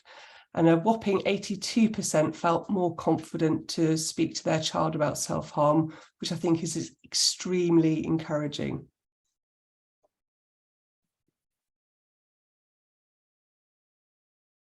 Another question was around whether people that responded to this survey felt that they could, having done this work in relation to the self-harm learning network, did they feel that they could now offer support to another parent who was going through something in relation to self-harm with their child? And that was a really, really positive response in terms of most people saying yes. There was a reasonable number who said they didn't feel that they could offer that support, and that could be down to a wide sort of a wide range of reasons. More really positive feedback in relation to whether or not people who'd taken part in the work would recommend other parents joining, and 88% of respondents said that they would. So again, another really positive finding here.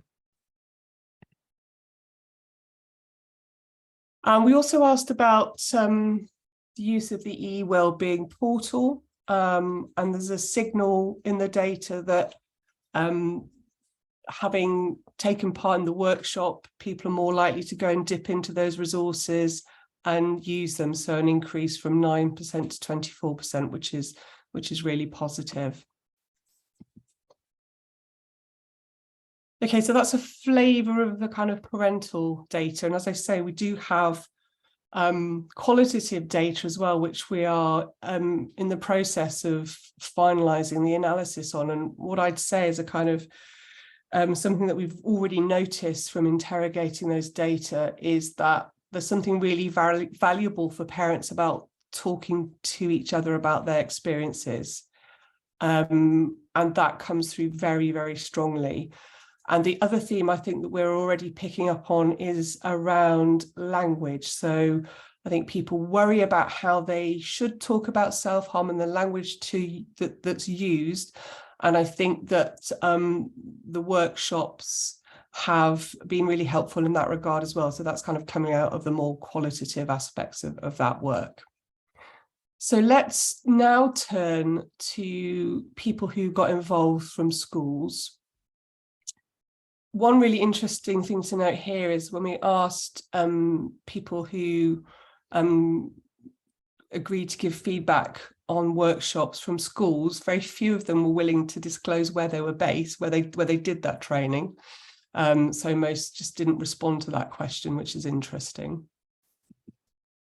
In terms of prior training, a significant number had prior training in relation to self-harm, but most people hadn't had any. And in terms of the roles that people had within schools, most people didn't give what their role was, and those that did were mostly head teachers, although there was a kind of mixed profile, and about a quarter, I think, had some kind of mental health role within the school.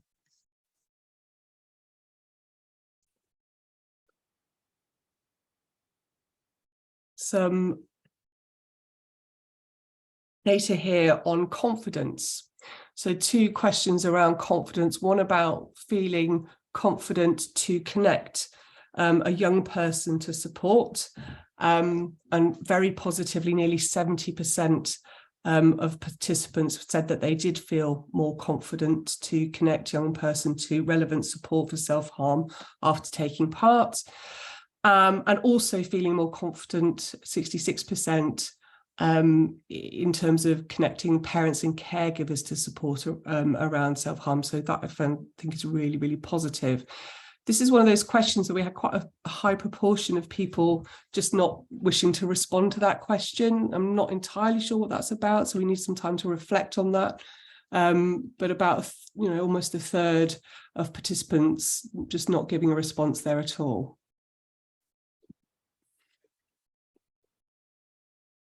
We also asked about understanding of self-harm, and in total, 45% of participants felt that taking part had increased their understanding of self-harm, 34% saying it increased somewhat, 11% saying that it had strongly increased.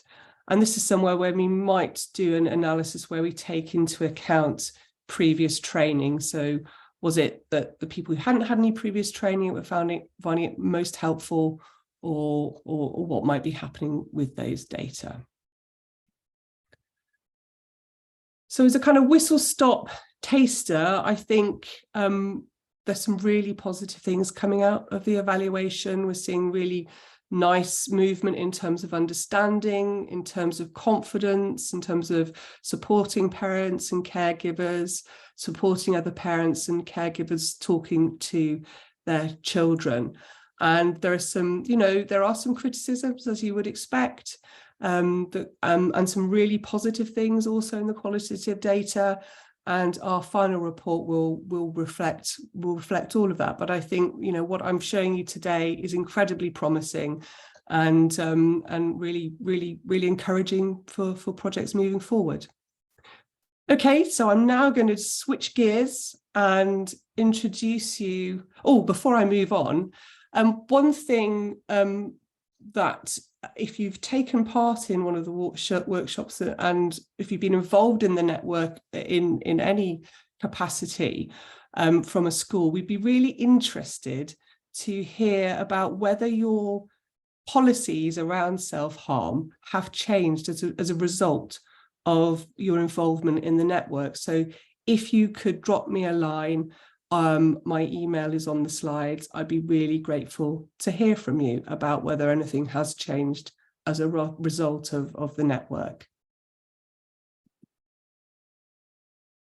Okay, so now switching gears to tell you about this UKRI funded research, which is part of the Digital Youth Programme, where we are looking at risk and resilience in the digital world and developing new tools which might help to support mental health and well-being in young people. Okay, so this is a 4-year programme that I'm co-leading with Professor Chris Hollis, who's a psychiatrist at the University of Nottingham. So I'm going to talk to you about the development of the Card Sort Task for Self-Harm app. And this is our team. including doctors Joe Lockwood and Camilla Babbage, who are the research fellows leading on this. We have amazing co-investigators in Chris Greenhall, who's a human-computer interaction expert, and Marina Jarotka from the University of Oxford, who's an expert on responsible research innovation, which is really, really vital when you're thinking about developing any kind of tool in this space, in the digital world and on such a sensitive topic. So we're taking this work very slowly and very carefully. And we're working with a subgroup of Sprouting Minds, who are our young persons advisory group. So the Sprouts are a team who are meeting with us regularly, working with us very closely on developing all aspects of this work. And they named our little mascot here, who's called Blur, and he represents the CATS app. So I've already said, self-harm is an increasing problem in young people. Most of what's happening is in the community, and we know from a number of studies that young people really do struggle to seek support when they self-harm. And not only that, it's quite difficult to predict who's likely to self-harm and when. And despite the big issue that we have in self-harm in adolescents, evidence-based interventions to support self-harm are really limited. And most assessments and interventions have not been co-developed with young people. And as outlined quite strongly in the recent NICE guidance for self-harm, assessment really should be a very, very collaborative process. So this is sort of what we're working towards. To try and meet this challenge, we need to find a way to account for the complexity in self-harm. That approaches can really be sensitive to what we call individual heterogeneity, and that really means difference. There's a lot of difference between and within people who self-harm, and our offering in terms of what we try to help with should reflect that. And we need to try and target the key psychological mechanisms that confer risk or protection. And again, we need to have approaches that are collaborative and working in partnership with young people. So what we're proposing is the development of an existing research tool. So you can see some little snippets of research papers that have taken what we call the card sort task for self-harm, which was co-developed with young people some years ago, and with academics and clinical experts to try and find a way to capture this complexity, that what's happening for young people who self-harm.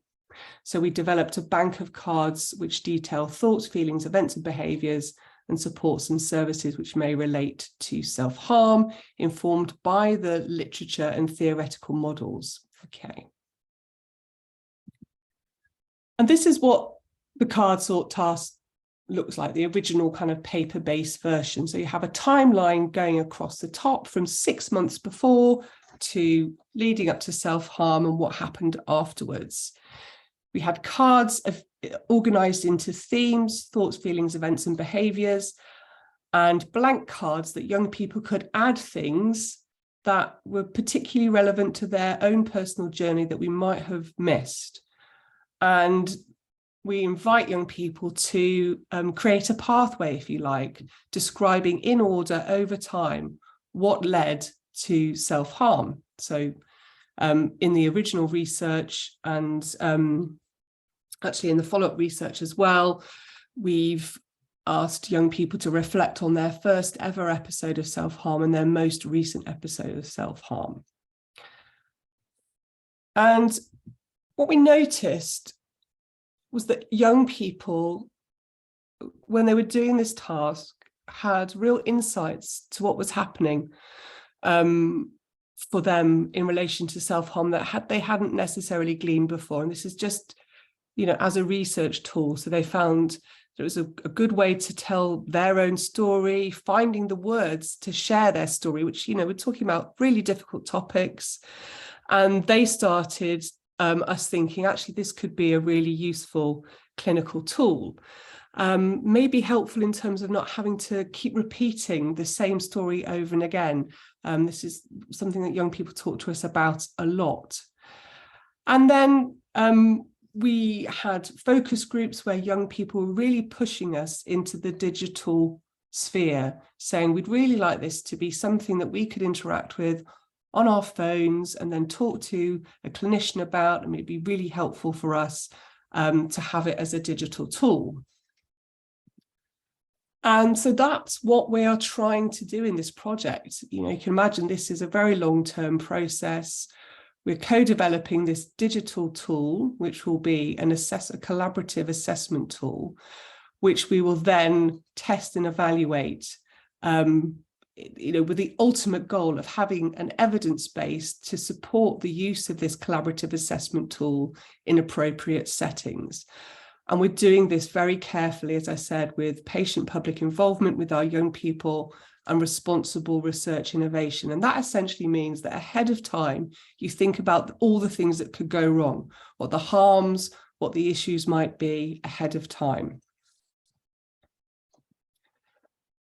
In terms of the PPI work, so that's working with our subgroup of Sprouting Minds, our 5 young people, Camilla and Joe have done an incredible job of creating a very safe, collaborative working environment for these young people, drawing up shared agreements of how we're going to work together, making sure that our young people are safe and having a plan for when they don't feel safe, making sure that we present information in a really clear way and that we recognise their work, that they are recognised for the contributions that they are making to this project. And so we have regular monthly meetings with the young people, which take place on Zoom, and we have a Jamboard where we can interact together and post information.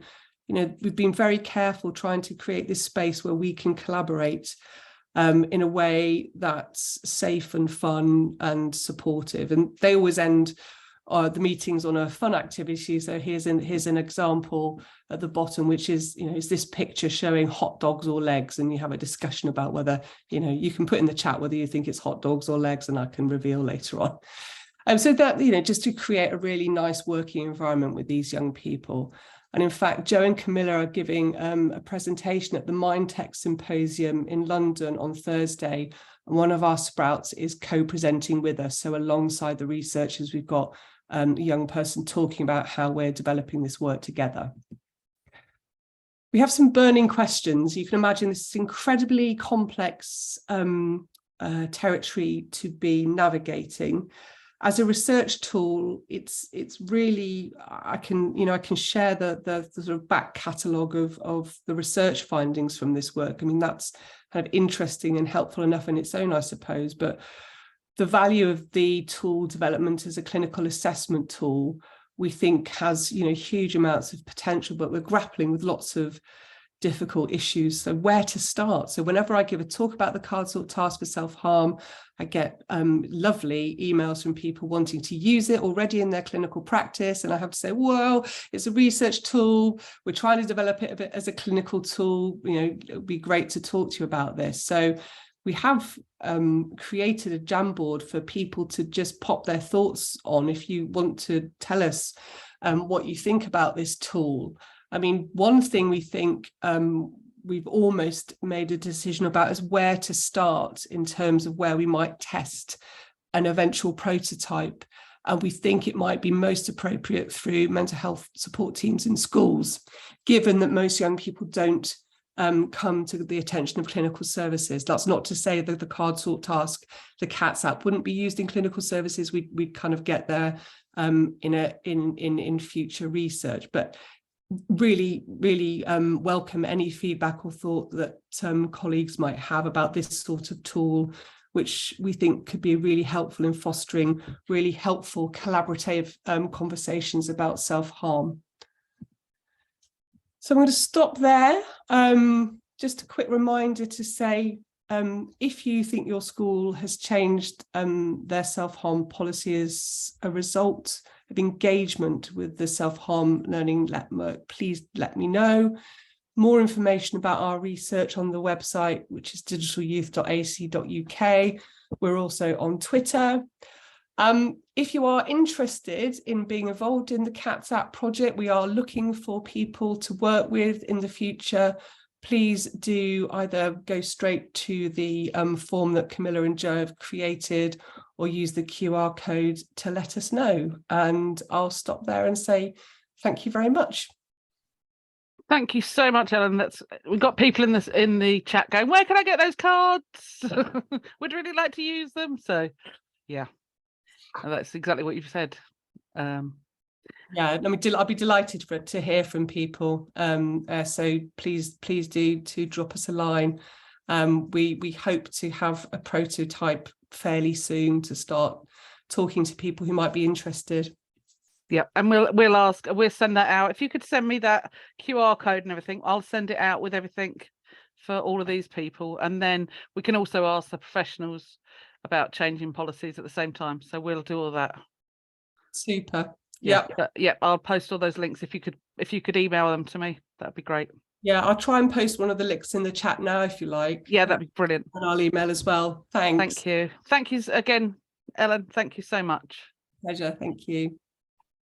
Right, so we've almost come to the end. We have our last speaker of today.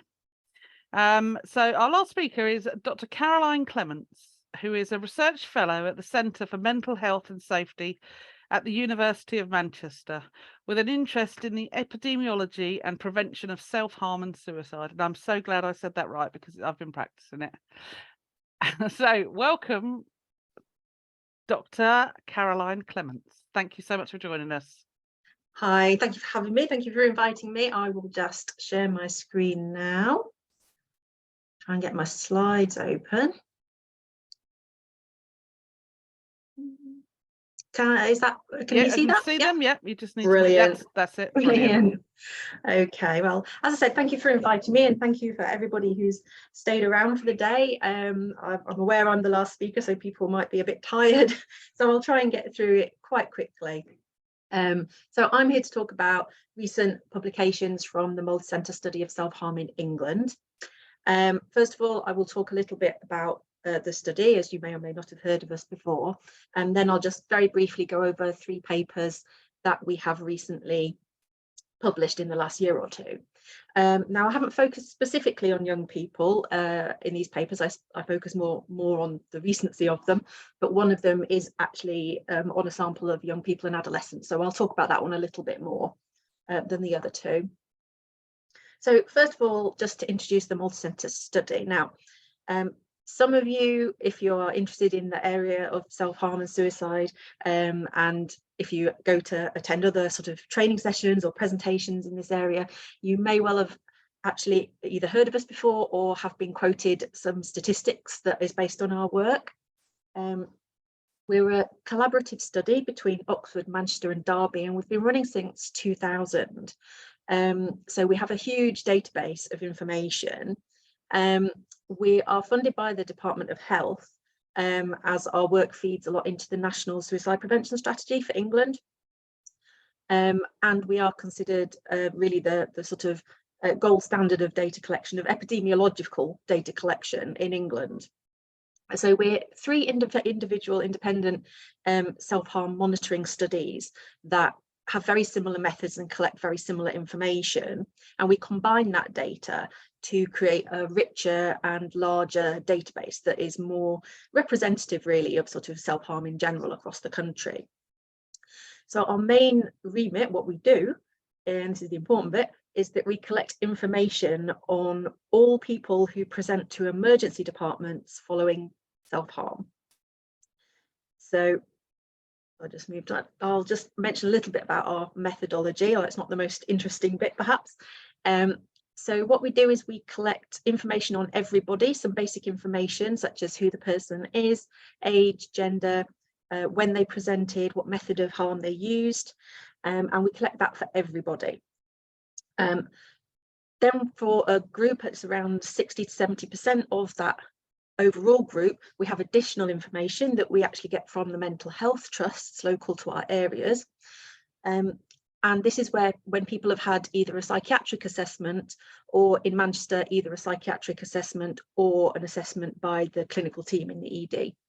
And for those people, we have information on some of their clinical history, whether they've self-harmed previously, whether they've been in touch with psychiatric services, whether they have problems with drugs or alcohol, as well as things like what sort of problems or issues they have, which may have precipitated or prompted the self-harm act in that instance. Another important thing that we do is that each of the individuals on our database is followed up by data linkage with information through NHS Digital to find out what happened to that person in terms of mortality after they presented to the hospital. So we will know if somebody has passed away, we will have information on that, and we'll have cause of death. And although we collect all causes of death, for us in particular, sort of suicide is really sort of the main outcome that we look at using that data. Okay, so just to clarify before I get into the papers themselves, the definition of self-harm that we use, it's the one that is generally used in research in UK and in European countries, which is quite a broad overall sort of umbrella category. So it's self-harm is defined as any intentional act of self-injury or self-poisoning, regardless of the motivation or suicidal intent. So we look at all these types of behaviours, and we don't discriminate whether somebody actually intended to die by suicide, or if the self-harm is more of perhaps a way to regulate emotions, like a repeat behaviour. Okay, so I'll move straight on to the papers. The first one is a paper that I led on. It was published earlier this year, and it's about self-harm in people who are experiencing homelessness. Okay, so this is a general sample. We didn't include people under the age of 16, but it includes everybody 16 and over, just because it was quite difficult to identify homelessness in that younger group. So what we already knew or thought from the existing research was that people who are homeless are at higher risk of self-harm and suicide. But having said that, homeless people are a very difficult group to study, because by their nature, they move around, they don't have a permanent address very often. So it is quite a difficult group of people to really find out a lot of information on. Where work has been done, quite often it's restricted to specific subgroups. In America, for example, there's a lot of work on military veterans, and often the samples are drawn from specific hostels or shelters where homeless people might reside. So from our data, because we have this very, very large longitudinal database, we wanted to look at a broader group of people classified as homeless. So we were able to identify not only people who were self-identified as sort of street homeless or living rough, but also people who were staying with friends and family, might be considered sofa surfing, and just people who had no fixed abode in their address field, basically, on their medical records. So we just used this more broad category, and we compared them with people who were what we call domicile, so who did have a home address, no matter how many times they appeared on the database, because people often repeat, so we have more than one presentation. So we compared the group of people who we identified as homeless at a particular presentation with a group of people who were always seemed to have a home address on their record. And we looked at characteristics, and we looked at the difference in repetition and mortality in these groups. And what we found was that overall, just under 5% across the whole study sample had indicated that they were homeless at the time of a self-harm presentation. That's around 5,000 presentations and just over 3,000 individuals. Again, as I mentioned, often people present more than once, that's why there's less individuals than presentations. In terms of characteristics, the people who experienced homelessness were more likely to be men, which is interesting because generally that more women self-harm than men, whereas more men die by suicide than women. But in this particular group, men were very much the sort of main group. Most of them were white, and it particularly seemed to affect people who were under the age of 54 years, and particularly younger people as well. People identified as homeless tended to have a history of previous self-harm and a sort of quite long, complex history of contacts with mental health services. So in terms of presentation, so we weren't able to calculate rates for this particular piece of work because there isn't any sort of comparison data on self-harm. We don't know exactly how many people were homeless at a certain year in a certain place. So this is just looking at number of presentations over time. But we did find that there was quite a dramatic increase in presentations from 2010 onwards, which you might remember there was an economic crisis in 2008. And it looks very much like maybe the sort of, the slightly delayed effect of unemployment, the implementation of austerity measures, things like that probably had an effect over the next couple of years, and that's why we see this increase after 2010. Risk of repetition was twice as high in homeless people compared to domiciled people. All-cause mortality was higher in homeless people.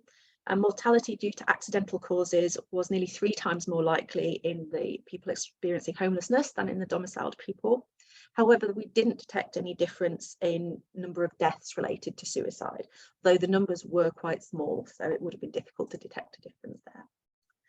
So what we can draw from this is that people who are homeless really represent quite a diverse group with very complex needs.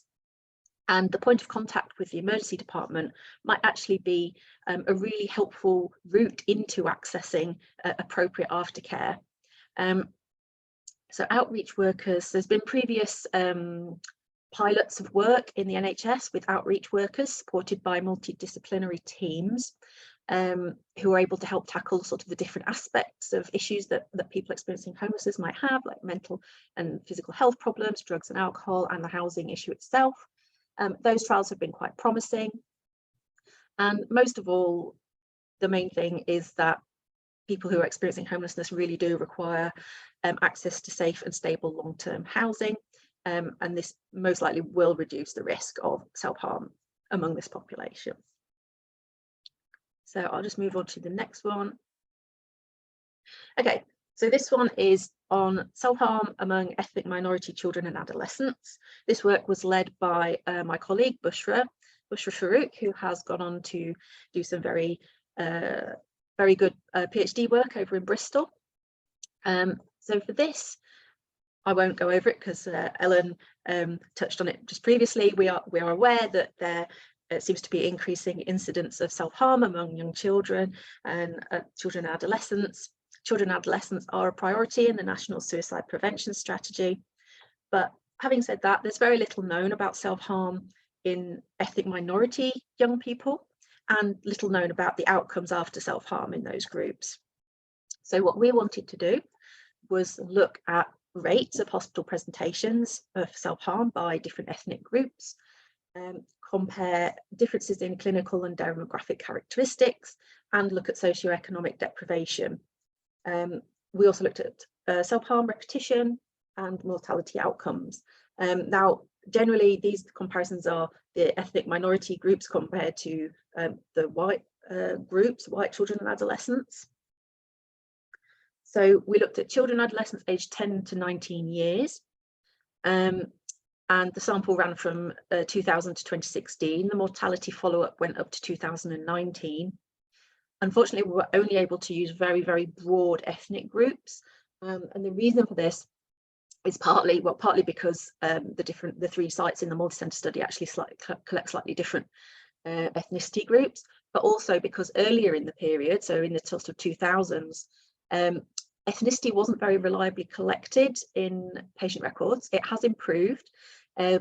Now patient records tend to use ONS categories, which again, there are limitations to those. They don't necessarily have that kind of granular detail that would actually be really great to have. But earlier on, there was very, very limited information on ethnicity. So we were kind of, to make use of all the data, the most sort of broad data across the whole study period, we had to use these broader groups. So while I'm talking about the results, do keep in mind that, you know, there probably are differences, like within group differences as well, that we're not able to pull out with this particular analysis. However, we do hope to do some more detailed work using better and more discrete categories in the future. So for this child and adolescent sample, we had information on nearly 12,000 individuals.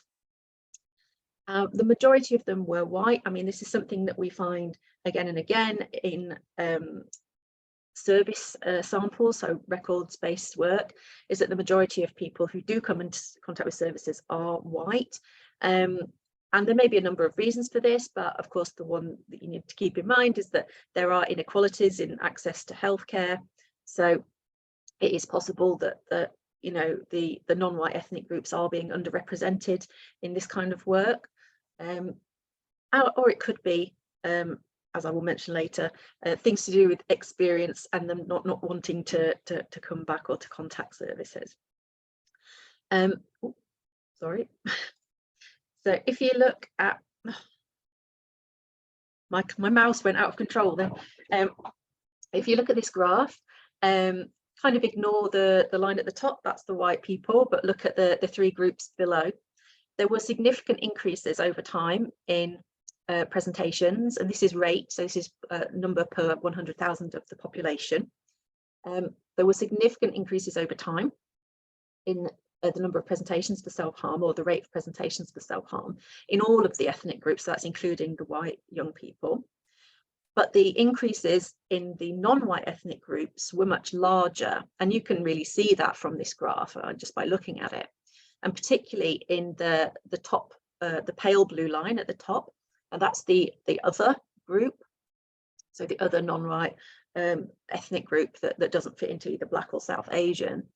And some of this increase again might be due to improvements in coding, as in perhaps previously the people who are now in the other group might have been coded in one of the Black or South Asian groups, but the size of the increase really seems to show that there is something going on there. It's much bigger than we might expect if it was just a coding issue, and the difference is between around 200 presentations around 100,000 population to sometimes up near 500 per 100,000 population. So it is a really, really significant increase.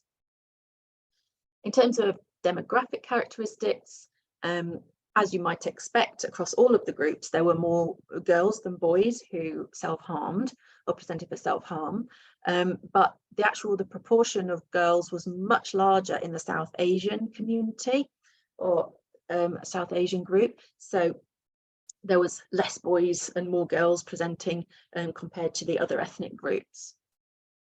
The other thing that we found, as the paper I'm going to talk about next also brings this up, is that the children from non-white ethnic backgrounds were much more likely to live in areas of higher deprivation. Now, having said that, and given what we know about the link between deprivation and self-harm, people or children and adolescents from the non-white ethnic groups were much less likely to receive a specialist psychiatric assessment when they attended the hospital. And this is really important because the NICE guidelines recommend that everybody who attends the emergency department for self-harm is seen by a specialist and given an assessment. This is how people are plugged into aftercare, how they get ongoing support. And as you can see, there was a good 10% or more difference in the number of people, number of white people compared to non-white people being given psychiatric assessments. So in terms of repetition, in terms of repetition, around 18% of the group repeated self-harm during the study period, and repetition was higher among white children and adolescents. However, going back to what I said about the inequalities and about the lack of assessments, specialist assessments, this could actually be to do with the fact that if people are going to the emergency department but they're not being properly assessed, they're not being plugged into aftercare, perhaps they're, that's a bad experience for them and they may not be going back. So we can't say for sure that this is actually lower repetition. We can say that less of the non-white groups go back because of their self-harm to those hospitals. There wasn't any difference, thankfully, in suicide mortality, because, or rather thankfully, because there was very few numbers of deaths, which being a very young sample, like, we'd expect that. So just to sort of sum up what we would take from that, again, the presentation to hospital is a key opportunity for intervention, so we really must ensure equitable access to not only to the assessments but to the aftercare as well. That aftercare really needs to be accessible and culturally adapted for minority communities, ethnic minority communities, and also, as we're thinking about young people, children and adolescents, culturally adapted resources and psychoeducation on mental health more generally and on self-harm specifically for parents and carers would be a really useful thing to have. Okay, so I'll just whip through the last paper, which is on socioeconomic disparities in patients who present for self-harm. So again, I'm sure most people are aware that socioeconomic disadvantage does seem to have a link to self-harm and suicide. So what we did in this paper, what we wanted to look at specifically was actually the difference in characteristics and repetition and mortality between people ranked as being in the most deprived areas as compared to those in the least deprived areas. So it was a very large study because we were able to include most of the people on the database. So over 100,000 presentations by nearly 60,000 people were involved in the analysis. We used for deprivation score, we used the index of multiple deprivation, and this is a small area score which combines sort of measures of various things that might indicate deprivation or lack of deprivation. So income, employment, health, disability, skills and training, barriers to housing and services, and the living environment, and that's all combined into a score for local areas. I'm not actually sure how small the areas are, but if you think of maybe a postcode area or something like that, that's kind of what we're talking about. So we just use descriptive statistics. Look at this data, and there's a little chart here which shows the deprivation quintiles. Basically, to look at this, the usual way of looking at it is to split it into 5 groups, going from 1, which is the least deprived area, to 5, which is the most deprived area. So those are the quintiles that are being shown here. And overall, what we found was around 45% of people who presented for self-harm were actually from the most deprived areas. That's twice the national average. Only 13% of episodes were by individuals from the least deprived areas, which is about half of the national average. And we also found that distribution of people in the most deprived areas really varied very greatly between centres, between Oxford, Manchester and Derby, which is what you can see on the graph here. So Manchester, as you may know, we all have kind of different socio-demographic characteristics in each of these cities, and Manchester is one of the most deprived cities. The last time I looked, it was either 3rd or 4th most deprived in the country. So in Manchester, over 80% of the presentations were by people from the most deprived areas. In Derby, it was 64%, and in Oxford, it was just 26%. And in Oxford, over half of the presentations made to hospital for self-harm there were made by people actually from the wealthiest areas. So just to look at characteristics, and this is, as I say, it's just a basic comparison between the most deprived areas and least deprived areas. So in the more deprived areas, there was more men at 45%. There were more people from non-white ethnic groups. There was more unemployment, more previous self-harm. However, some characteristics were actually quite similar. Method of self-harm, alcohol consumed at the time of the self-harm, housing problems, alcohol and drug problems. These are all actually very similar between the most and least deprived areas. So this seems to be a much more sort of individual thing. And perhaps sort of almost counterintuitively, problems with employment and financial problems were actually more common in the group from the high or rather low deprivation or high income, the well-off areas, which may be due to more of a, again, like these individual factors rather than environmental and local factors, in that, you know, perhaps if you perceive yourself to be the only person struggling financially or with your job in your area, then that might be more of a kind of a problem that precipitates self-harm in you individually. So again, just to draw this together, what we find is that really, while there are higher rates of self-harm in socioeconomically deprived areas generally, it's actually more the individual characteristics that might be driving self-harm. So what we really need is individualized approaches to understanding everybody's unique circumstances, and therefore when somebody attends the emergency department and they have a psychosocial assessment, it really needs to take into account their specific issues, their specific circumstances, and the care that they are then offered needs to reflect that and be tailored specifically for them. And that's it from me. Thank you for listening. I hope you're all still awake. Thank you so much, Caroline. That was very interesting, and thanks for joining us today. So hold on, let me just.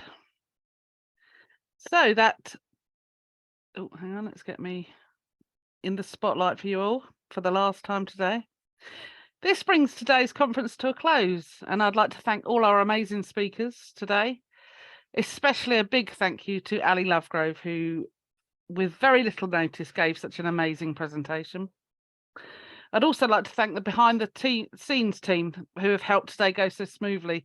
Charlotte, Amy, Sarah, Duncan and Ali from YMCA as well. We are still running courses on self-harm, and the link is on your chat here, and it's on I will send you an email that will have so many links. Everything we've said today it'll have, and also it will have a recording of today put into small chunks, so you can just see one thing that you want to watch. You can watch the whole thing again, but you don't have to trawl through the whole thing. So that might take me a couple of days to sort that out, but I will do that. I will send that to you. Don't forget we have our e-wellbeing platform that was talked about so often today, and that link, you'll get the link again tomorrow or the next day. So thank you so much. You can email me on if you need anything, alison.lake@westsussexmind.org. But you will be hearing from me with an email, and just again to say thank you so much for all attending and for all our panelists. I hope you agree it's been a fantastic day. So that's me. Thank you very much. Goodbye.